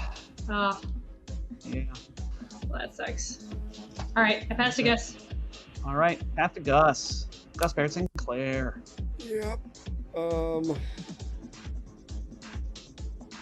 I mean, it's either target Orange, who doesn't really matter, or move up on Eline, and I would rather move up on Eline. Eline. Like ill. How's your Eline. acrobatics, Gus? Nah, +8. Oh, never mind. Just enough to be able to hover. Step in and drill.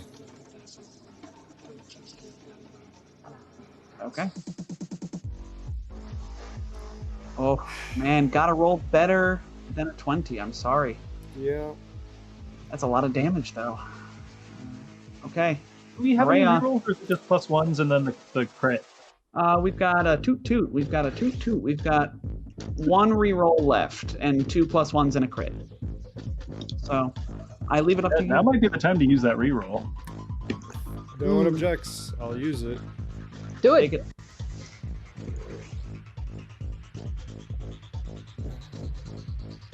I hit the button. Also, that didn't factor in the get 'em. Nope. All right. It's the same number. Let's move It on. was the same roll. Marayoth, it's your turn, my friend. We will fly past Eline, I suppose. Or, no, is there any point? No, we'll just do a full attack. Nothing to disarm. Oh, Blade in the Night. That's good. Is that worth it? No, it's not worth it. Full attack. You could fly past to prevent her from running. I mean, they can fly too. Yeah, Oh. they also can fly. There. Ugh. Yeah. So make me that. Yep, full attack.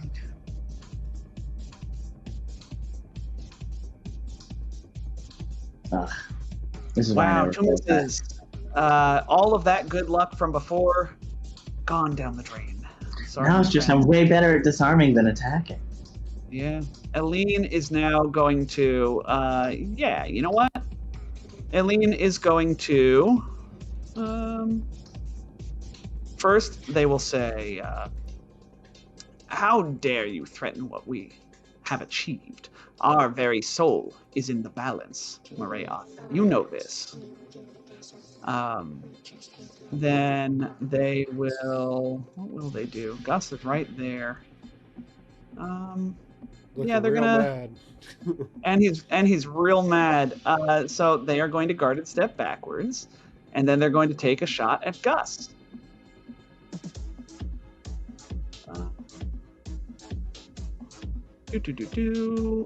Just regular shot. All right. That is a 27 versus your EAC It's for 26 points of fire and sonic damage. That was minimum damage on that. And it is now Ketch's turn. Ketch sees his opening, takes his move action to look for a weak point, and is going to go ahead and, you guessed it, folks, redeem that nat 20. Win, quick thing. Can you do non-lethal? Does crit work with non-lethal? Yes. Yeah. Then yes, actually, I can. Yeah. As Ketch aim. For confusion. And I'm just gonna go ahead and roll the dice, just because I've never been able to type out this many dice before. Thank you all so much for letting me do this, giving me this opportunity, because honestly I didn't think it was ever going to happen. Now I double the weapon damage, and the bonus damage, and the boost damage. That is 10 plus 12 plus no, hold on. 6, 12, 22. 22 D6. Plus Oh, the look on 40. Tori's face. 177 Oh cold my and electric damage. God. 117. 117. 117, Still sorry, yeah. amazing. Still. Good Oh, stuff. Good stuff. oh my God. All right. So your shot just collides with Eline, who is thrumming with this energy. A lot of, not a lot, but a decent chunk of that gets shrugged off by their solar armor, but not enough of it for that not to have stung. So minus 15 is 102, and then minus the 25. So, okay, all right. Cool. She's still standing? Oh, heck yeah. Good. I was hoping so. She's going to need to make me a DC 19. Well, I guess it depends. Oh, I actually have to look it up. Oh, interesting. This is the wounding critical hit, isn't it? It is. What if they lose an eye? That is exactly the one. I box. need a reflex save. DC 19. Each Reflex bug save. loses one facet. No, there's My eye. There's It's fine. We don't need to worry about it because I got a 29 on the reflex save. So I critically succeed the reflex save, and we move on from that. My eyes, just Holy kidding. shit. I have so many eyes, you fool. Yeah, exactly what happens. Yeah. Oh boy. They don't look as good as they did before. They're still glowing malevolently, but they're a bit more tattered than they were before. A little less cohesive. Auntie Nuna, we're on to you. All right, everybody. We're so close. Get 'em! And she'll even shoot. Oh, you could do the intimidate, right? Oh, yes, actually. Even better.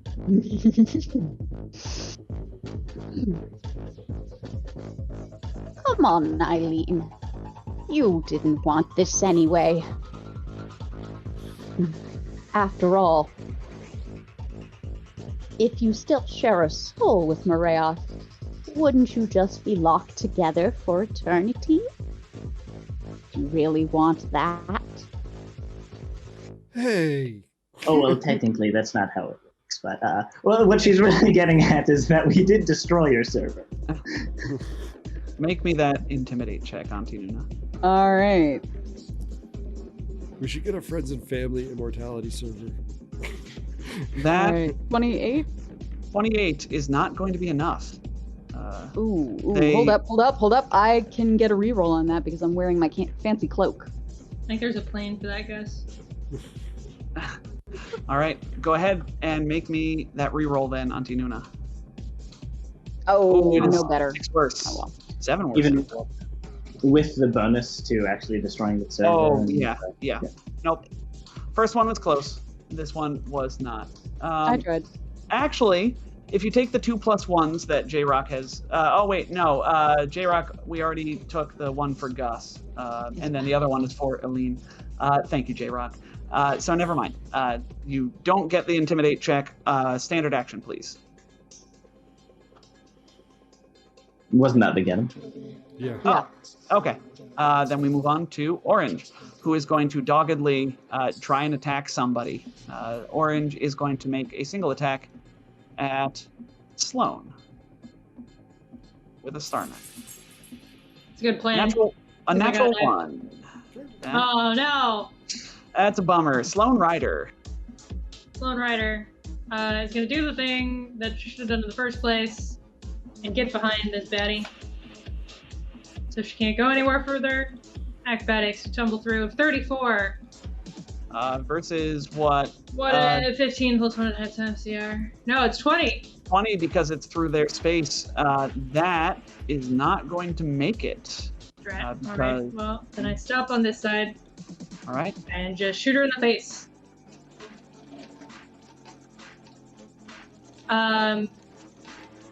With tampering. She can't step away. That's 28 to hit flat-footed EAC. 28 to hit flat-footed EAC will be enough.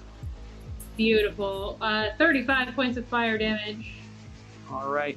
35 fire damage minus some is that. Okay. Thank you very much. And We are As a flat-footed. free action, I'll throw out a taunt to aid. that intimidate check, and Great. Nuna wants to take it later.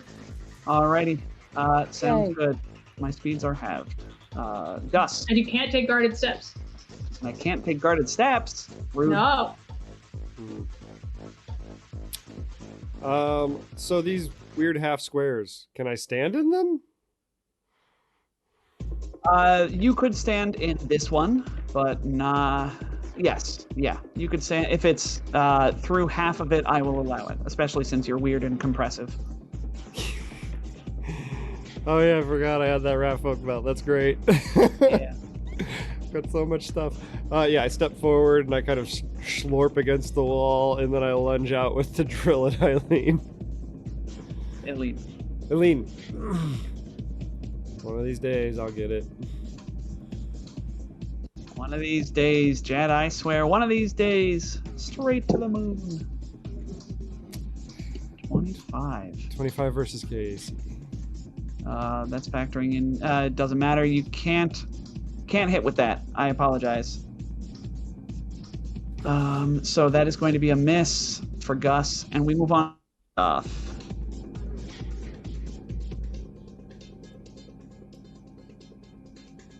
Well, sorry, you cut out there, so I only heard Oth, and I didn't fill in the rest correctly. Rayoth will say, our parents taught us incorrectly. You think that by ruining the lives of your coworkers and reports, you'll be viewed well by the upper planes? The only reason you created the Immortality Server is because you know that when you pass, you have nothing good waiting for you on the other side. Ooh. Oh, that's a pretty good burn. That's a That's a great burn. Yeah. Love that. And we'll use Blade in the Night and then take a single shot.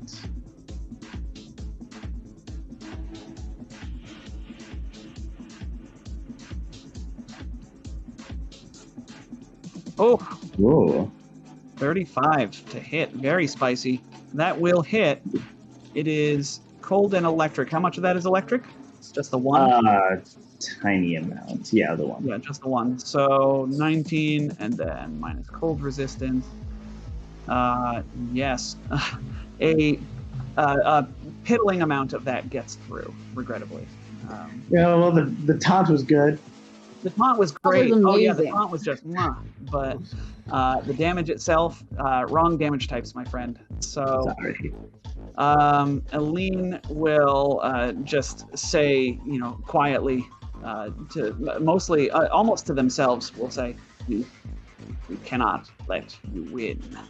And then fill themselves with resolve and hurl another constituent right at this grid intersection. This is going to be a supernova, and they are once again not going to lose attunement here, as their conviction is keeping them, is sustaining them. Their conviction that they are still going to be okay after all this is over. So reflex saves from Sloan, Catch. Let me just move this in. Yes. Oh, you know what? They can get Gus too. So Gus, Sloan, Catch, Marayoff, and Orange. Yes, Orange. Oh, poor Orange. Yeah. Oh, and they failed too. That's a bummer. Having a bad day. I should Orange. roll damage. Have a bad day. Oof. All right. 49 points of damage is full. If you beat a DC 20 reflex saving throw, you get half of that, which is 24. So, looks like Sloan gets away scot-free. Gus is going to take full damage. Marayoth is going to take full damage. Any plus ones? Plus ones for the 4? I have one. It's for Eline. Dear Rod, you're giving plus ones to Eline. Come on, man. A natural 1 for Catch. So I trust that everybody has taken their appropriate amounts of damage. Sorry, what was the number? 34? 49, in fact. Great. I don't think Rayo's up. I think they're a little bit up. All right, continue without me. I think I'm still conscious. Okay. All right. Catch. It is your turn. Did Auntie Nuna take any damage on that? No, she did No. not. She was the only one that You did were not. just missed. Butt Stubble gave you a +1. Oh, me? So there you go. +1 to any roll. Oh, thanks, Butterfly. I'm gonna use Tom. Can I use that? Yes, you may take. Thanks, that. Tom. You're kind of benevolent, GM. Thanks, I Butterfly. know. You're kind of benevolent player. I'm sorry. I'm audience also member. I'm distracted because I'm getting texts from my family being like, "Hey, are you coming over for dinner tonight?" And like, this was the worst day for me to tell them that I would be coming over for dinner, as it turns out. Thank you, my friends, for sticking with me in this finishing this fight. So, Catch, what are you doing this turn? I'm boosting. It's Auntie Nuna's turn. All right. Okay, Auntie Nuna. Auntie Nuna renews Get 'em and shoots. Oh no, why? You Why do you have do that? +8 Oh, now to intimidate. Intimidate, yeah. Which is, yeah. Didn't you hear that enormous explosion, dear? That was your server room. If you don't give up now, you know what's waiting for you. All right, go ahead. So let's try that in.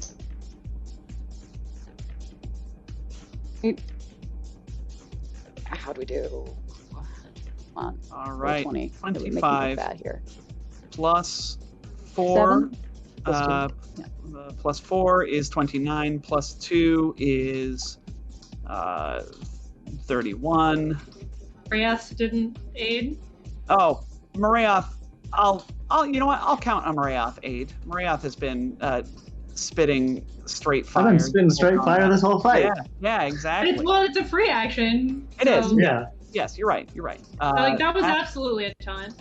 It's a reaction. Catch will have attempted to aid. No, didn't aid. No, that's okay. Yeah, Because you smell bad too. you have just crested the DC, Auntie Nuna, and you all see a marked change in Eline at this one, as their photonic glow flickers briefly. You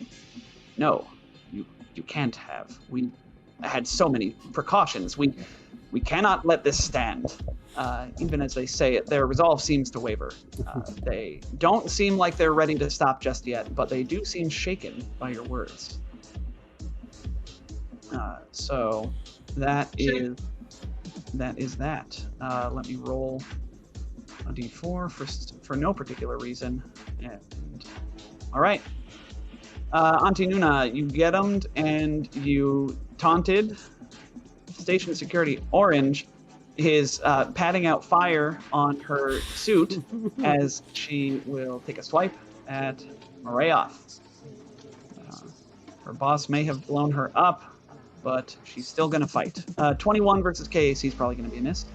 Just barely, yes. Okay. And we move on to Sloan Ryder. Serious loyalty. My boss blew me up. I wouldn't go back to work. I'm going to attempt to tumble through again. Come on, money. No, that won't do it. I'll shoot her instead. All right. Wait, we have a reroll. Let's try it. Okay. Go ahead.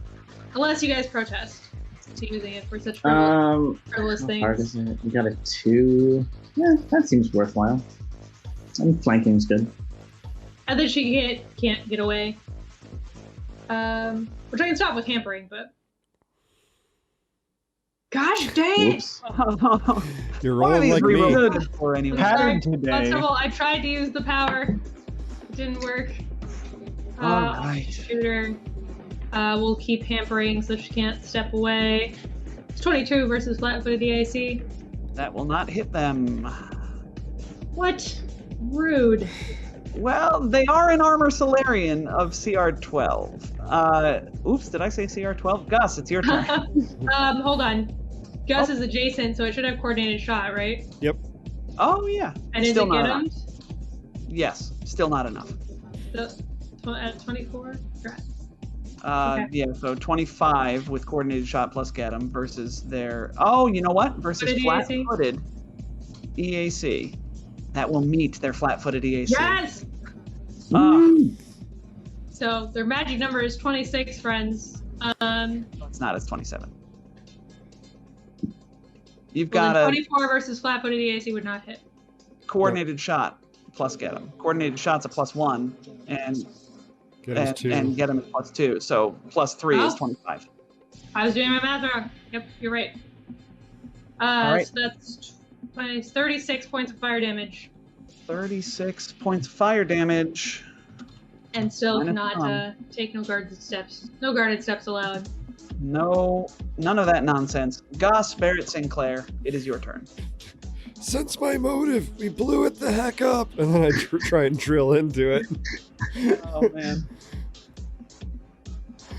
I'm a bad liar. I got a +0 to lies. It's not even a lie. Intimidate. Oh! 32 Oh, no. versus KAC for 40 piercing damage. Your drill just sweeps through Eline, I imagine, scattering bugs everywhere, glowing, white-hot bugs flying to either side. That does a serious number on Eline. Do you have anything else? I don't. I'm going to, swift action. I'm going to use another nanite surge to give myself some fast healing. All right. Well, Marayoth, as we come around to your turn, Eline slowly stops glowing and seems to surrender. They look up at you, hovering above them, and they just whisper, "It cannot be. How could you do this to me? We were one." We chose not to be. And you chose the wrong path. You will not die here. What? But you will lose everything. You will see that you went the wrong way, that our parents led us the wrong way.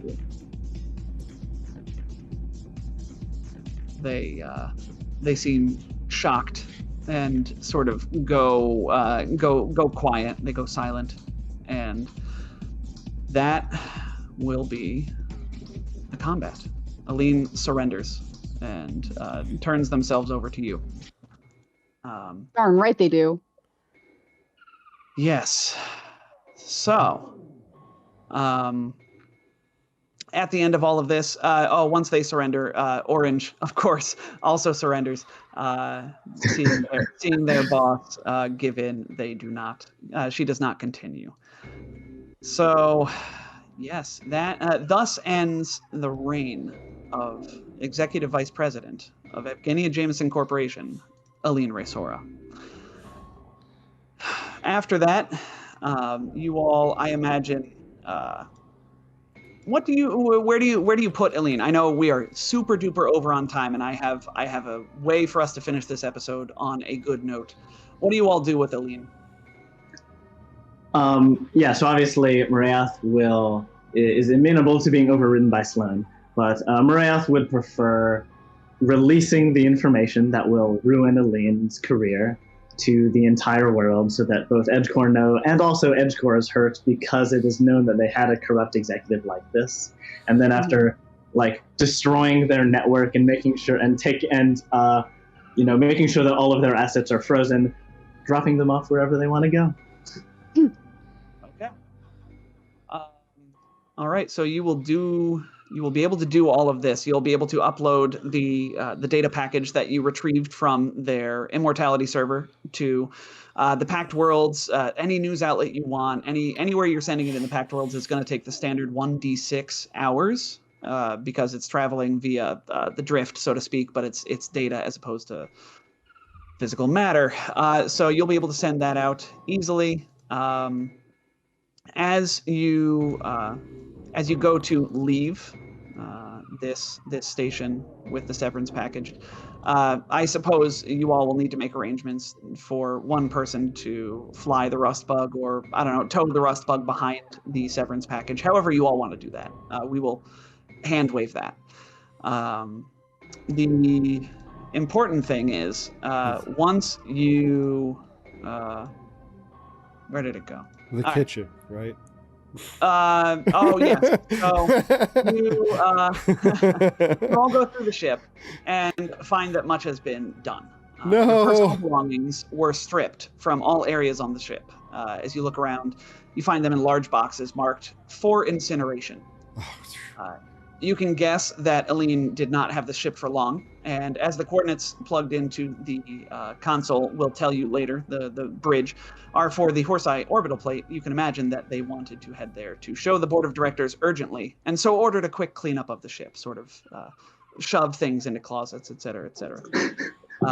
Luckily, they were unable to root out everything that makes the Severance package your home. Out of a great goblins. Yes, out of a grate in the ceiling pops the head of Goog, followed soon after by Rattlesnarp and Fleagrebe. Hugs! Hey! Hugs! Right. Hugs! They all tumble out of the grate, and yes, there is much merrymaking and hugs and high fives. Hey guys, look what I can do! Gus fits into the air ducts now. Oh God! Wow, but you're so big. That's so cool. Goog will shuffle up to Sloan and say, sorry, Captain, for not being able to keep them off the ship this time. That's all right. We got you back, and that's all that matters. We knew you'd save us. We knew you wouldn't leave us here. Luckily, we had plenty of food squirreled away up there in the ducts for a rainy day. Old habits die hard. Well, just don't tell Gus you've been putting food in the vents. Aye. He, frogs. So this reunion goes on nicely, and to wrap things up, you all finally enter the bridge of the ship as you prepare to leave. As you all enter the bridge, the chair swivels around dramatically. The captain's chair swivels around dramatically. A small emitter in the arm of the captain's chair projects a holographic image of none other than Lord Sinjin relaxing at the helm, his smooth elven features wrinkled into a condescending sneer. Hello, crew of the Severance package. I'm leaving this message in case Resora steps in it again. You might give those corporate pencil pushers the runaround, but it won't matter. I've got what I need. My engineers had the Severance package long enough to copy the null space technology in your cargo hold, and I've installed it in my own ship after making a few improvements. Soon, I'll have a whole fleet, and my smuggling empire will make the company look like a startup. He didn't say that. Of course. He did the first time, but then he had to re-record it. Yeah. He did. Of course, that's still a lead from loose ends, by which I mean. But I'm done trying to wrestle you all to the ground myself. Instead, I've taken out an insurance policy, and it was expensive. 6 figures on each of you. By the time you see this message, every bounty hunter from Absalom Station to the Vast will be strapping on their guns and dreaming of your beautiful faces. Sleep tight. And the hologram will wink out, and you check, it deletes itself. The recorded message gone. How rude. And classic John Wick situation. Classic. Never saw those movies. And that will be where we leave our heroes for this time. But tune in next time for The Gilded Cage, Book 6 of Fly For Your Die. Gus leans over to catch. Can we get that ship disguise module now? I think so, yeah. Hey, Tom. All right. Hey, Tom. Hey. Did we level up? Oh, you leveled up, friend. Book 6. Welcome to level 11. Hey. Sweet. Yeah. Follow-up question. Do we have downtime? We'll talk about that. So yes, there are plenty of loose ends to wrap up. we are not done wrapping up book 5 just yet, but these are the important things that we needed. We couldn't end the episode without this. Thank you, my friends, sincerely for staying on an extra 50 minutes or so. I know that was a stretch. That went a little longer than I thought it would, and I thought that it was going to go long, but thank you for sticking in it for the drama. So, yes. I'm satisfied. I thought that was a fantastic boss fight. I think you all did a great job. So with that, I need to pull up my closing notes. So as always, a new Cosmic Crit episode dropping tonight. Jet, what do we have going on this Thursday on Star-Lords? Should be wrap up of book 3. You guys have captured Barl Breakbones. You're probably going to want to interrogate him, wrap up any loose ends you might have in the vicinity, possibly uncurse Lahan. Definitely uncurse Lahan. Oh yeah, sure. Pretty pleased. And then after that, I believe we've agreed we're going to take a slight break to give me some time to get ahead of book 4, because I think I'm going to have to do a lot more rewriting for book 4. Yes. And I know we've missed a week here and there, but that's not planned time for me to work on something. Yeah. So we will, we'll, I imagine, delve deeper into that and give more specifics on Thursday. When we can figure it out. Cool. All right. Thank you today to Simon for running our audio through Hydra, the Hydra bot. Yep. I need to name out the credits real quick. So we had tracks from Lo-Fi Girl, from Alex Productions, Synthwave by Places, dark sci-fi theme from Darren Curtis, Space Fright from Squaresaw, Cyberpunk Synthwave from Firebase Boosted, and Transient from Ghost Rifter Official. Thank you to all of those. Our awesome character art was done by Enicola, yes, including Eline Resora. Man, you should really swing around the general Discord this time, because there is so much to talk about with rewriting Eline and stuff. Yes. No, Eline was not a Spathane at first. I know. Crazy, right? You mean that golden statue of the humanoid was supposed to be Eline? Actually a Spathane, yeah. No, it's, yes. Yes. So yeah, swing by, ask some questions. But thank you to Paizo for the awesome AP, and specifically Christopher Wasco for writing book 5. Thank you, Nick, our stream assets. Thank you, Jet, for running the stream. Thank you all of my players for being here and again staying on for now an hour longer. And finally, you, dear listener / viewer, for being here. I have really enjoyed running this AP, and it would not have been the same if we didn't have people, cheering us on and watching us the whole time. So thank you for being here. As always, like I said, we will be in general voice on Discord after the stream, although perhaps not for as long today, since we have stayed on for an hour later than normal anyway, and we have lives outside of this stream, believe it or not. Just this stream. Yeah, no, you would think sometimes. So say goodbye, everyone. Goodbye, everyone. Bye, everyone. And Jet, take us into the drift.